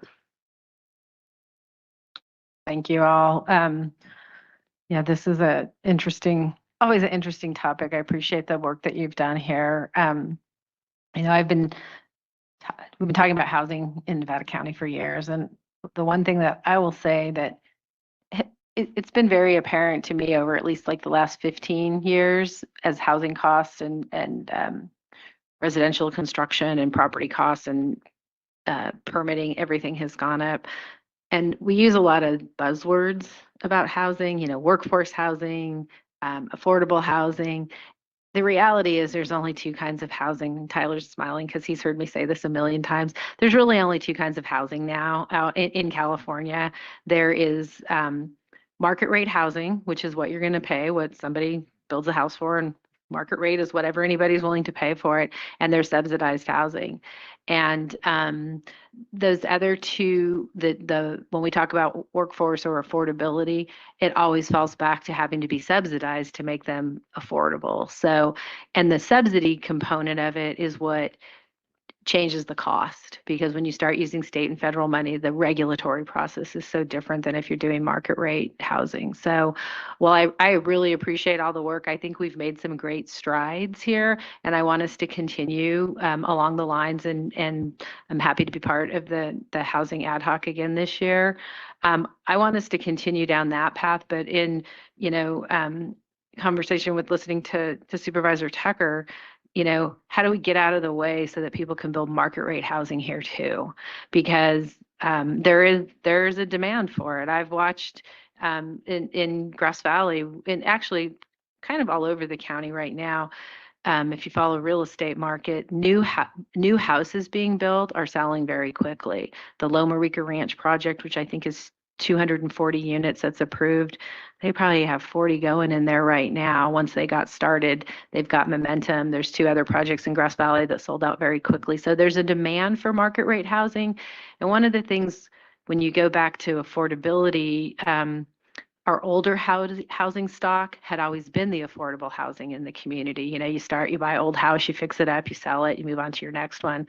Well, what's happened over the last 10 years is because we haven't built a lot of new market rate housing, people want to live here. They buy the old houses and they fix them up. And if they go to sell them, they're not affordable anymore because they've put so much money into them. So we really need to make sure that we're allowing for all housing types, not just subsidized. And I think the direction creating shovel-ready projects and properties, that goes for all. That goes for market rate. That's going to go for any of our subsidized projects. So I support that. The other kind of impediment to building housing development is infrastructure. Most of the bigger projects that you're going to see are all going to be either Grass Valley, Nevada City, Penn Valley, where there's sewer, a little bit in South County also.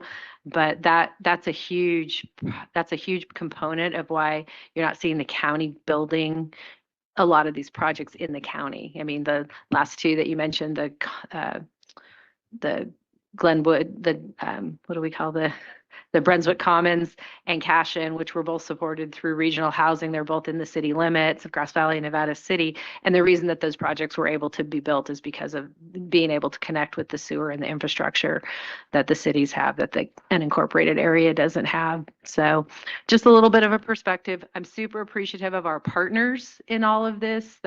Worked with the Community Land Trust a little bit on this, with the Contractors Association, with a couple of other people in the community who are coming forward with ideas. This is one where we have to think outside the box and look to what can we do different, especially with our new RENA numbers, our housing element. We're really going to have to be creative on how we get to where we need to be. And I was very appreciative of Tyler taking this position because, like you, Rob, I agree. Housing is different than when we just talk straight housing than some of the stuff that goes along with homeless housing and low income housing. So having Tyler's experience as a planner has been really helpful in like looking at properties and saying what you can do there. So thank you for your work there. So follow up.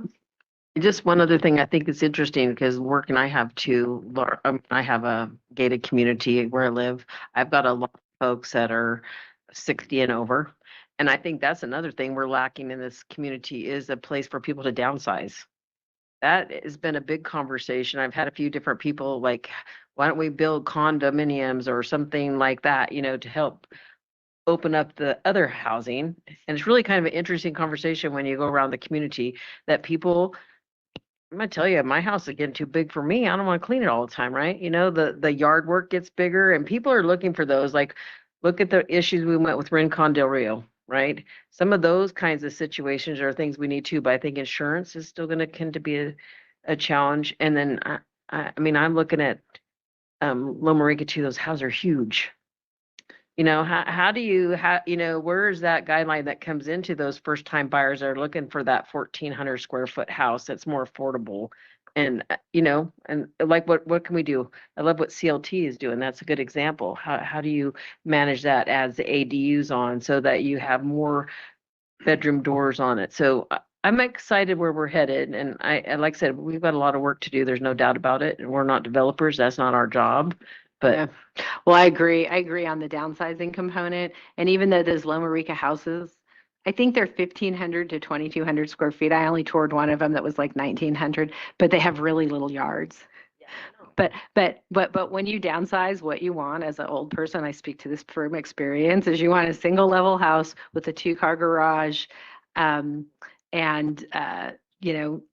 a small yard and easy to navigate. The single story thing being a really big component of that. So the more we can do to kind of jump on those, those kinds of ideas of helping that type of housing come into the community. But Morgan Ranch is a great example. The majority of the people who live in there, they had huge houses somewhere in Grass Valley, Nevada City. They downsized and they moved to the small yard. So it is possible.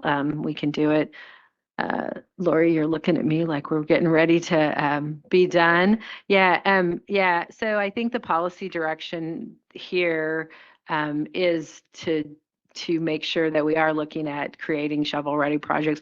And also, I will say, working with our partners in the community on that. There are a lot of great people here who have some really creative, innovative ideas on housing. And I think listening to those ideas in the community are really important. So any final comments from anybody else? We'll just add to the policy direction for both market and subsidized housing to reflect the board discussion and coordination with partners. Thank you. And thanks for your flexibility and going after lunch. I appreciate it. All right, thank you very much. Our next presentation will be the emergency preparedness presentation, and that's with Alex Keeble-Toll and Lieutenant Mike Vignam, who I just saw out in the lobby. So we'll give you just a moment to set up. There he is. Okay, won't take long at all.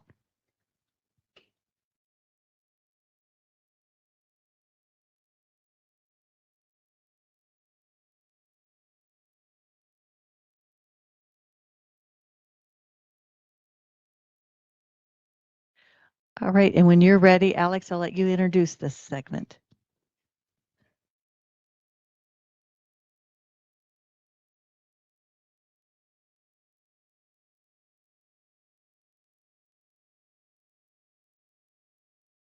Is my mic? Oh, it is now. You sound great. Yay. So good afternoon, Chair Swarthout, members of the board, staff, and public. I'm Alex Keeble-Toll, your Director of Emergency Services, and I'm joined in presentation of the Emergency Preparedness Priority Objective by Lieutenant Mike Bingham of the Sheriff's Office. So over the last several years, the Office of Emergency Services has brought forward numerous projects to your board. We currently have 16 projects that are in various stages of planning and implementation, and in 2025, we cleared over 1,000 acres of hazardous vegetation. Clearly, we're doing lots of work across the county, but for this year's workshop, we really wanted to focus in specifically on the issue of evacuation. We know through doing thousands of community surveys, our roadmap to resilience, which included the evacuation study and the community wildfire protection plan, and engagement with hundreds of firewise communities, that evacuation is the top concern among those who live, work, and play in Nevada County.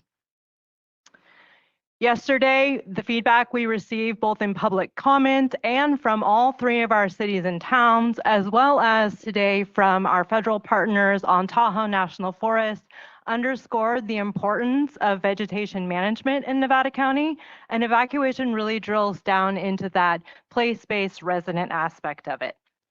So clearly the task at hand is significant. 92% of our residents live in high or very high fire hazard severity zones. We've got 562 miles of county maintained roads. Most of our residents travel their first leg of an evacuation scenario along one of our 2,000 to 3,000 miles of private roads. So this is a huge issue. How do we drill in and tackle it? And really we do this through 3 different pillars. The Office of Emergency Services, through the direction of the CEO, the board, and the sheriff, is very fortunate to have a coordinated relationship with our sheriff's office. This has been recognized by NACO and Cal OES over the last year as being a model for how rural communities should address emergency preparedness. So in OES, we're really spearheading planning and preparedness education and evacuation route improvement mitigation projects. The Sheriff's Office is leading evacuation procedures and communications and integrated partnerships. And then sitting between us is our community. And we are both invested in increasing the awareness and capacity of our community members. So to drill down, in 2024, we completed our evacuation study, which really included 3 parts. We were able to identify the most evacuation impacted communities countywide. We were also able to create a repository of place-based community priorities. And finally, we did a countywide analysis of all evacuation concerns so that when we were able to address the first 2, we knew where we should look for our priorities next. What did we learn? Our most evacuation impacted communities countywide are Alta Sierra, Greenhorn Road, Cascade Shores, Banner Mountain, Lake of the Pines, and Lake Wildwood. So in the slides that follow, I'm going to walk you through what we're doing in each of these communities. In Alta Sierra, this community is included in our FEMA HMGP funded roadside vegetation project. We wrapped up phase 1 of this project this fall for planning and treatment design. Phase 2, which is implementation, is pending. And we're also supporting this community through providing bins for community green waste events. On Greenhorn Road, we are supporting a critical evacuation grant that is funded through $750,000 from U.S. Forest Service. That is a grant that was awarded to OES. This Firewise community shares an evacuation route with Banner Mountain. These communities are leveraging one another to meet the required one-to-one match, and this is going to result in hazardous vegetation removal on 17 parcels along 7,000 feet of evacuation route corridors. In Cascade Shores, Banner Mountain. So that aforementioned project in partnership with the Greenhorn Firewise community using that innovative shared match model. In addition, through our community wildfire protection plan, we identified project priority areas, one of which was the Banner Mountain area. We were successful in advocating that the Greater Banner Mountain Ingress-Egress project be included in the CAL FIRE Nevada Yuba Plaster Units 2025 fire plan. It's a mouthful. And what that means, why that's important, is that when projects are included in the NEU unit plan, they're prioritized for funding by CAL FIRE.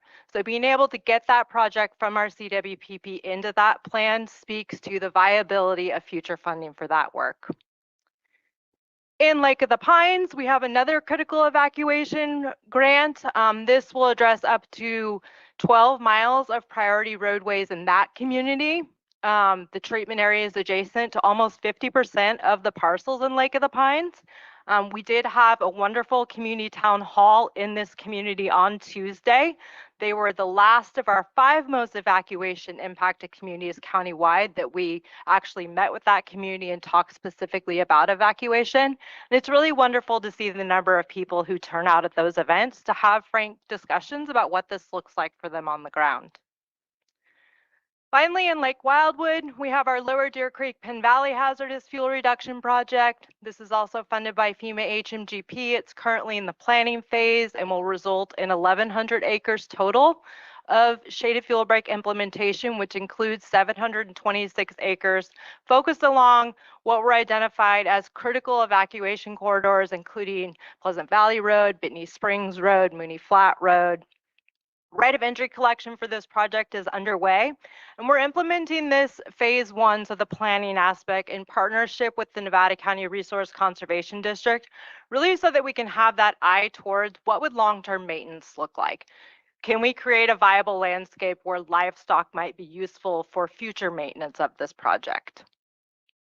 Community appendix, what do we learn? We identified place-based evacuation concerns from 23 different communities. Folks are concerned about one-way in and out. They're concerned about narrow roads. They're concerned about evacuating into other communities. We have provided resources to 19 out of these 23 communities over the last couple of years. So one thing we're doing is we're offering free roadside community chipping in these communities that have been identified in the evacuation study. Now, I do want to note that when we're providing these resources, we are not providing them to communities saying, we're going to help you along this road because this is your evacuation route. I want to be clear about that. What we're trying to do is increase the viability of a bunch of different options for these communities, because we know if there's a fire, it may ignite one place or another place. Wind, other conditions may cause that fire to make what was identified as a potential route unviable. So we're really trying to support these communities and doing everything they can to improve their evacuation options. So for this project that I'm showing you a snapshot of, Greater Cement Hill Firewise community took advantage of it, and they've had over 100 piles of debris chipped, which are shown by those green triangles on there. We are also deploying those critical evacuation grants into some of the communities that responded to the evacuation study. So I mentioned some of the most evacuation impacted communities, but we're also placing these funds elsewhere. So this is a snapshot of the Towel Mountain Firewise community. They're up on Donner Summit, and we were able to do roadside vegetation clearance for them this last fall along 6 miles, which represents access for 45 subdivision lots in that community. Our roadside collaborative risk reduction project is another example of supporting communities and having their needs met. This is through our Good Neighbor Agreement with U.S. Forest Service Tahoe National Forest. Essentially, this 300-acre shaded fuel break project addresses hazardous fuel reduction along Cruzon Grade. It's affectionately known as the Cruzonville Project, but this was identified as an alternate route of evacuation by the Jackass Flats Fireways community in the 2024 evacuation study. Finally, and this is one of my favorite new partnerships, is working with CAL FIRE's Washington Ridge crew. So our defensible space inspectors are out on the ground across Nevada County doing proactive and complaint-driven defensible space inspections. And they really know better than anyone where there are vegetation issues along private property. And they had identified Cashew Road as being an ideal place for implementation of some roadside fuel treatment. It's an evacuation route between Scotts Flat Lake and Highway 20. We were able to partner with CAL FIRE's Washington Ridge crew to do vegetation abatement along Cashew Road. So you can see in that top photo, that's what the top end of Cashew Road looks like, really dense vegetation. But essentially, our defensible space inspectors got on the ground, got those right of entries from private landowners. Our registered professional forester, who is on staff at OES, did the environmental permitting aspect of this. We were able to use funds that your board directed towards community green waste and vegetation abatement along private roads to pay a qualified vendor off of our qualified list to come in with a chipper, and CAL FIRE brought in their crew to cut, pile, and chip and provided the leadership to make this happen. We've got one last new partnership that I want to touch on briefly, and that is the Town of Washington Wildfire Defense Project. This is a 172-acre project on U.S. Forest Service land that addresses evacuation route improvements for the town of Washington. And we're excited. Sierra Nevada Conservancy has indicated recently that they plan to bring this project to their board for approval in March. It's about $1 million project, and we're going to be partnering with the tribally led California Heritage Indigenous Research Project Fuels crew for some of the implementation on this project. I'd be remiss if I didn't touch briefly on the impact of planning and preparedness education. Really, the success of our projects, in particular these smaller community-based projects, are because we're out in the community all of the time. You know, our free roadside chipping program has removed 773 piles in 18 communities, and that's because we're out talking with thousands of residents. And we do this more often than not in partnership with our sheriff's office and their staff who are embedded in our OES office. So with that, I'm going to turn it over to Lieutenant Mike Bingham to talk more about our partnership. Thank you, Alex. Thank you, Alex, and for the introduction, and to each board member here today. I was asked to speak alongside Alex in the Office of Emergency Services to provide some insight into how the Sheriff's Office remains prepared to deal with community disasters, such as fires. First, I'd like to provide a brief overview of the Sheriff's Office role in incidents such as fires. The Sheriff's Office is responsible for evacuations in times of natural disasters in the unincorporated areas of the county. This starts from the moment the Sheriff's Office becomes aware of a potential for evacuations. Our staff is trained to respond promptly to the scene. Our primary goal at this point is to assess the need for evacuations and to determine how best to accomplish that task. Working in coordination with the Fire Incident Command, if an evacuation warning or order is required, our staff is trained to send alert and warning messages and toggle zones online. At the same time, deputies will be tasked with a variety of other assignments that may include door-to-door notification, audibly notifying community members using the high-low siren, and working in partnership with county OES as needed. Our goal throughout is to efficiently evacuate the impacted community as quickly and safely as possible. The Sheriff's Office has also expanded some of our resources in recent years to benefit our community. One such resource is the Nevada County Search and Rescue Evacuation Team. This team consists of trained volunteers that have received specialized ICS training to assist with community disasters. As you can imagine, the initial response to a disaster can often seem chaotic. Our supervisors have many tasks that must be done simultaneously. To that end, the SAR evac team can help keep track of law enforcement officials in the field. They also utilize specially created software that can help map evacuated residents in near real time and help help plan future assignments. Another excellent resource at our disposal is our Sheriff's Heart Team. You guys may have heard of them. The team was launched in January of 2023 and consists of 125 trained volunteers from our community. Just as a SAR evac team helps you evacuate people, the Heart Team helps evacuate animals, both big and small. Both the SAR and the both the SAR evac and Heart teams are invaluable assets to the Sheriff's Office and our community. They are truly force multipliers and allow us to focus on other critical tasks. Another aspect as it relates to emergency preparedness in the Sheriff's Office, I'd like to highlight is our ongoing training. Sheriff's Office members stay ready by participating in functional exercises and ICS training. Functional exercises range from WUI drills to unified command exercises hosted annually by CAL FIRE. These training courses include multiple agencies and allow us to gain insight into critical decision-making during disasters.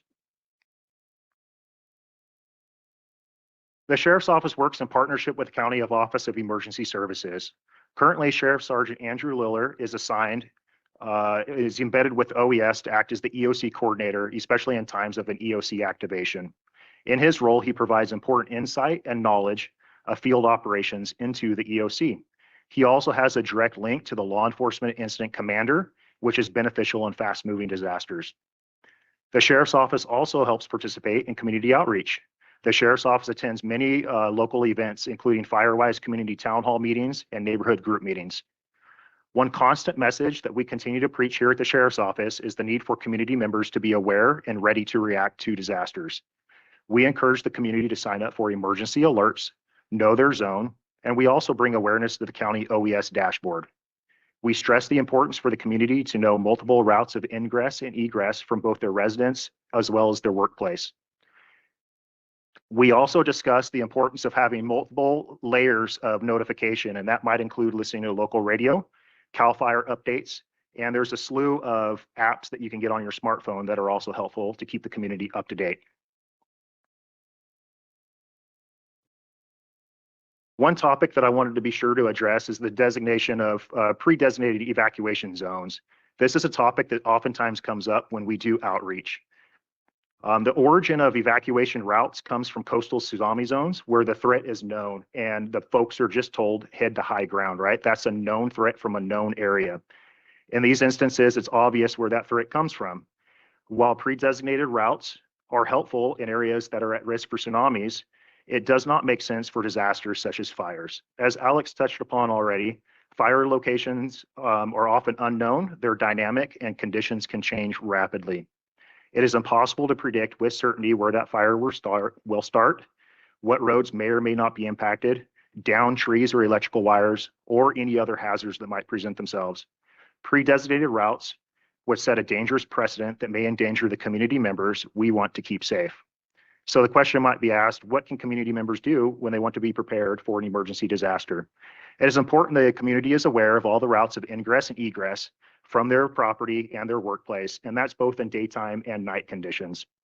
Since emergency alerts will normally contain the location of the disaster, knowing all of those routes can allow for a more informed evacuation by the community member. Finally, I'd like to touch upon some opportunities and challenges the Sheriff's Office faces. There are many opportunities the Sheriff's Office is working towards. For example, we are working hard to implement a new statewide radio system. This should allow better radio communication throughout the county, which is essential to our first responders. This system will allow outside law enforcement officers to operate on common frequencies alongside local units. Regional multi-agency training is another opportunity we will continue to take advantage of. It is important we foster learning opportunities to identify strengths and address weaknesses. The Sheriff's Office continues to work closely with our local first responder partner agencies, such as CHP, Grass Valley PD, Nevada City PD, Truckee PD, and state parks. These agencies are oftentimes the first units offering assistance in emergency situations. Another great opportunity we have is the collaboration between the Sheriff's Office and County OES. Both entities work together to address community safety issues, both before, during, and after disasters. Although the Sheriff's Office strives to keep our community safe, we are not without challenges too. One challenge that is present on most large-scale incidents is limited local resources. We have oftentimes exhausted our local resources in large disasters. When this happens, we rely on the Law Enforcement Mutual Aid System, otherwise known as LEMA. This is a statewide system that can provide extra law enforcement manpower or equipment to communities experiencing a sudden disaster. Although it takes time for these units to respond, this manpower can assist with evacuations, traffic control, and security patrols. The good news is our Sheriff's Office is Nevada County's LEMA coordinator. This means we have direct access to the regional and statewide resource request system. Last is the ever-present requirement that we need to continue to educate the community about emergency preparedness. It is important to stress that the community maintains vigilance and is ready to respond to disasters. Ultimately, emergency preparedness starts with the individual. I'd like to thank you for your time, and I will now turn it back over to Alex. Alrighty, so to round things out, I wanted to provide a couple of updates and then we'll seek your board's direction on how we address evacuation in this coming year. First, in terms of alert and warning, you are aware, I presume, that in November we had a breach of code red data.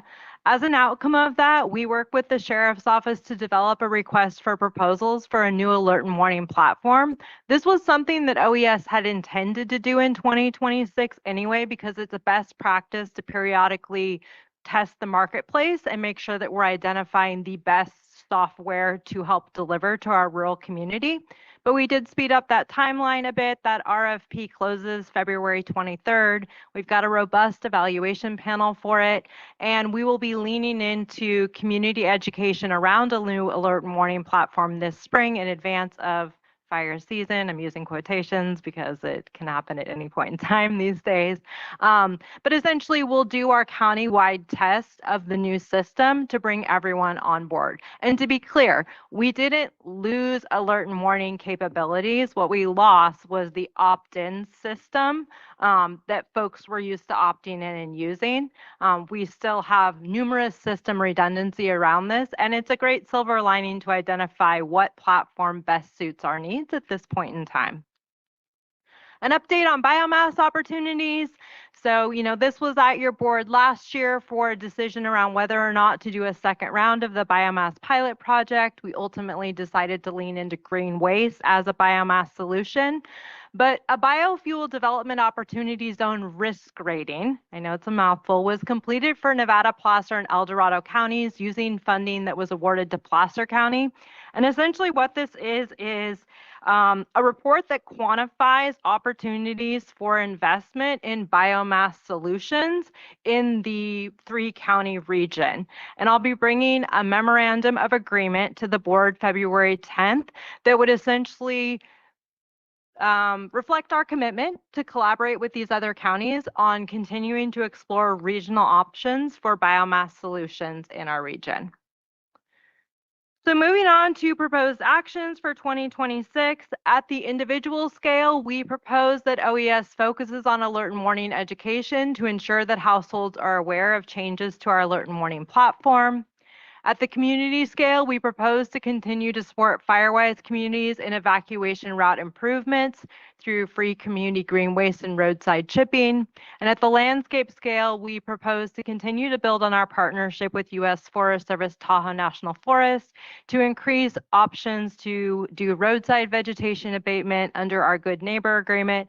And as you heard the Forest Supervisor mention, potentially leverage the Explore Act to actually take revenue from forest treatments and reinvest them in projects around the community or recreation opportunities.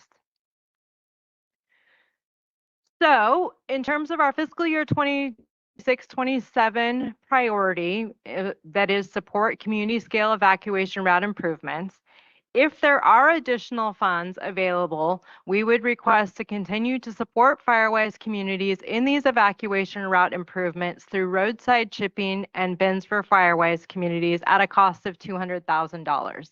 This would fund 70 green waste bins and 70 days of roadside chipping, which is a comparable level of service that we've offered the community the prior 2 years. Now, I do want to say This $200,000 request could be used more broadly because I know, for instance, for Supervisor Bullock and Supervisor Swarthout, who have more urbanized communities and constituents that they're serving, evacuation route improvements might involve water storage. It might involve turnouts. I did frame it as green waste and vegetation just so you would have a point of comparison for prior years at what that level of investment would provide. If there are no new funds available, we would use existing funds in our OES budget to support free community green waste events at a cost of $47,000. This will fund 2 West County events and 2 East County events, which is a lower level of service than we've offered our community in the prior 2 years.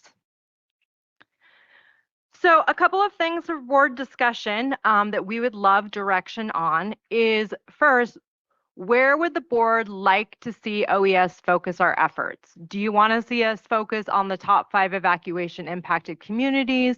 Are you interested in seeing us filling that gap along private roads? Because you know our public works team really does that county maintained roads piece, but private roads are that first leg of an evacuation scenario. And then what does the board see as the ideal source of funding to advance the implementation of the evacuation study? Because I'd like to point out that while grants allow us to do larger, more complex projects, they also take more time to develop. It takes longer to get that funding on the ground, and it requires considerably less flexibility and more administrative oversight in terms of what those projects look like and how we can do that implementation. In contrast, general fund allows us to do smaller projects, but be more nimble in terms of how quickly we can deploy those resources, how we can deploy those resources, and also increases our opportunities to leverage collaborative partnerships such as the CAL FIRE Washington Ridge Crew partnership and others. And then finally, we could lean into capacity building for NGOs for them to help fill that gap and take some of this on. So I will leave it at that and we'll open it up for board discussion. Thank you. Not complicated at all. Yeah.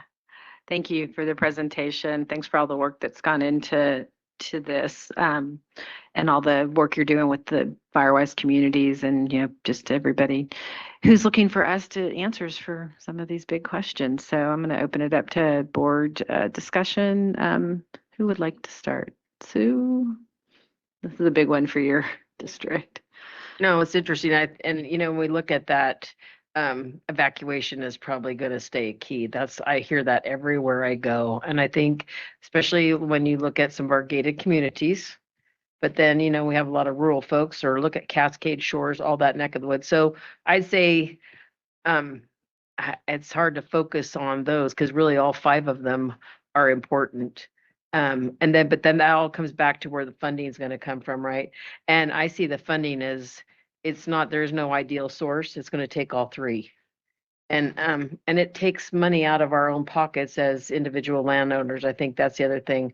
And I got to say, traveling around, like even my North Sound out Wadden area, these folks that have really engaged in their fire safe communities, they all need a hand, because there has been some amazing work that's done in all of our communities. And even if you go in Lake Wildwood, I mean, the work that they have produced inside their community is huge. And if we all could do that, would it be great? And I think the other key component of that, I just met some folks and I loved it. These kids did a project and they went out and did clearing for these elderly folks. I think it comes to all of us helping out and being part of our communities, because some people just can't do this work. The one that's a challenge is, what do you do with the ones that just won't? That's where I get a lot of questions about that. Somebody's spent quite a bit of money, but their next door neighbor they don't want you there. And we were just looking like our Deer Creek fuel break, we're in that process, right? Where we're doing the entry and getting people to participate is the other thing that flabbergasts me. You guys are doing a ton of work. RCD's doing a ton of work trying to get folks to come in, and it can't get people to fill the paperwork out. So those are some of the things that I feel like we as a community need to be more engaged. Sometimes I get tired of hearing, well, we didn't know about it. Everywhere I go, I see you guys out there spreading our message. We're on the radio, you're on the websites, you're on I mean, it's just as it goes and goes. And I think until we all take this seriously as a community, we're just going to be challenged with all these things. It doesn't matter where we go. But so for me, I do think we still need to talk and work on evacuation routes. People don't understand that. I think you had a great meeting I heard down in Lake of the Pines. It was well received. Lake Wildwood is one of those places. They always want to know about the evacuation routes, right? And I think the other part about that is, and you said it very well, Alex, it's never the same. It's all going to be depend on the situation. And how we keep messaging that, I'm not sure how we get that sunk in. But it means you guys keep telling that story, and that part's really appreciated.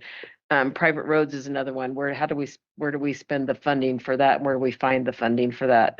I think the money we put into chipping, I think people need to understand they do the work, we do the chipping. So that's an engagement of community. They get those piles, 100 piles out of Cement Hill. Yet people should take a drive around and see some of the work that's being done in these communities. I think that's an eye opener to me, is to see the work that is happening, and it has to be a partnership.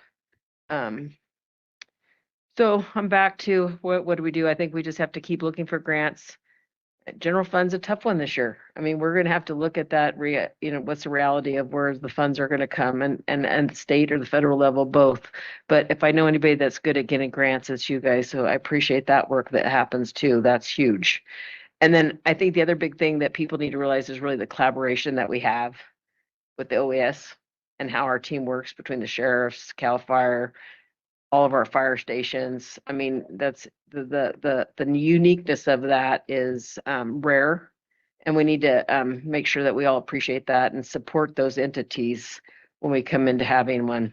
So again, there's not an ideal source. I think we have to keep going what we're doing. I do think we still have to just follow out what were those primary evacuation routes. I mean, we do have the funding. That's going to be huge. Just clean a Mooney Flat. Like, I don't know if anybody drives Mooney Flat Road, but if you drive it, it's an adventure. And actually it's not the adventures for the other people that you meet on the road, right? So, and it's narrow and it's windy. And when you think of 5,000 people coming out of Lake Wildwood, I think those will have to still, in my district specifically. But then I would hear people in North San Juan, what about us? What about all of our roads? And so it's a big question. I don't have an answer. I just know we all have to work on it together, and just appreciate how much work goes. Our vegetation crew that goes out and helps people, that deals with, you need to do this, or how do you help people do that, or how do you work with people where you have a neighbor that won't clear their stuff. I mean, and fire insurance plays a big portion of this, right? How do we work and sell the fact that we are doing our job so that fire insurance looks at those? Because they don't. They just look at us on a map. They don't look at the work that's being done. So I know that just went on, and I apologize for that. I just am impressed with the work that we're doing. And I just do know that it's not up to just the county. This has to be a county-wide residents' job. And like I said, watching those kids go out and clear that place for those folks the other day it inspired me to see that people, and they did on their own. You know where they got it from? A video on TikTok. Some guy was cleaning people's yards up, and these kids took that initiative to do that. And maybe we just need more of that kind of work in our community too. So sorry, rambled. Thanks. That's so funny. I watch those TikTok reels. They're addictive because it's so cool. They're not in real time. They're sped up, but it's very satisfying to watch it all the way to the end to see the difference that they make. So kudos to the kids for doing something positive that came off of TikTok, not something stupid. Rob? Yeah, thanks for that. I would echo much of what Sue said. Our two districts are, like has been pointed out, are probably even more impacted because of the rural nature of them. Excuse me. And I think 2 out of the 5 most evacuation impacted communities on the list were in my district. And overall, I would say keep doing what you're doing. Just from those 2 communities, the Alta Sierra Town Hall and the Lake of the Pines one, I just saw the value, and I know I've already talked with you about this, of that education and communication information sharing with the sheriff's office and the county OES was really cool to see. I think getting straight to the questions, I feel like I know it's very nuanced, but when I look at other expenditures in the county budget, including some we're going to be talking about later, for me, like in a general simplified sense, I would much rather dedicate our limited resources to these core services and these public safety, and that, not that the other ones aren't important, but when it comes down to that decision and the kind of stuff you're talking about here, seems like it's the most core health and safety issues that we deal with. We hear about all these tragedies elsewhere, and they are, but if anything good could come out of them, it's that we've learned, and I'm no expert, but we've learned from them, and it seems like evacuation is the critical component. So just heading straight to the kind of the input and the questions. The private roads thing kind of rubs me weird. I feel like, I see the need, and it's important in a sense, particularly to those people, but is that really what the county should be focusing on, and how feasible is that? So that one is an interesting question for me, but the other ones I think are pretty straightforward. I think there was that point in here where it kind of laid out two scenarios between the 200,000 and the 47,000. I'm never a fan of spending more money, but like I said, I feel like this is one of those areas that it's critical.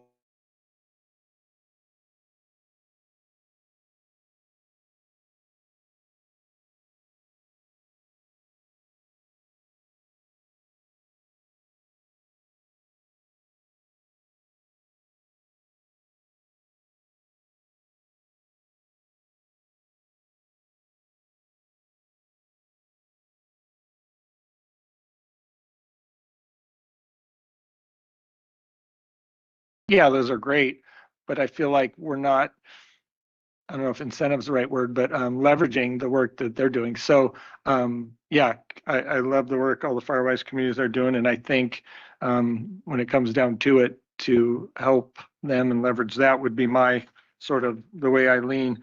As far as funding, yeah, I think Sue summed it up. It needs to come from everywhere. Like I said, I guess in general, it comes down to the question, if we are going in general funds, something else is going to have to be reduced. In my opinion, this is one of those ones that is at the heart of what we should be providing. And I'm sure we'll hear more about that as we go forward. Marty? Yeah, thank you. Thanks for the presentation. The last 5 years, I've seen there's just a tremendous amount of activity and forward progress in this particular board objective. It looks very different than it did 5 years ago, and I'm proud of that. And I'm proud of the board and the county and the staff and the team for putting it together. Just a couple of questions. So the top 5 evacuation impacted communities and the primary evacuation routes, are those, what are they? I know some of them, like Pleasant Valley Road's a good example for Wildwood, but are those co-located in many instances? So they are co-located in many instances, and really I was calling out primary evacuation routes to recognize that in particular for Lake of the Pines and Alta Sierra, the findings of the evacuation study indicated that State Route 49 improvements were really critical to improving overall evacuation outcomes for that community. Work on those types of projects of that scale requires tremendous partnership. And I know Mike Woodman of the Nevada County Transportation Commission is here, and he and I chatted a couple of weeks ago about the work they're doing with Caltrans for state route improvements. But I wanted to call that out independent because that is the type of project that takes years of planning and significant investment of the scale of tens of millions of dollars to get that on the ground. And certainly we can lean into those types of projects, but it is distinct from what might be small investments on private roads and what might be CAL FIRE or FEMA HMGP grants that OES would be positioned to go after for the top 5 evacuation impacted communities. So I was kind of trying to show differences of scale of funding and honestly timelines and level of complexity. Okay, that makes sense. I think we should give people directions on how to reach their elected officials when it comes to state level projects. So for example, Highway 49, that would be a huge, I mean, to Supervisor Tucker's point, that would be a huge priority for me personally. If we're talking about affected communities, if you can handle 2 communities with 1 primary evacuation route, and that is a priority, then we need to, I think, make sure it's in our ledge platform, connect our elected state officials to their constituencies so they understand the priority of those projects, because the county can't do the heavy lift on state highways or other jurisdictions. So I think that's key for me. The private roads, there's a lot of private roads, particularly in the unincorporated areas of District 5 and District 4. And so I see the need there, but again, we only have so much resources. And so I think we need to focus on the educational component to those private communities. Lifting the Firewise communities, I think, is key for me. The part where it says building for NGOs to take on the NGOs, are you talking about Firewise communities?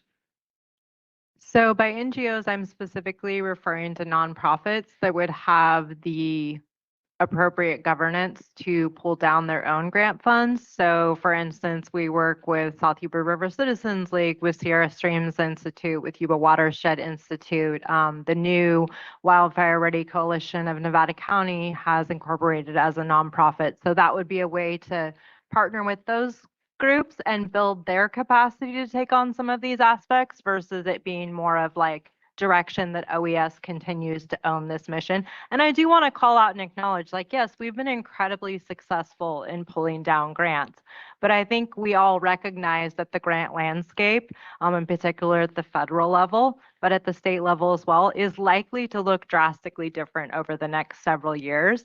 And so recognizing that reality and like what level of service we're positioned to deliver, I think is like an important thing to consider.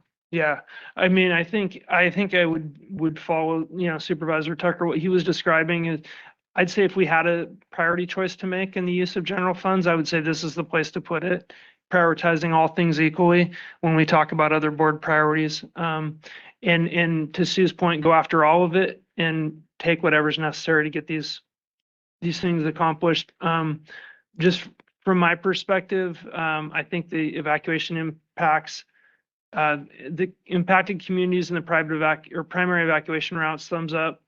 Private roads, less so. And then, use general funds as needed to take care of the priorities you've outlined for us.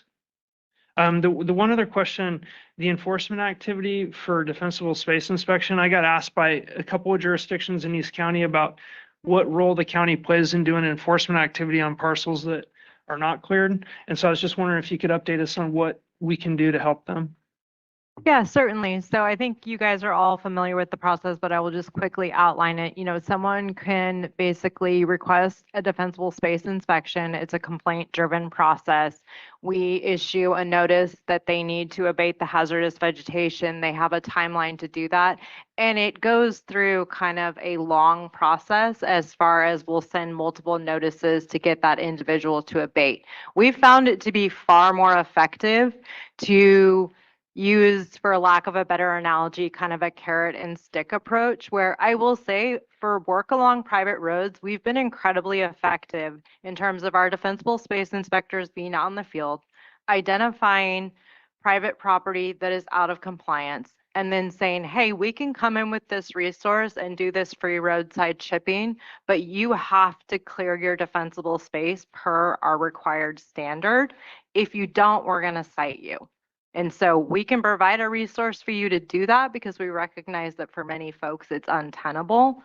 And that's been far more effective and timely than pushing people through the complaint-driven process, where at the end of the day, if they choose not to abate, then ultimately we have to enforce that and on some level fine them or choose to abate. And so it's more effective for us to say, do the thing, participate in this process where we're providing resources. And if you don't, we're going to kind of push you through this compliance process. Thanks. Thank you. Yeah. So I want to just scale back to private roads. I think there's some things we can do with private roads. We were just talking about different, like the chipping. if we get people to come and do their own work, but I think there's some things like that. Trish and I worked on this. Encroachment permits are a challenge for some people to have to manage that. And the other thing is road safety. Those things adds up. But if you find a neighborhood that wants to do it, it's cheaper than us hiring somebody to go out and do it. So I think there's some of those things that we can look at as well when we look at how we spend our money and how that can happen. Tyler Foot Road is an example of that. Stages does a whole section of that road that would have cost us tenfold of what they spent. But and I'm trying to remember they had to spend like $2,500 just having road safety there for the afternoon while they worked, right? And an encroachment permit. So those things are a little challenging for some of our folks. So we could look at some of those that actually is a bigger bang for our buck. Yeah, absolutely. And I should acknowledge that our team is meeting with the Department of Public Works team. I believe it's next week to talk about opportunities to partner in terms of increasing capacity to address vegetation along county maintained roads.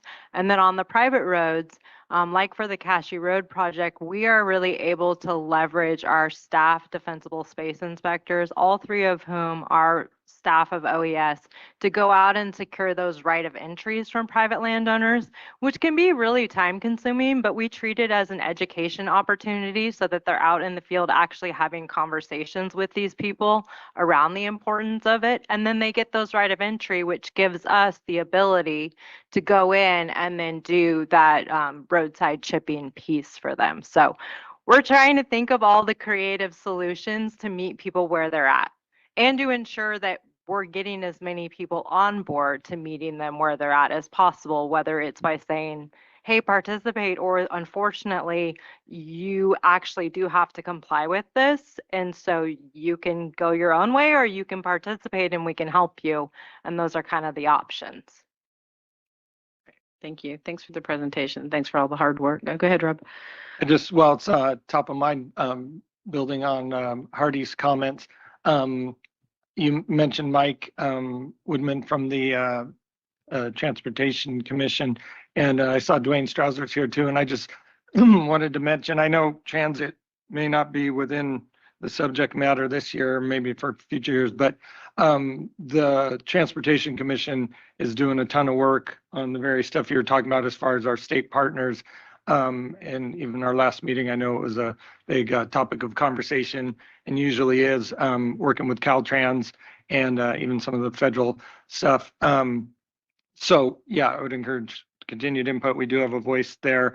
And I think a good example in my district is the new Highway 49 widening, which my understanding is funded going forward.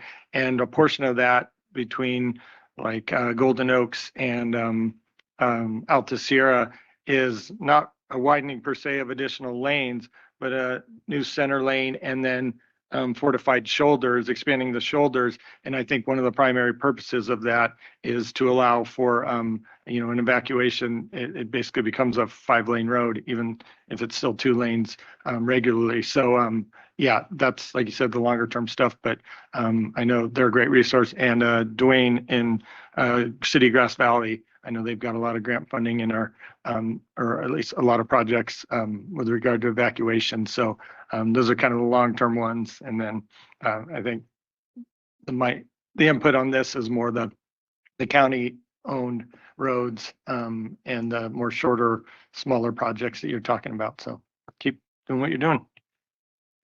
Thank you.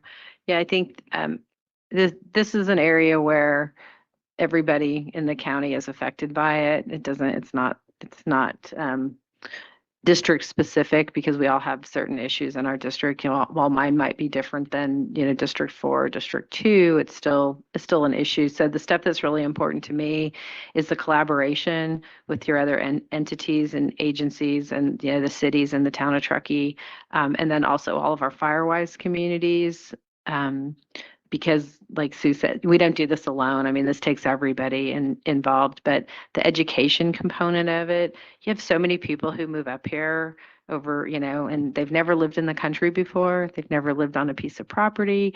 They don't sometimes they buy without understanding what their responsibility are as property owners, and it's much different here than it is in an urbanized area. So the education component is really important. Maybe working a little bit more closely, like with our local real estate folks, and making sure that every time they sell a house, that there's a ready, set, go package available to them, so they can understand the process of keeping their lands cleared. And they get a good education on it if they're buying now because of the fire insurance issue.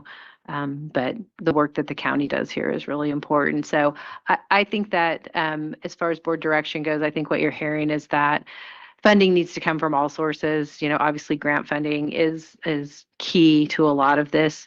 I believe I was told last week with the governor's budget that CAL FIRE is being fully funded. So I'm hopeful that there's going to be some additional state granting through CAL FIRE on some of these things. And then hopefully if CAL FIRE has more funding, they will help us more with the state-owned properties, because I do, Empire Mine is in my district, and I do get calls from the neighbors there that nobody does any sort of fuels management on the park often. So I think grants, general fund, and then also continuing with our partnerships with all the different the groups that are involved in this. And it seems like nowadays everybody's involved with it. So continue along those lines, especially big thanks to our Firewise communities.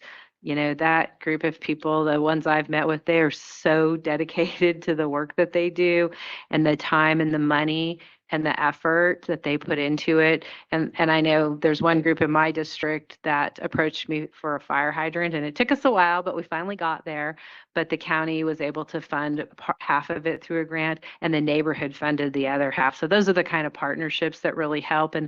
And that fire hydrant doesn't just protect their neighborhood, it also protects this Morgan Ranch and the city of Grass Valley because of the location of it. So the work that they do to help their neighbors will help other neighborhoods as well. So thank you. And Yeah, Lisa, one thing though, Rob made a good point. I would like to give a shout out to NCTC. Rob, these guys, Mike Woodman and that team. I would just say Highway 20, if you go from Pin Valley, we wouldn't have that done if they hadn't advocated for the vegetation management that went through there. That's a big evacuation route. And so having those kind of partners is really important. The Highway 49 corridor wouldn't be happening. They were integral in actually really giving up we need this done, because rural counties don't get money for highway stuff. We're challenged. So I would like to give them a shout out for the work. And like I said, vegetation management along our highways. We had a disaster in the snow that cleaned Highway 20 going up the hill, right? But we didn't have it going in the other directions. And both directions, the vegetation is much better. Well, Mike is here, so we get to personally thank him for all that work. Thank you. And I know that when anybody ever calls me about a Caltrans issue, have you talked with Mike Woodman over at NCTC? He's got a better handle on that before we can help them. So, Allison, did you want to? Yeah, there's a lot of nuance to this conversation. I just want to make sure that staff direction is clear. And so what I'm hearing is that we're going to focus on evacuation routes for the vegetation mitigation. We're going to prioritize grants and then table the discussion on general fund allocation when there's a time to prioritize it. So my recommendation is to do that through the budget process with the chair and vice chair, and then bring back recommendations to the workshop that we talked about earlier. Inform the board on state highway projects, and then prioritize county roads, and then use education for private roads. So does that reflect what the board instruction? Okay, thanks. Thank you very much. Appreciate it. Thank you. And Chair, I wanted to check with you. Would you like to do your break now or after the homelessness?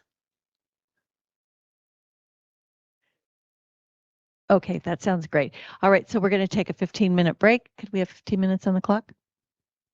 And there are some fresh brownies over there.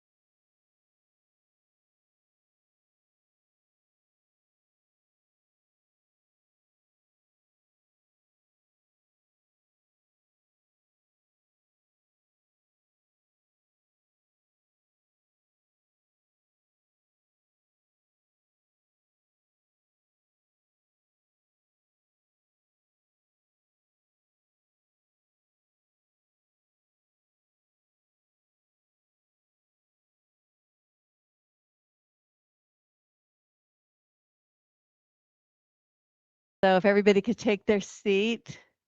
Let's see, I think we have all of our supervisors in the house. All right, this next presentation is on homelessness, and I'm going to hand it over to Ryan and Phoebe. Good afternoon, Chair and members of the board. I'm Ryan Gruber, Health and Human Services Agency Director, back with you again and joined by Phoebe Bell, our Director of Behavioral Health and Homelessness. I could talk to you for days about all the amazing work that's been done in the homeless space since the board prioritized it in 2018, but you've heard that presentation before, so that's not what we're doing today. Could also like have a full room of all our different partners and the people that work in this space. What we're doing today mostly is focused on the report outs to the research that we've done and follow up to the grand jury's report. The grand jury, this board will recall, issued a report entitled "The Long and Winding Road of Homelessness in Nevada County" in 2025. That report was largely complementary of the work that the board and the county has done since prioritizing homelessness, with several recommendations, some which have been implemented. And then there were two in particular that we said in our response that we would do additional research and follow up in 6 months' time. And so this presentation mostly represents that follow-up.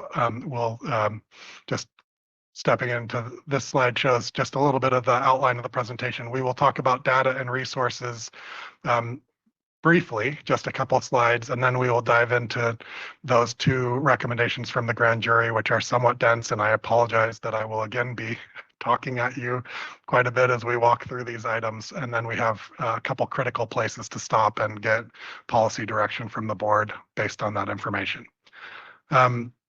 You have handouts and information that goes into more depth in your binders, and I'll call your attention to that in a couple places. And Phoebe's here, and mostly for answering questions. I'm going to handle most of the presentation, but if there are specific questions in terms of how our staff work in encampments or how some of these funding streams flow, Phoebe is here to be a resource for that. Okay, so stepping into the data and resources piece of it, just wanted to highlight a couple things. Every year we report out on the point in time count. You can see on the left-hand side of this slide the point in time count since 2019. And as you are aware, the point in time count kicked off yesterday. I hear very successfully in terms of the outreach and collaboration with partners in trying to count as many people as possible. We really lean into counting as many as possible. There's often comments that the point in time count is an undercount. We try to get it as high as possible, even though the politics of that look bad. But because we want good numbers and because it is directly tied to funding, and we'll talk about that in a little bit, and funding that our partners need in order to be effective in addressing this issue. So last year we did see a little bit of a downtick in the point in time count compared to the several years before that. Unknown what we will see this year. As soon as we have those numbers, we will report them out to you.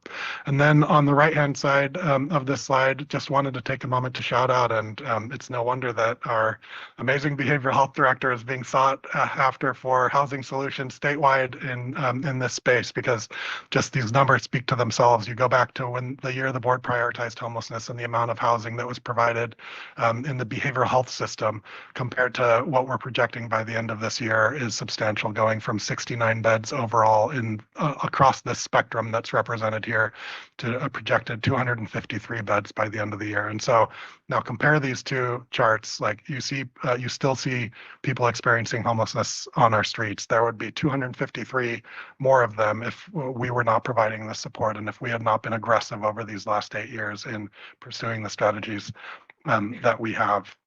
And a lot of that credit goes to the behavioral health team and our housing team and, of course, the board. There was a mention that the board wanted more information on budget, and we can certainly do a deeper dive on this as we get into the budget process. And I won't go into a ton of depth on the funding, but just wanted to provide some general information about it. So first of all, I want to talk a very little bit about the homeless housing assistance program, which you'll hear referred to as HAP. So the state, we've talked at many previous board workshops that the state has been addressing or allocating funding to counties and COCs in one-time tranches of funding. So we're currently in distributing HAP Round 5, HAP Round 6 is in process of being rolled out, and then there will be an eventual HAP Round 7. And so these rounds of one-time funding, not sustainable funding for homeless services, there is a strong urban bias in that funding stream. So it's been about $1 billion appropriated each year.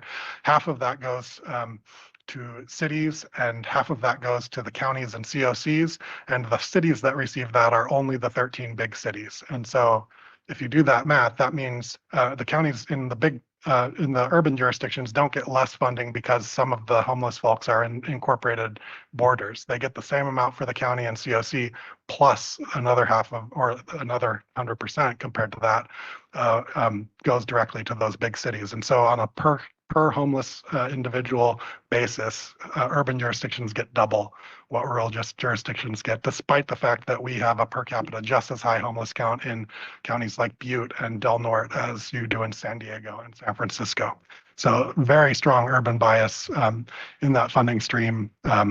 No, I'll get off my high horse on that one, but it is an annual appropriation, a lack of ongoing guarantee. HAP Round 6 in Nevada County comes out to $630,000 for the COC, $589,000 for the county. The county pushes back about half of our share of that funding to the COC so that our providers can have access to that flexible funding. Providers like Hospitality House, AMI Housing, Freed, Communities Beyond Violence, North San Juan Community Center, some of these on-the-ground organizations that really do that on-the-ground work with people experiencing homelessness. And then notable, HAP Round 7, it's half the amount of funding. So the state was previously allocating $1 million or $1 billion in each round, and it's going to be $500 million in HAP Round 7. And there is no HAP Round 8 proposed. And the governor's rhetoric around that has been, I've given counties the tools and now they need to do the work. And so we are not anticipating ongoing funding for beyond HAP Round 7 in that bucket. The other components of homelessness funding in the county budget come in the form of competitive grants. And so an example of that is up here, the encampment resolution funding grant, and we have $832,000 budgeted out of that, I believe, 5-year funding stream in the 25-26 fiscal year. That's the grant that was used to partner with Grass Valley on the Spring Hill encampment cleanup. It includes funds for cleanup of encampments, as well as standing up a landlord liaison program, expanding our behavioral health bridge housing program so that we can transition people from encampment to being supported by Hospitality House, then into long-term housing. And then we have county-specific funds that counties receive to address these things. So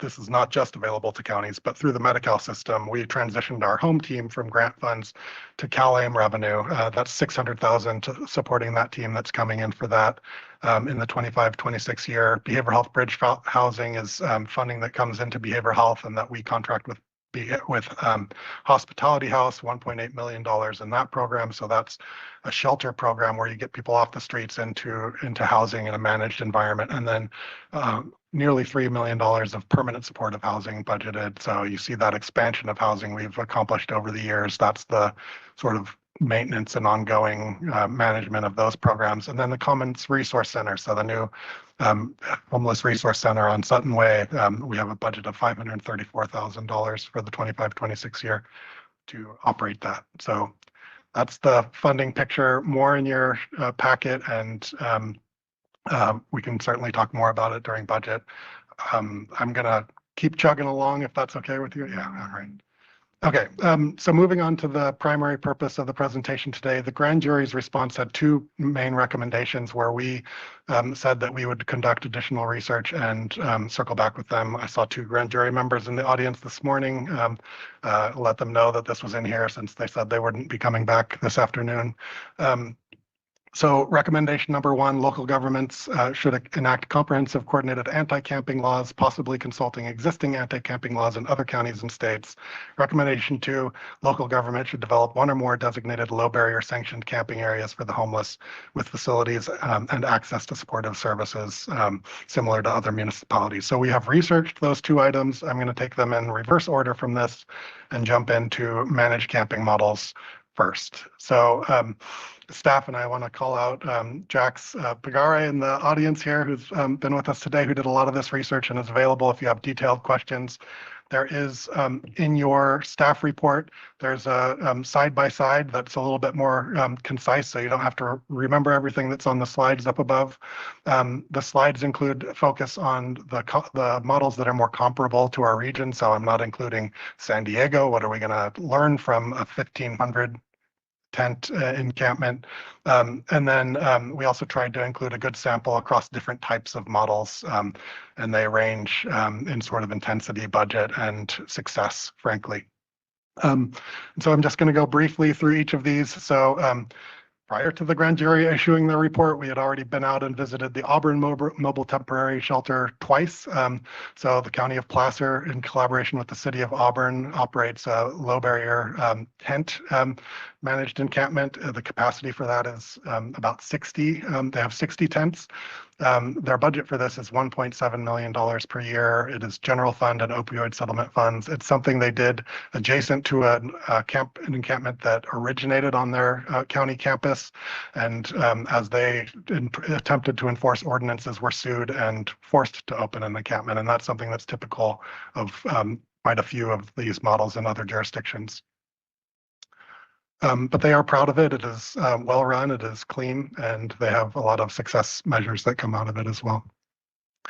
14 Forward was one of the original models in this space. It's a tough shed model in the county of Yuba that was built adjacent to informal encampments that had grown in a riverbed.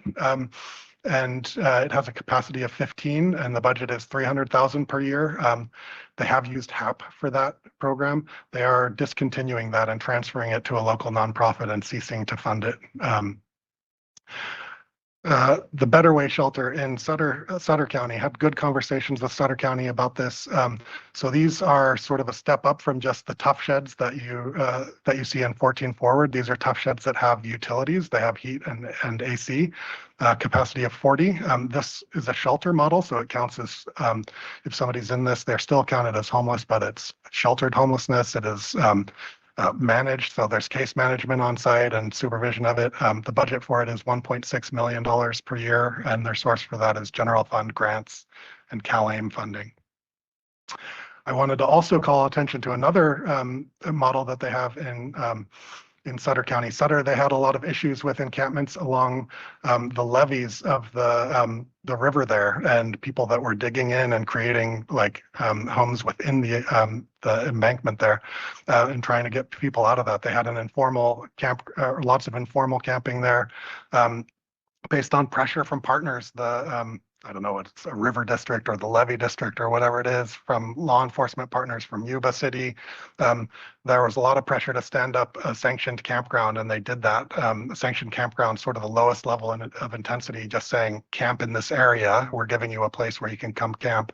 And it ended up being extremely labor intensive, a lot of opportunity cost with that, very challenging to manage in that model. And so what they've shifted to is a much more small and defined process where they have a sanctioned camping area, but you cannot stay there permanently. You can't have your tent there on an ongoing basis. You can only stay there that night. And so they have a capacity of 3 to 5 per night. You can see a pretty big budget for that size of encampment, $170,000 per year.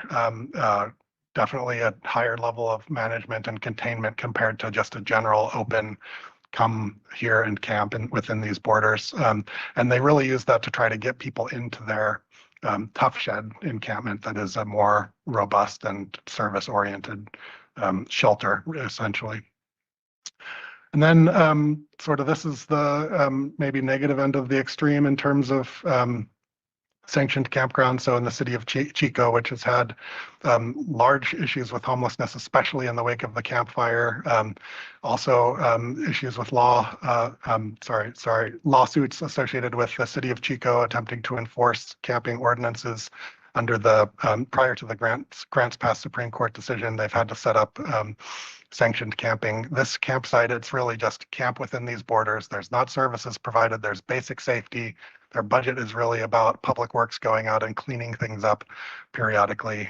They have a capacity of 40, an occupancy of only 18, have had issues with people not going into the camp, just camping around it. And the funding source is city funds, since they're the ones that were sued around enforcing the ordinance. And this is just a quote from a local story. They are discontinuing this camp as soon as they're out of the strictures of the lawsuit. The reality is we're going to be stuck with this for another 16 months, and after that point, we'll need to shut it down. And then another model, going back to sort of the more positive side.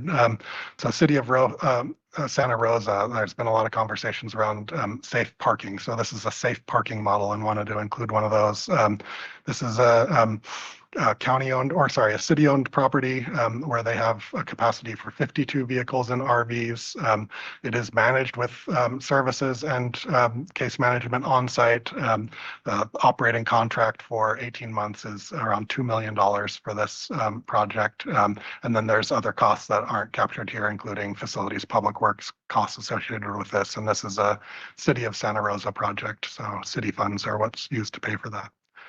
I'm not going to read through all of these things in terms of cross-jurisdictional differences, and then we have a similarity slide as well.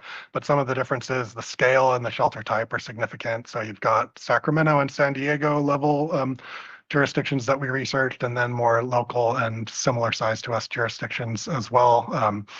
There's various governance and enforcement models, which I alluded to somewhat. So you have things as simple as this is the area where you can camp, and you have much more managed, more cost-intensive and service-intensive programs.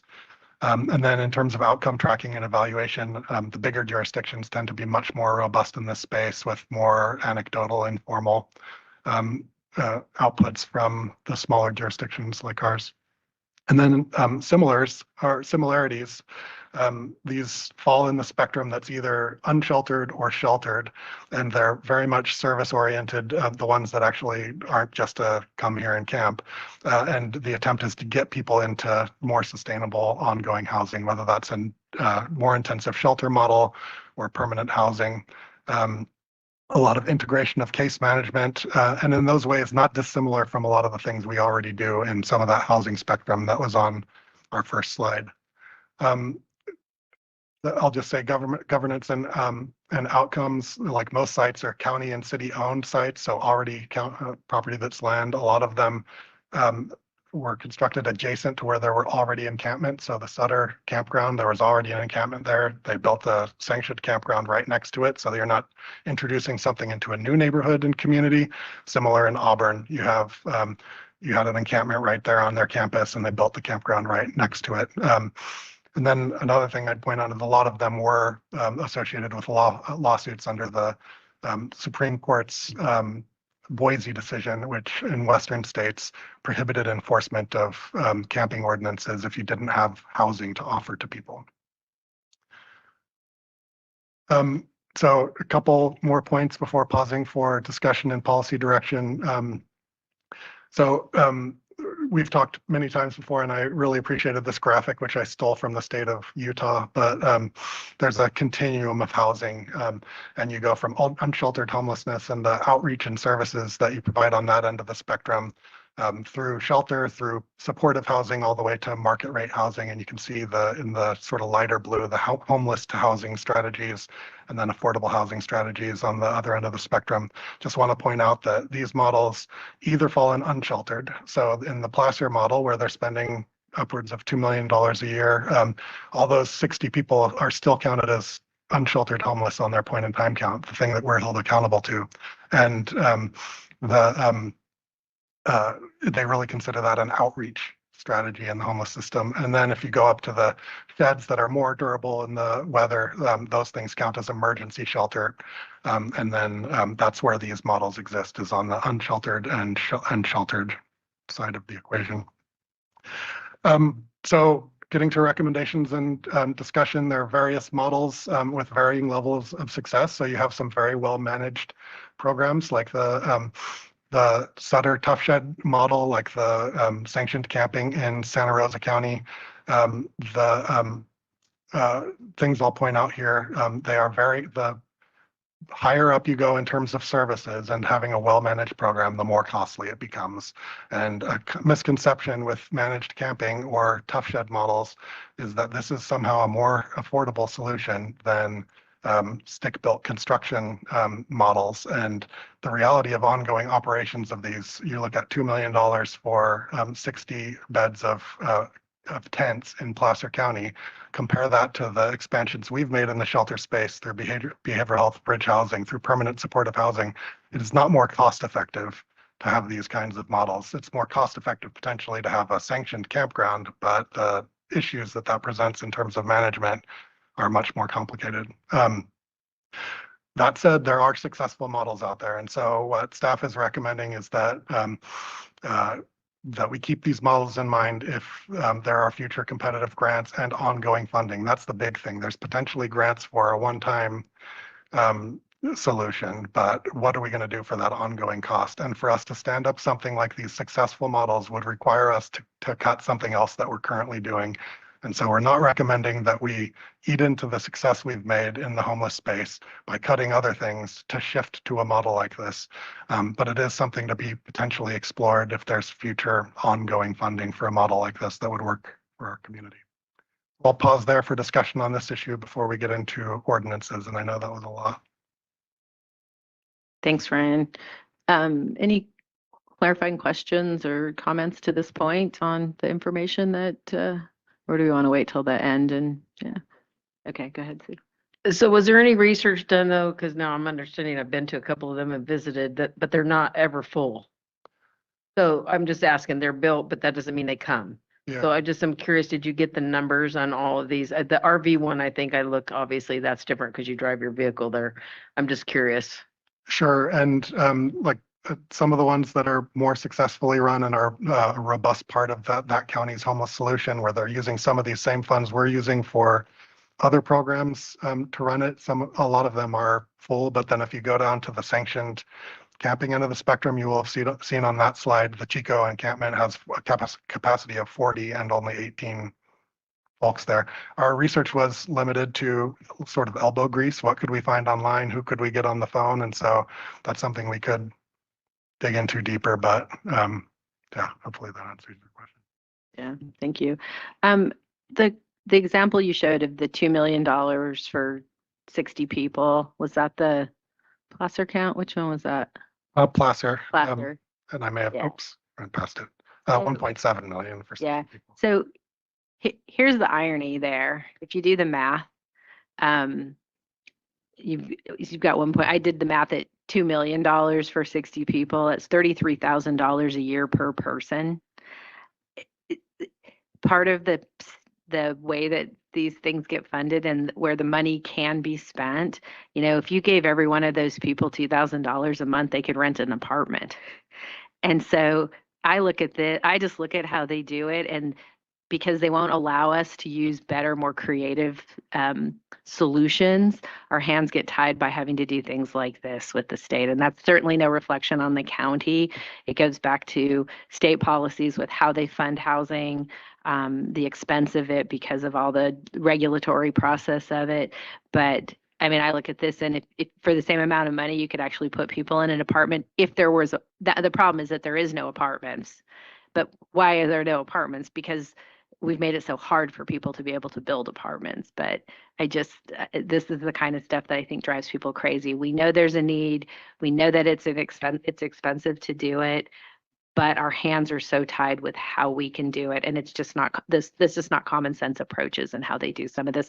I really appreciate though you guys doing the work, because these are questions we get all the time. Why don't we have safe camping? Why can't we have a campground somewhere?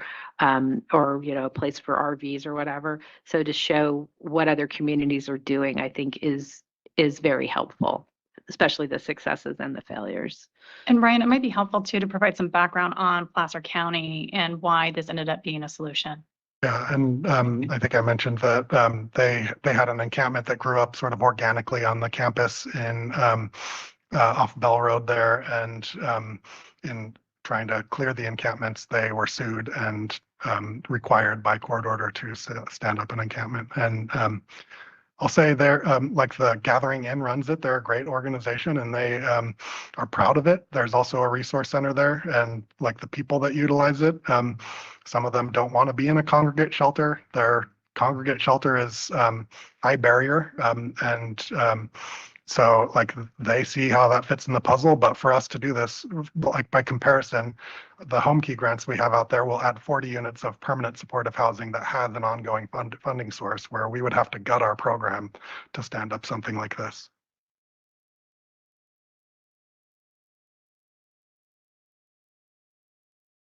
All right, now I have to find where I was. This one's maybe a little more dense, and I'm talking about ordinances, which is not my wheelhouse. So I'm really grateful that there are some CDA folks in our audience to help us out. And I want to shout out Tyler, who helped with some of the research that went into this. But this is an outline of the presentation, not the presentation itself. Just want to review some of the research, like where these recommendations on ordinances are coming from. And I appreciate Supervisor Tucker earlier, like clarifying what we mean when we're talking about camping ordinance, because in the rec presentation, we were talking about camping ordinance, and now talking about it again, and then talking about it again tomorrow. So and then private property, we want to talk about some of the issues around that, public property, and then considerations to use in our approach, and then talk about options and recommendations. So first of all, in terms of ordinance research, within your packets, you have this comparison sheet that shows the different ordinances that we researched. So I believe it's after the staff report, before the presentation. And it goes into more depth with more different jurisdictions than I have on this slide. The first thing I want to start with is the state model ordinance. So the state of California, really starting with Caltrans in an effort to address encampments in Caltrans right-of-ways, came up with a process that once the Supreme Court overturned the Boise decision with the Grants Pass decision, they then implemented with stronger teeth and urged local jurisdictions to pass something similar. Not only have they, and you can see some of the basics in that table, not only have they done that, but they are additionally going to be tying funding to counties and other jurisdictions having something like this. It doesn't have to be an ordinance. It doesn't have to be exactly like it, but it has to be similar to the state's, similar being a loosely defined term, to the state's model ordinance. So that's one thing we researched, because that's sort of baseline in terms of what we'll be required to do for funding. And then we researched Placer, our neighboring county, and you can see, again, more details in the table. They basically ban encampments on county property where it's posted. So if there's posted signage that you can't camp in this area, within, I believe it's 200 feet of that area, you can't camp. And then there's procedures around how you address encampments, the type of notice you have to give, how you store belongings and things like that. And that's similar to some of the things that are in the state's model ordinance, prioritization around trying to connect people to services and housing, not just trying to move people along. And we compared several other counties as well, which you can see in the comparison.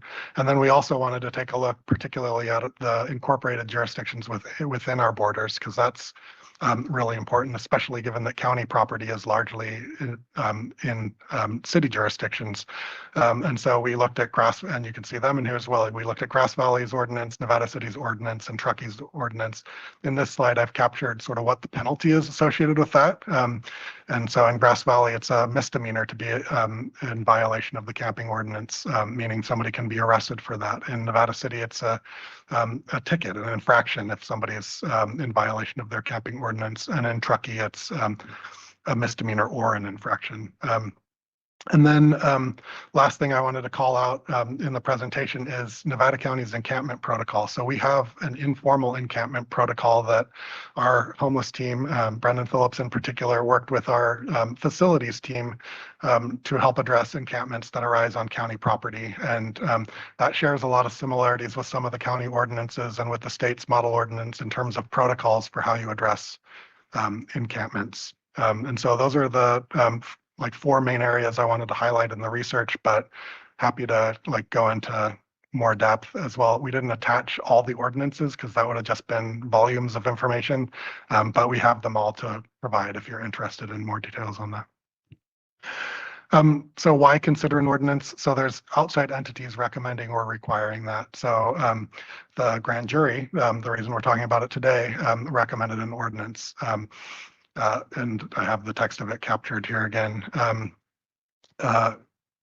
And then the homeless housing assistance program, already talked about that as well. And HAP Round 7, which again is half the amount of HAP Round 6, we're required to have something similar to the state's model ordinance.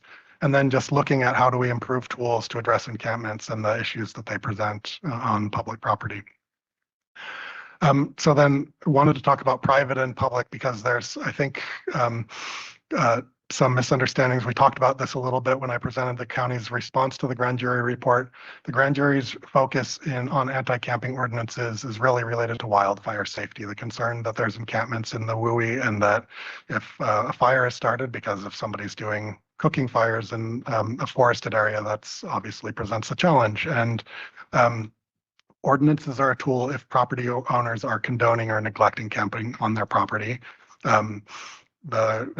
Camping for long-term habitation is already prohibited by our existing ordinances. So if there's somebody that's living in an unsanctioned, or if somebody's living in a tent, that's in violation of current county codes, and code enforcement can and does often get called and enforce against cases like that. If they're not condoning it, which is most often the case, trespass is the tool. And the grand jury also had some recommendations around this. Jury recommended shortening the notice time to enforce trespass, but we're already at the lowest notice time that we can have for that.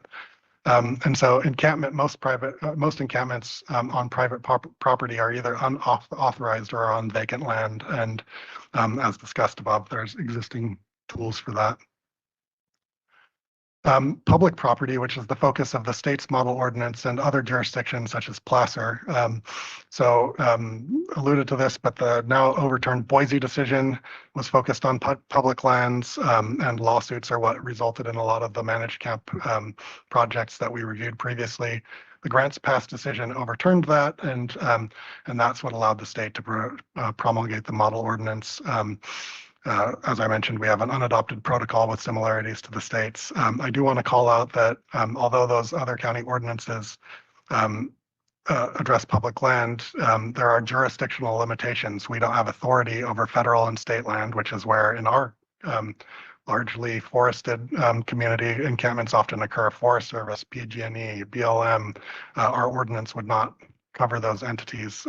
And most of our county facilities, particularly those that have had encampment problems, are within city and town jurisdictions. So when we have an encampment adjacent to the library, it's falling under the Nevada City ordinance. If we had an encampment on a property in Grass Valley, which we, like in the Sutton Way, like Brunswick Commons property, it falls under the Grass Valley ordinance. So we already have ordinances and we don't have jurisdictional authority on the county property that is the subject of the state model ordinance framework.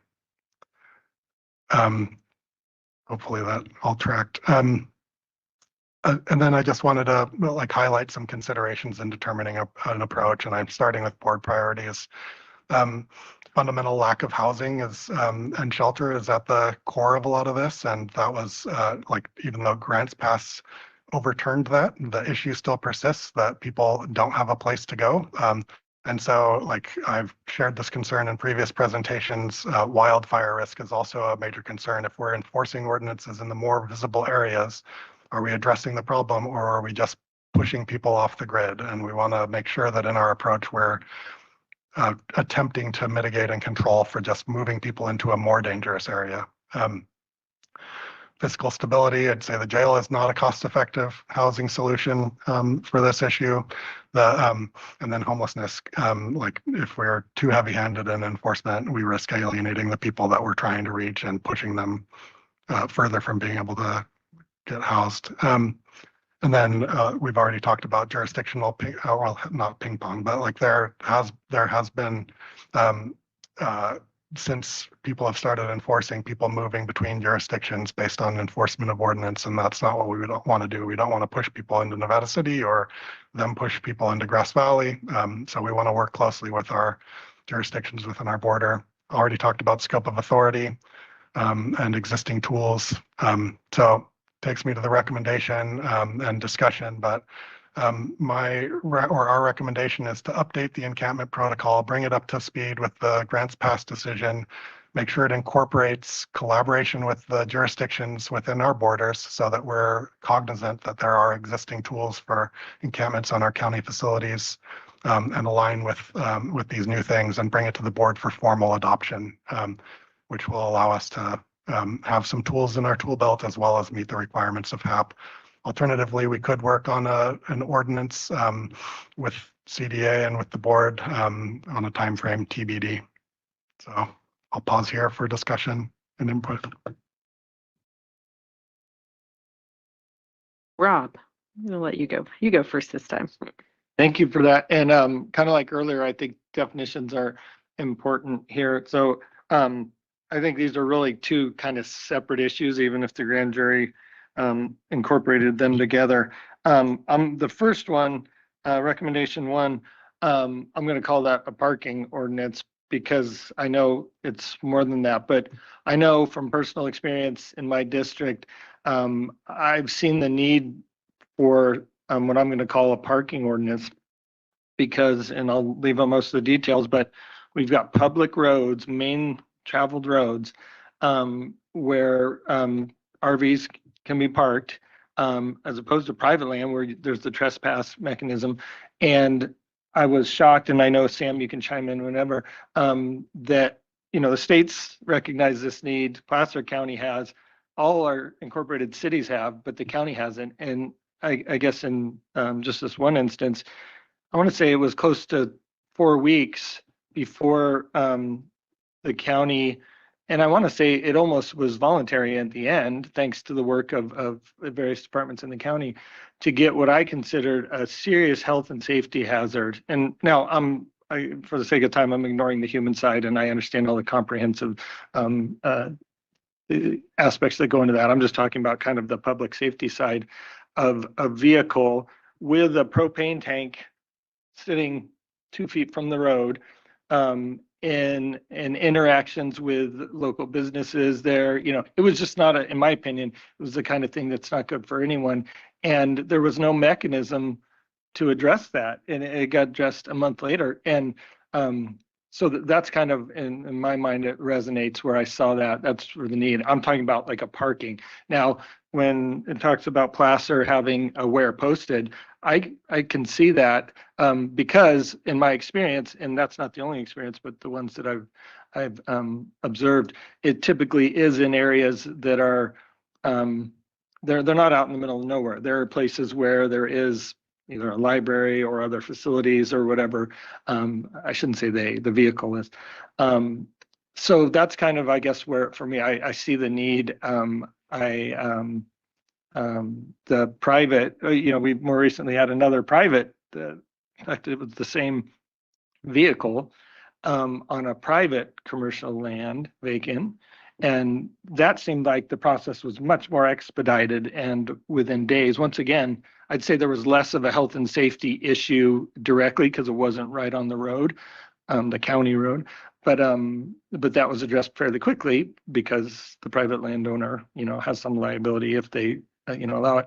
So that's from my perspective. I think there's a need. The second one, and I'll get to here, the camping thing is, I feel like a different one. I think at the very least, I would love to see discussion and movement on, similar to the state recommendations, Placer County and the cities, a parking ordinance, or call it whatever you want. I'm calling it parking ordinance, to where there's a mechanism to remove what I think by any reasonable account is something that should not be there.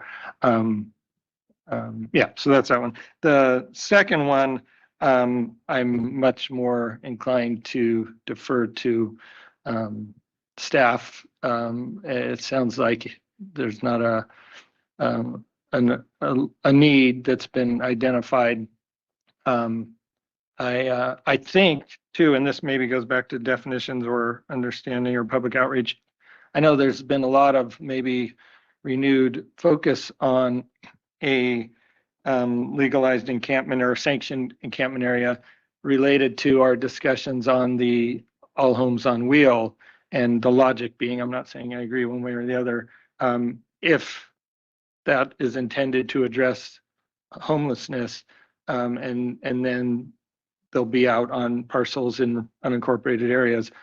I think in that scenario, a lot of people feel it'd be much better to have it closer to resources than a sanctioned campground.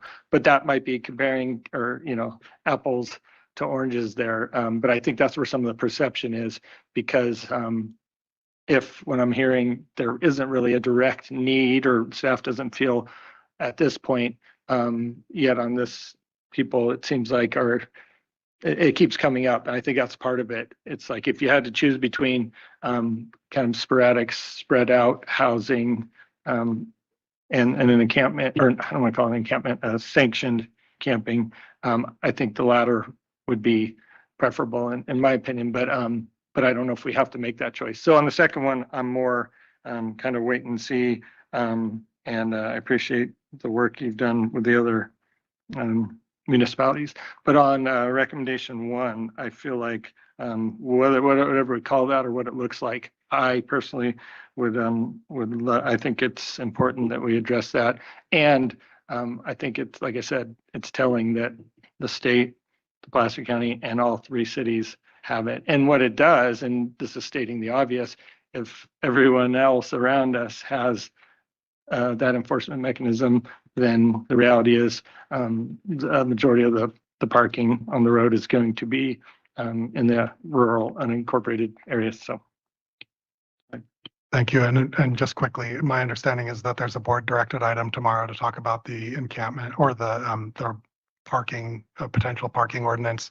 I haven't, as part of this, we did not research anti-parking ordinances. It was more focused on the grand jury's comprehensive anti-camping ordinance recommendation. And so we were researching ordinances that related to public property or allowing camping on private property. And so I haven't researched and spoken to that. I apologize. I won't have to repeat it tomorrow. So it sounds like we're kind of talking about two different things. The camping on public land as opposed to parking.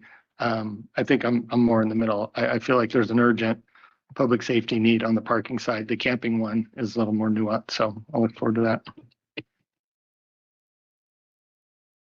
Thank you. Hardy? Yeah, thanks, Ryan. There's a lot to digest there. I'm looking forward to the parking ordinance as you described it. I think that's more relevant, at least to District 5. For we don't have a big challenge with it, but I'll call it a moderate challenge with the van lifers. And I brought this to the board workshop a couple years ago, just trying to understand how to get parking and safe parking balanced out with kind of fringe recreational needs versus people borderline in a homeless condition. So it's a little more nuanced, I think, maybe in certain areas of the county. So I'm looking forward to that discussion. Ryan, I agree with your recommendations here for the camping ordinance, and just a couple of quick questions. Are there, and so the 400 plus people on the point of time count that you outlined for us who have not been placed in other situations, are they currently located in quote encampments, or are they dispersed in all kinds of, if you could just give me a brief pie chart summary kind of thing, like where are they? Are they in encampments in Grass Valley, Nevada City, or? Sure. The 466 that were on the point in time count last year, it's roughly half between sheltered and unsheltered. So the sheltered could have been in a hospitality house or in our behavioral health bridge housing program. The unsheltered are dispersed throughout the community. Some of them are in encampments. We don't tend to have the dense, like hundreds of people encampments that they have in more urban areas, but we do have some. And then there's people that are dispersed. And then unsheltered also includes people living in vehicles throughout the community. And Phoebe, I don't know if you have any. So the half that are, excuse me, unsheltered within that are counted people that are living in their vehicle. So is that right? Correct. People that are living in their vehicles would be counted as unsheltered.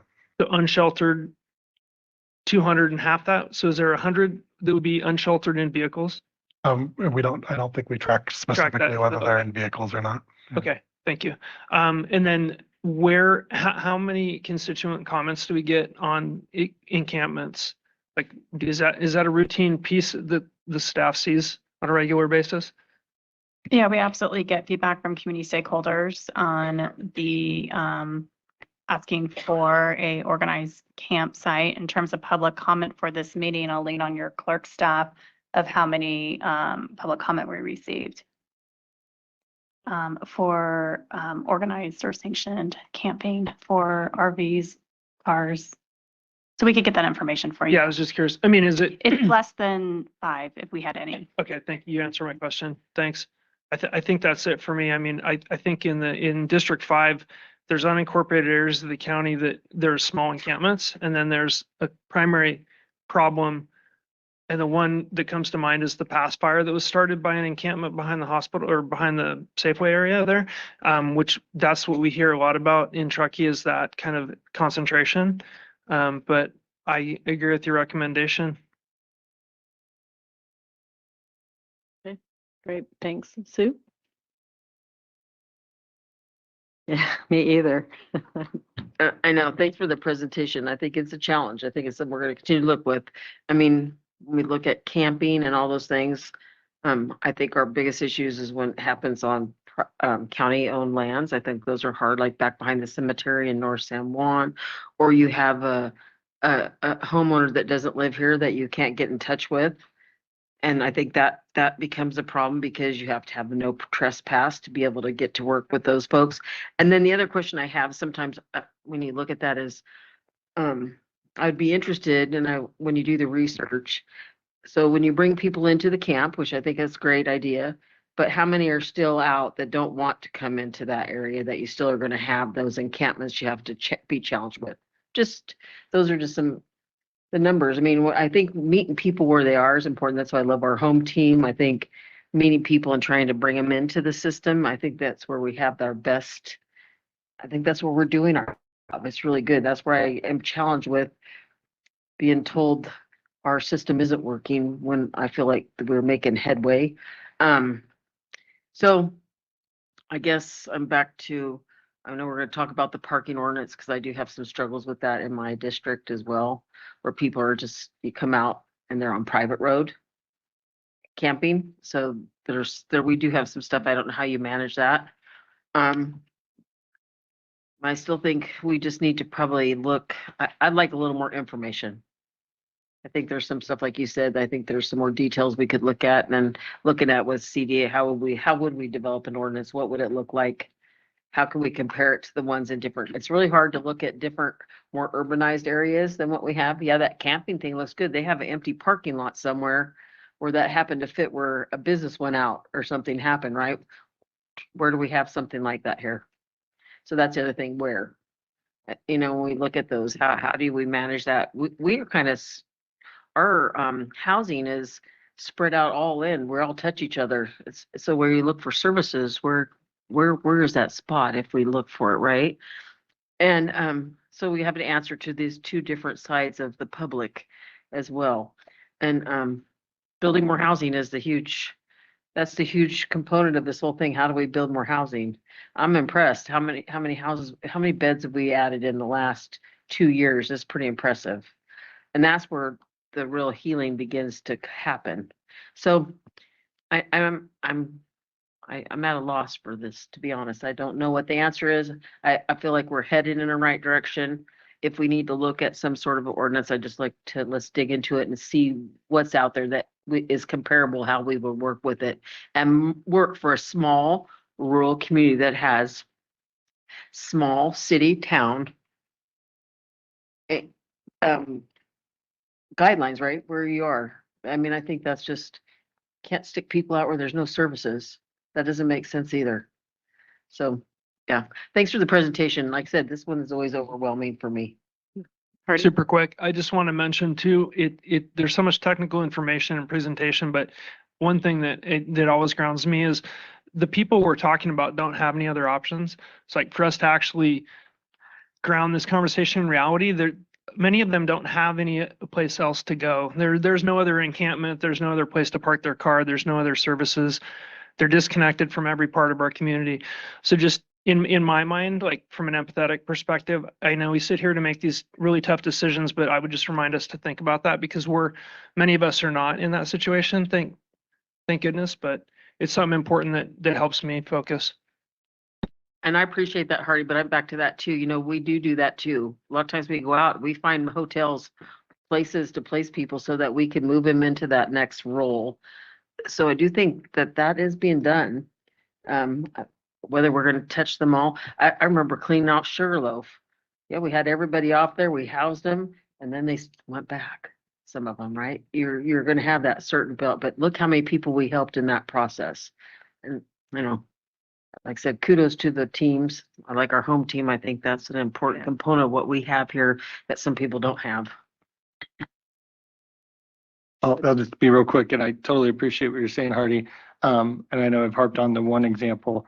In that one case, and maybe it's one out of whatever, I think there were other options being offered by our staff and our sheriff's behavioral health, and they didn't want that thing. So there was an option there. And in that case, granted, that's not every case, I feel like, once again, we're leading to tomorrow, I think there needs to be on public roadways away. But the camping and the encampments is kind of a different conversation. Yeah, I agree. It's a really hard one. As far as recommendations, I'm not sure we're going to have anything to have formally adopted by March because it sounds like potentially there's a lot more work to do here, but I am in favor of aligning coordination with our jurisdictional partners. I think this is one where it benefits us to all have the same regulatory process around this, just for consistency for the community. A lot of people don't know that they're not in the city limits of Grass Valley when they're in the unincorporated areas or Nevada City or the town of Truckee. So yeah, I think we need to continue working on this. I'm not sure that gave you the direction that you needed. It didn't. But, Yeah. you know, I mean, Should be, what we could do. Could I Yeah, interject something real quick? So I want to hopefully articulate more clearly than I did before. The sort of emphasis we have from the state is to address camping on public property, and the jurisdiction we have is over county public property. The county public property that's most frequently where we have our county campuses is within incorporated jurisdictions. And so what we're talking about is not doing nothing. It's about bringing our encampment protocol, incorporating that we're going to coordinate with the ordinances that exist for these properties, and bringing that back to the board as this is our strategy. So it's consistent across whether we're in Truckee or whether we're in Grass Valley. This is our protocol, and then leaning on their ordinances to help enforce on that public land. Okay, so I'm hearing that there's consistency for that to align an ordinance with the jurisdictions of our county property. So the ordinance that would be up in Truckee or Justice Center property would align with that. The government center of Nevada City would align with Nevada City. So I'm seeing a shaking of heads of board members like that. That's something that we should work on. And I'm just, I want to emphasize, like I'm talking about bringing it back to be adopted as a resolution. This is our protocol. It's not mandatory from the state that it's an ordinance. We could certainly, I don't know what the timeline looks like if we have to bring it as an ordinance. Okay, so within the next 6 months. Correct. Okay, so that's consensus with the board. And then what I'm hearing that we don't have consensus on is staff direction on managed camping. So my recommendation would be, let's table that. We'll go through our budget season. And then if there's a board member that wish to bring it back to the board, then you would work with the chair to agendize that. Can I ask, I'm sorry, I did not hear that anybody disagreed with the recommendation to not, the recommendation there is essentially to not stand up managed camping. Yeah, I've heard from Supervisor Hook and Chair Hall, that's something that they wanted more conversation on, but we'll lean on both of you. I heard that at this point. Now we're talking about the sanctioned Correct. camping, and one of the examples given was like the Placer County. Yeah. I lean towards staff, what I think staff recommendation of, don't see the need for this for that at this point, but. Yeah, so I'm hearing from Supervisor Bullock and Supervisor Tucker that they feel that the services that we have in place to serve our homeless population is something that we're going to focus on, and it's the housing first model. And then I'm hearing from Supervisor Hook. No, I would agree with that. I support what we have. I'm not saying I wouldn't like more information, like where we could have some comparisons, but I give kudos to the work that we're doing. Actually, I see, like I said, we went from 60 beds to what, 200 and something, right? No, I think we're moving ahead on that. So Okay, then that's the clarity we need. So staff is not going to move forward, bringing back additional information or recommendations on a managed camping model. But we're also not passing any ordinance that says we're absolutely not having it, because one of the scenarios I can see here is if you had a community-wide effort to put in a facility like this and they came forward with a plan and with private property owners who were interested in neighborhoods who said that that was okay, I would be willing to listen to that. I'm not saying that I would approve it, but I would absolutely be willing to listen to a good idea about it. I have had a lot of people tell me, you need to have a campground somewhere, but no one's ever come forward with any sort of a realistic project for it. And then when you do start talking about it, everybody's like, oh, it's a great idea. Oh, but not there, not next to me, not next, there's always obstacles to how you're going to place it. But I would be willing to listen to a community-wide effort that came forward that had a solid plan that maybe it was workable. I honestly, though, do not see the county having the resources to pay for something like that. So it almost have to be done as another nonprofit organization like Hospitality House or, one of the other groups who provide services. So I'm not suggesting that they do it. I don't, no one needs to go out there and call them and say, hey, you guys need to do a campground somewhere. But am definitely open to listening to an idea from the community, a community idea around the issue. So. Okay, staff has the direction we need. Thank you.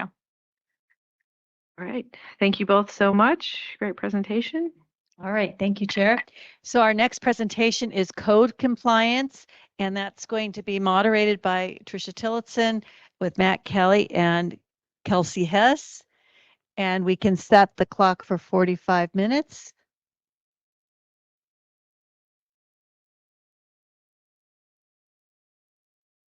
And once you're set up, Tricia, we'll go ahead and have you introduce the topic. We're just checking on mics here.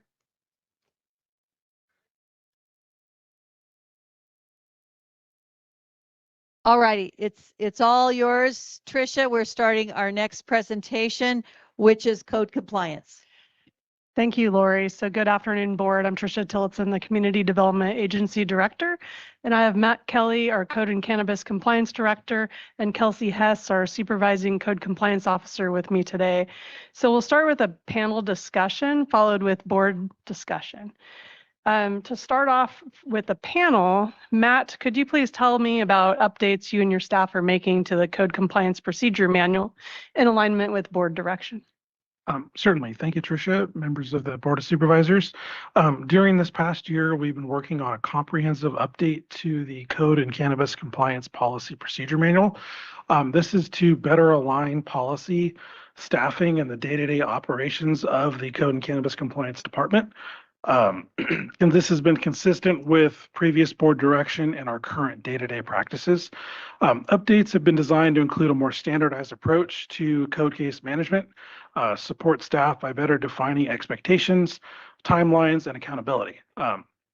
Some of the key updates that we've done have included clearer standards for code case intake, prioritization and assignment, allowing supervisors to align cases with staff capacity. So that'd be myself and Kelsey.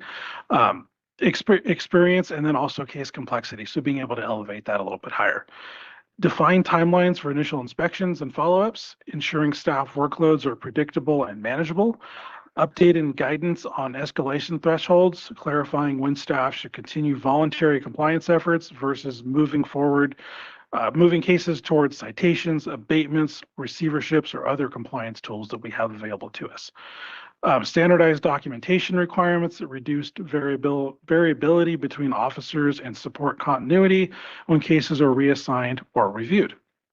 Some of these changes give a clearer staff operational framework and allow leadership to actively manage workloads while maintaining consistency and fairness in enforcement. Updated procedure manual strengthens both policy consistency and staffing effectiveness, ensuring cases are assigned, tracked, and resolved in a way that is sustainable for staff and predictable for the public. Thank you, Matt. So next, we're going to go to Kelsey. Could you, as the supervising code compliance officer, share with us some of the code case management improvements that you and your team have made?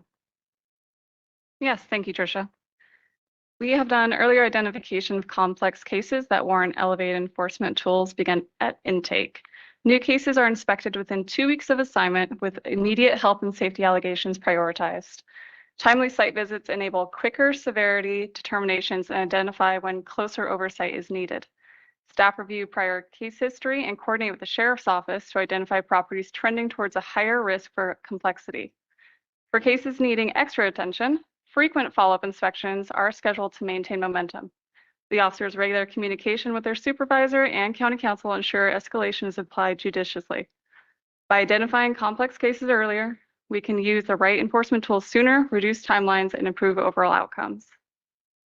Proactive management of older and long-standing cases is critical to achieving resolution.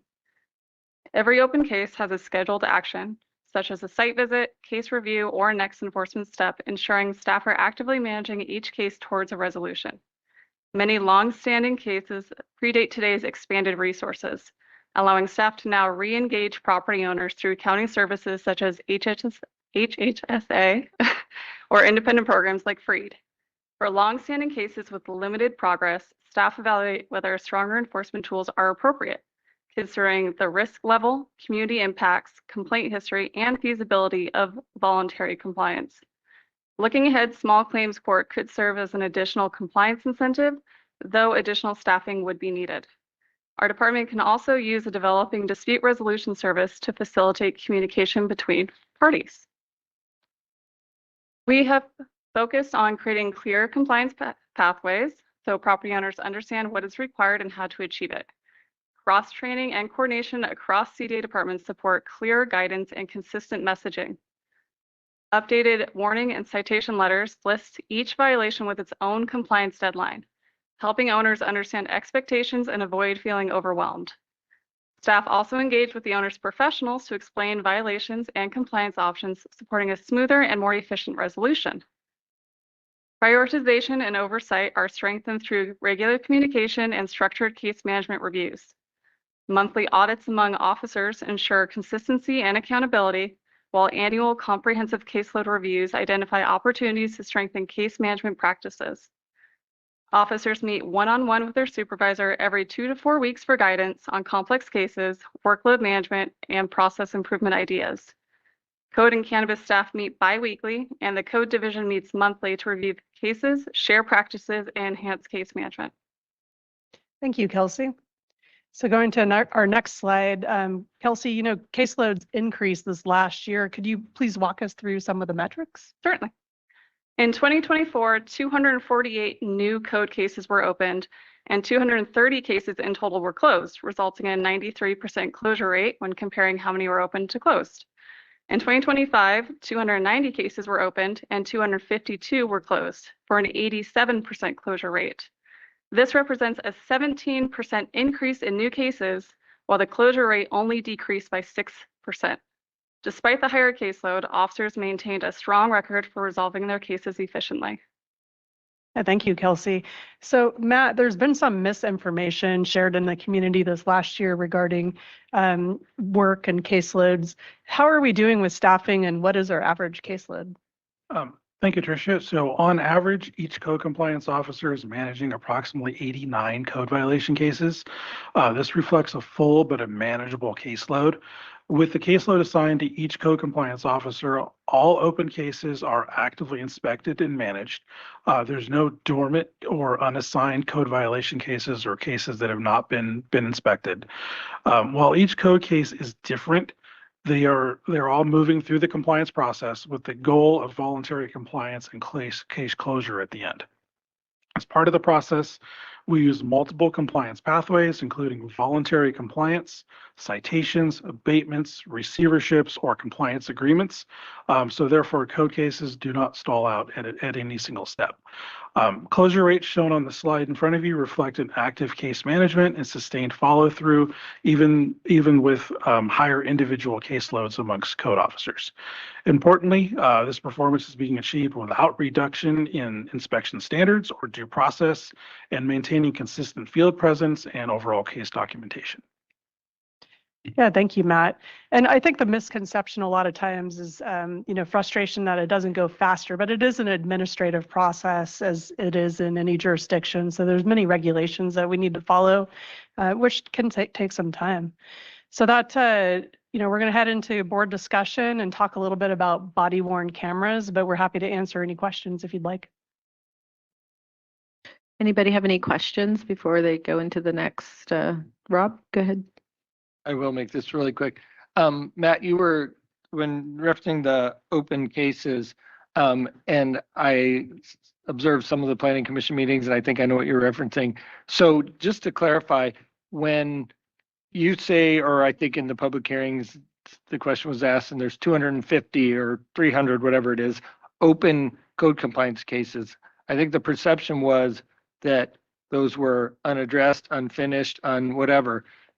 From your standpoint, that's not I'm not saying the system's perfect and I've got a lot of questions and all that, but specifically talking about the numbers, that doesn't that's not an issue for you per se or something, though. That's just kind of, if I'm hearing Trish as well, how the process works, administrative process. So there's a distinction between open and unaddressed or am I correct in kind of the way I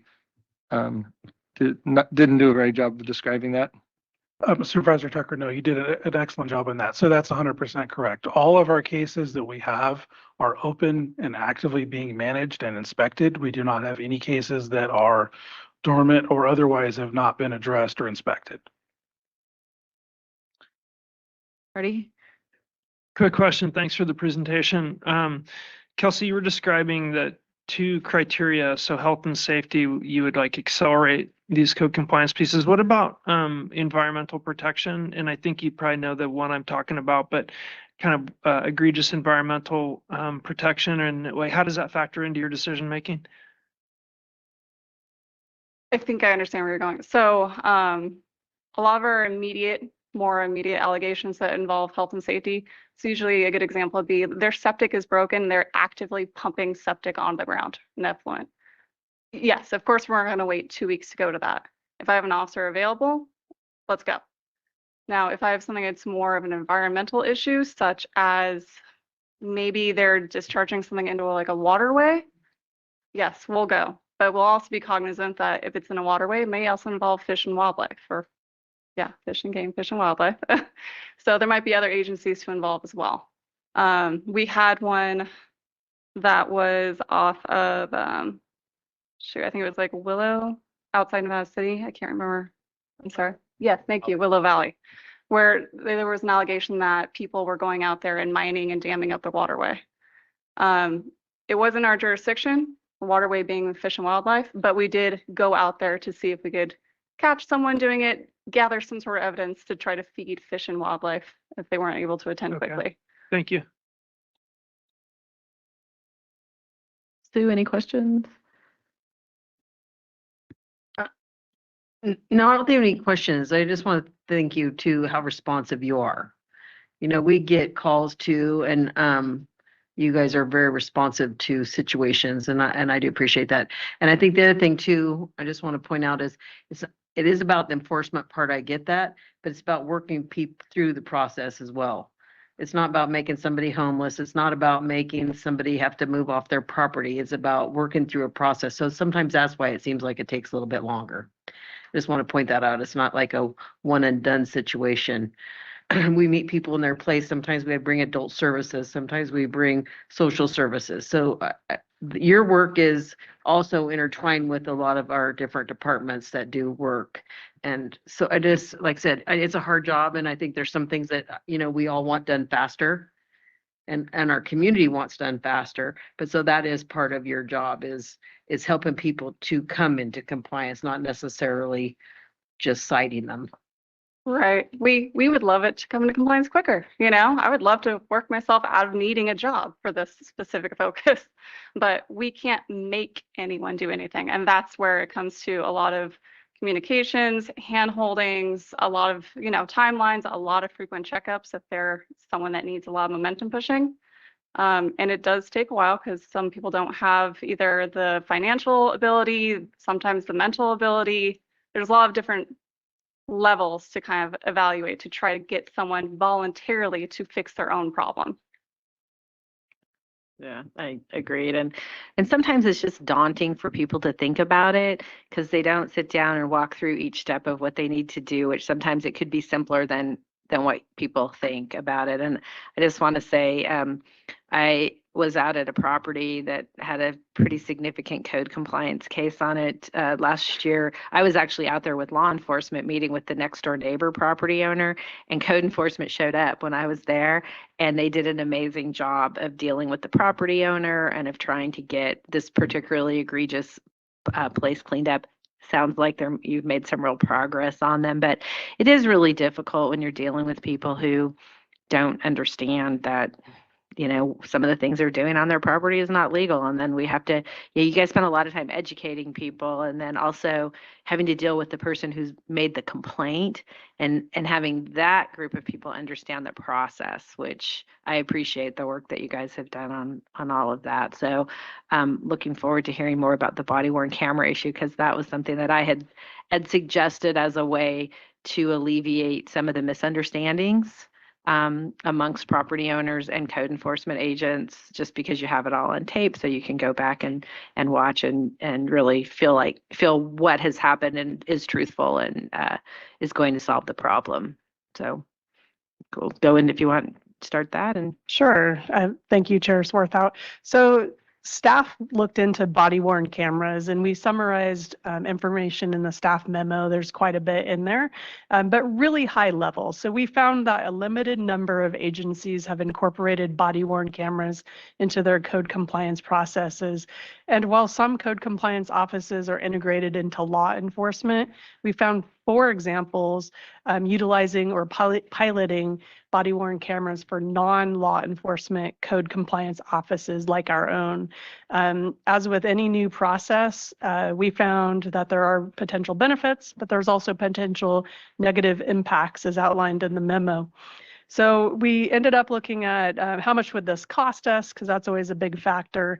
A 5-year estimate for the body worn camera is about $200,000. This does not include staff time and the potentially significant amount of time it would take to respond to Public Record Act requests, as well as potential litigation costs. So, for example, 75% of our Public Record Act requests in our agency are all related, or for all related files, equate to about $1,800 per year. And we estimate that about 337 of those over the last 4 years have been specifically linked to code compliance.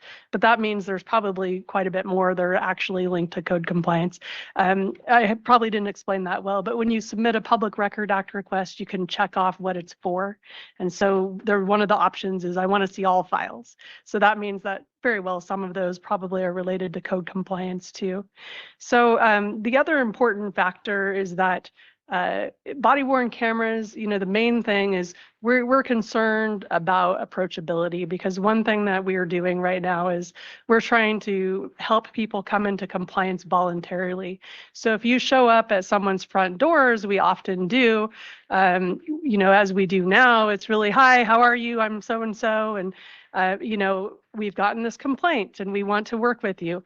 If we are there with a camera running, we feel that that would really change our approachability. So that's one of our major concerns. Again, some of that's outlined in the staff memo, and we're happy to talk about that.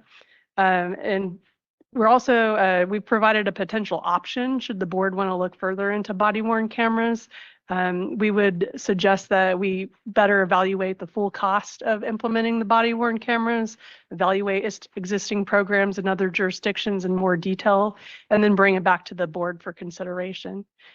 So that's where we are with that, Chair Swarthout. thank you.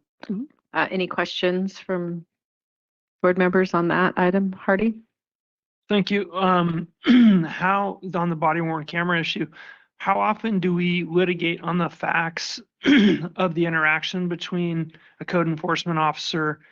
I mean, I guess like for police departments, it's pretty common that somebody's gonna be in litigation over that, but how often do we get called in and in kind of differing accounts of what transpired? How big is the problem? Supervisor Bullock. So we do have a few code cases that are appealed, and we'll work with county council and go to a hearing officer and have those. We'll work through the issues. It's probably less than 5 a year that actually go through that process. A few of them do involve discussions about what was talked about on the property and how the code officer approached it. It's very few that actually do get appealed. I can say that I think in the past 2 years, we've only had 7 appeals, and they're on the basis of the violations. No, I think I can only think of one that was a conduct, but yeah. Supervisor Bullock, in my 5 years here, I'm aware of one litigation case that revolved around what a code officer said or didn't say. Mhm. Yeah, and my reasoning behind it was because of complaints that I had received from members of the public in reference to behavior from code enforcement. And so, I fully appreciate that there's always two sides to every story, but I'm not there listening to the conversation that the people are having. And that was why I'm recommendation on the body worn cameras, because then, when people come to us, then I can come to you and I can say, what actually happened here? Can you show it to me? And, my experience with law enforcement and body worn cameras is that when you have them, everybody's behavior is better. And I think I think the sheriff's office talked about that quite a bit. They put body worn cameras in just in the last few years, and I think you see less complaints about law enforcement. You see less discrepancies in the stories of people. So, and I appreciate the fact that it's expensive, but for the protection of our code enforcement officers, and for our better understanding of what's happening with them, that's I certainly am never put that out there because I wanted to see everything that you guys were doing. It was more about making sure that the public and officers are on the same page. And code enforcement is a hard job. Nobody likes it when somebody from the government comes and knocks on their door and says, "Hey, your neighbors complained about you," or somebody. Your first reaction to it is to become really defensive, and then that just starts you down this path sometimes in a verbal altercation or confrontation or whatever. So just looking for ways to make it a little bit more friendly, and I appreciate the work that you guys do.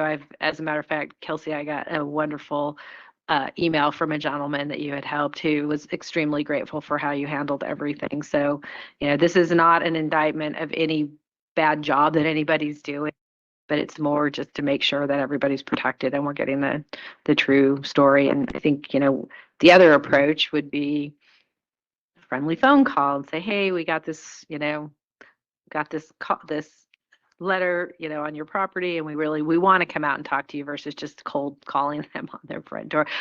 I've gotten red tagged before, so and I totally get it. I understand why people get, yeah, not with the county, with the city. Allison likes to point that out, and it was many years ago when it was actually well before I was with the city, and the code compliance person at the city was like the most hated person ever. Goes back like 30 years. So I just want to make sure that we're helping and we're protecting, and we're handling it, and also to say that I really appreciate that oftentimes when we're doing the work that you guys are there to help them. How can we help you fix this? I had one in my district with environmental health and with the sewage situation, and they bent over backwards to try and come up with a solution to help. And I'm very grateful for that kind of work. And I think we continue to excel and get better at that all the time. So thanks. I don't know if that gives you any direction, but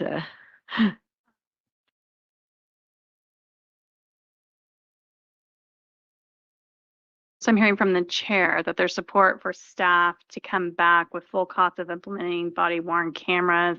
I'd like to hear from other board members. Is that something that you want staff to bring and give direction?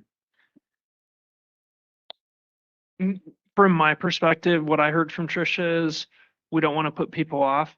And then I heard from staff that it's not an issue. So from my perspective, I do not need to see more info on it. I wouldn't support it, but I'm not opposed to it either. So if the board wants more information, bring it forward and maybe I'll learn something. I would echo that exactly. I mean, everything Lisa said made sense, and I understand it, but I would lean, yeah, I would echo what Hardy said. I wouldn't be overly supportive of it.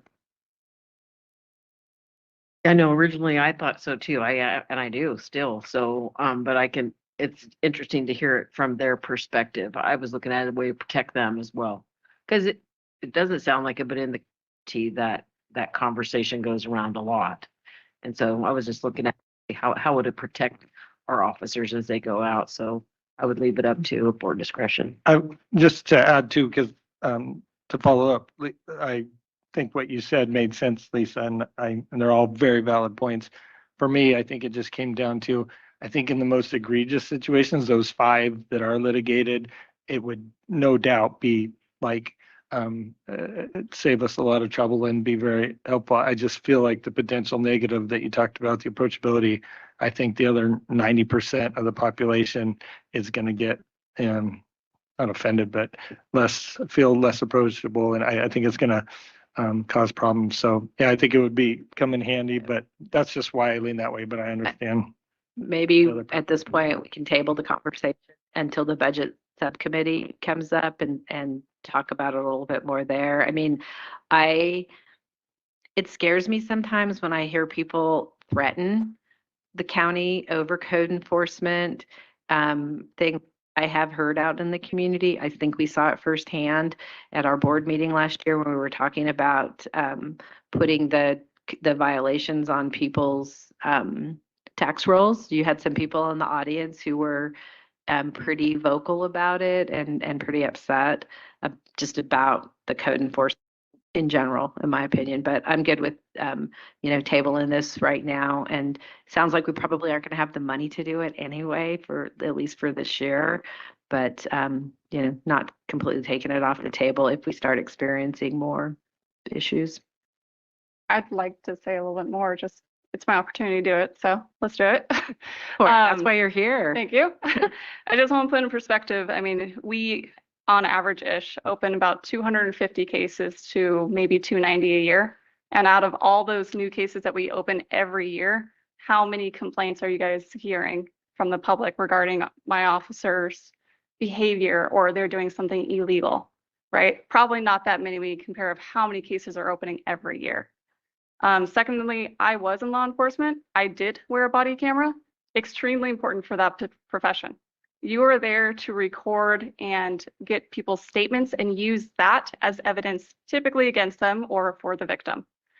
Our focus is on land use violations, not something that someone did to someone. Their statement of what they did or their mindset or where they are at is not important as to you have trash in your front yard, right? It's a very different scope of investigative uses and tools. We do go into people's houses.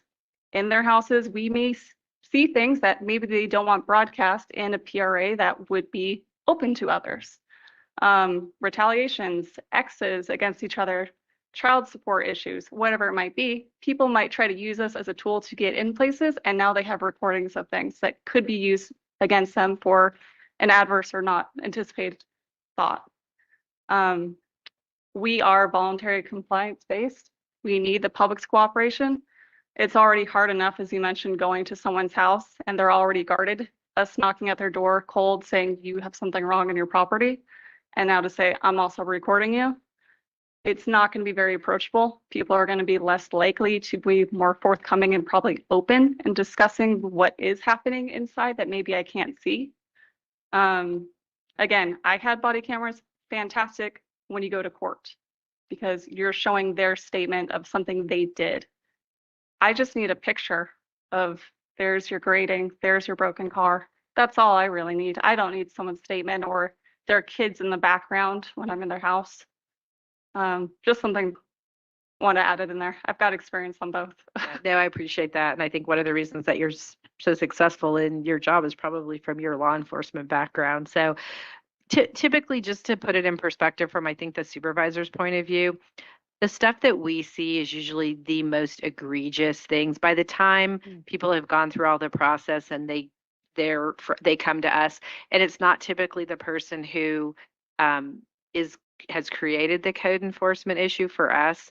It's the person who complained about it. It's the next door neighbor or a relative who's trying to help so again, not a huge amount of them, but typically they are the most egregious situations. So I think that was the perspective that I was coming from. But I really appreciate your point of view, especially on the privacy issues. That's not something that I had thought about.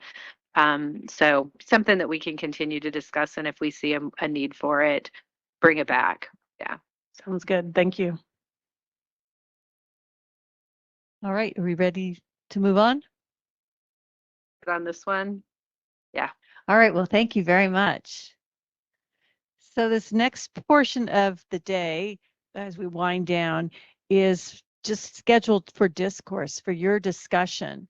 And Erin or Allison, do you want to add anything to that?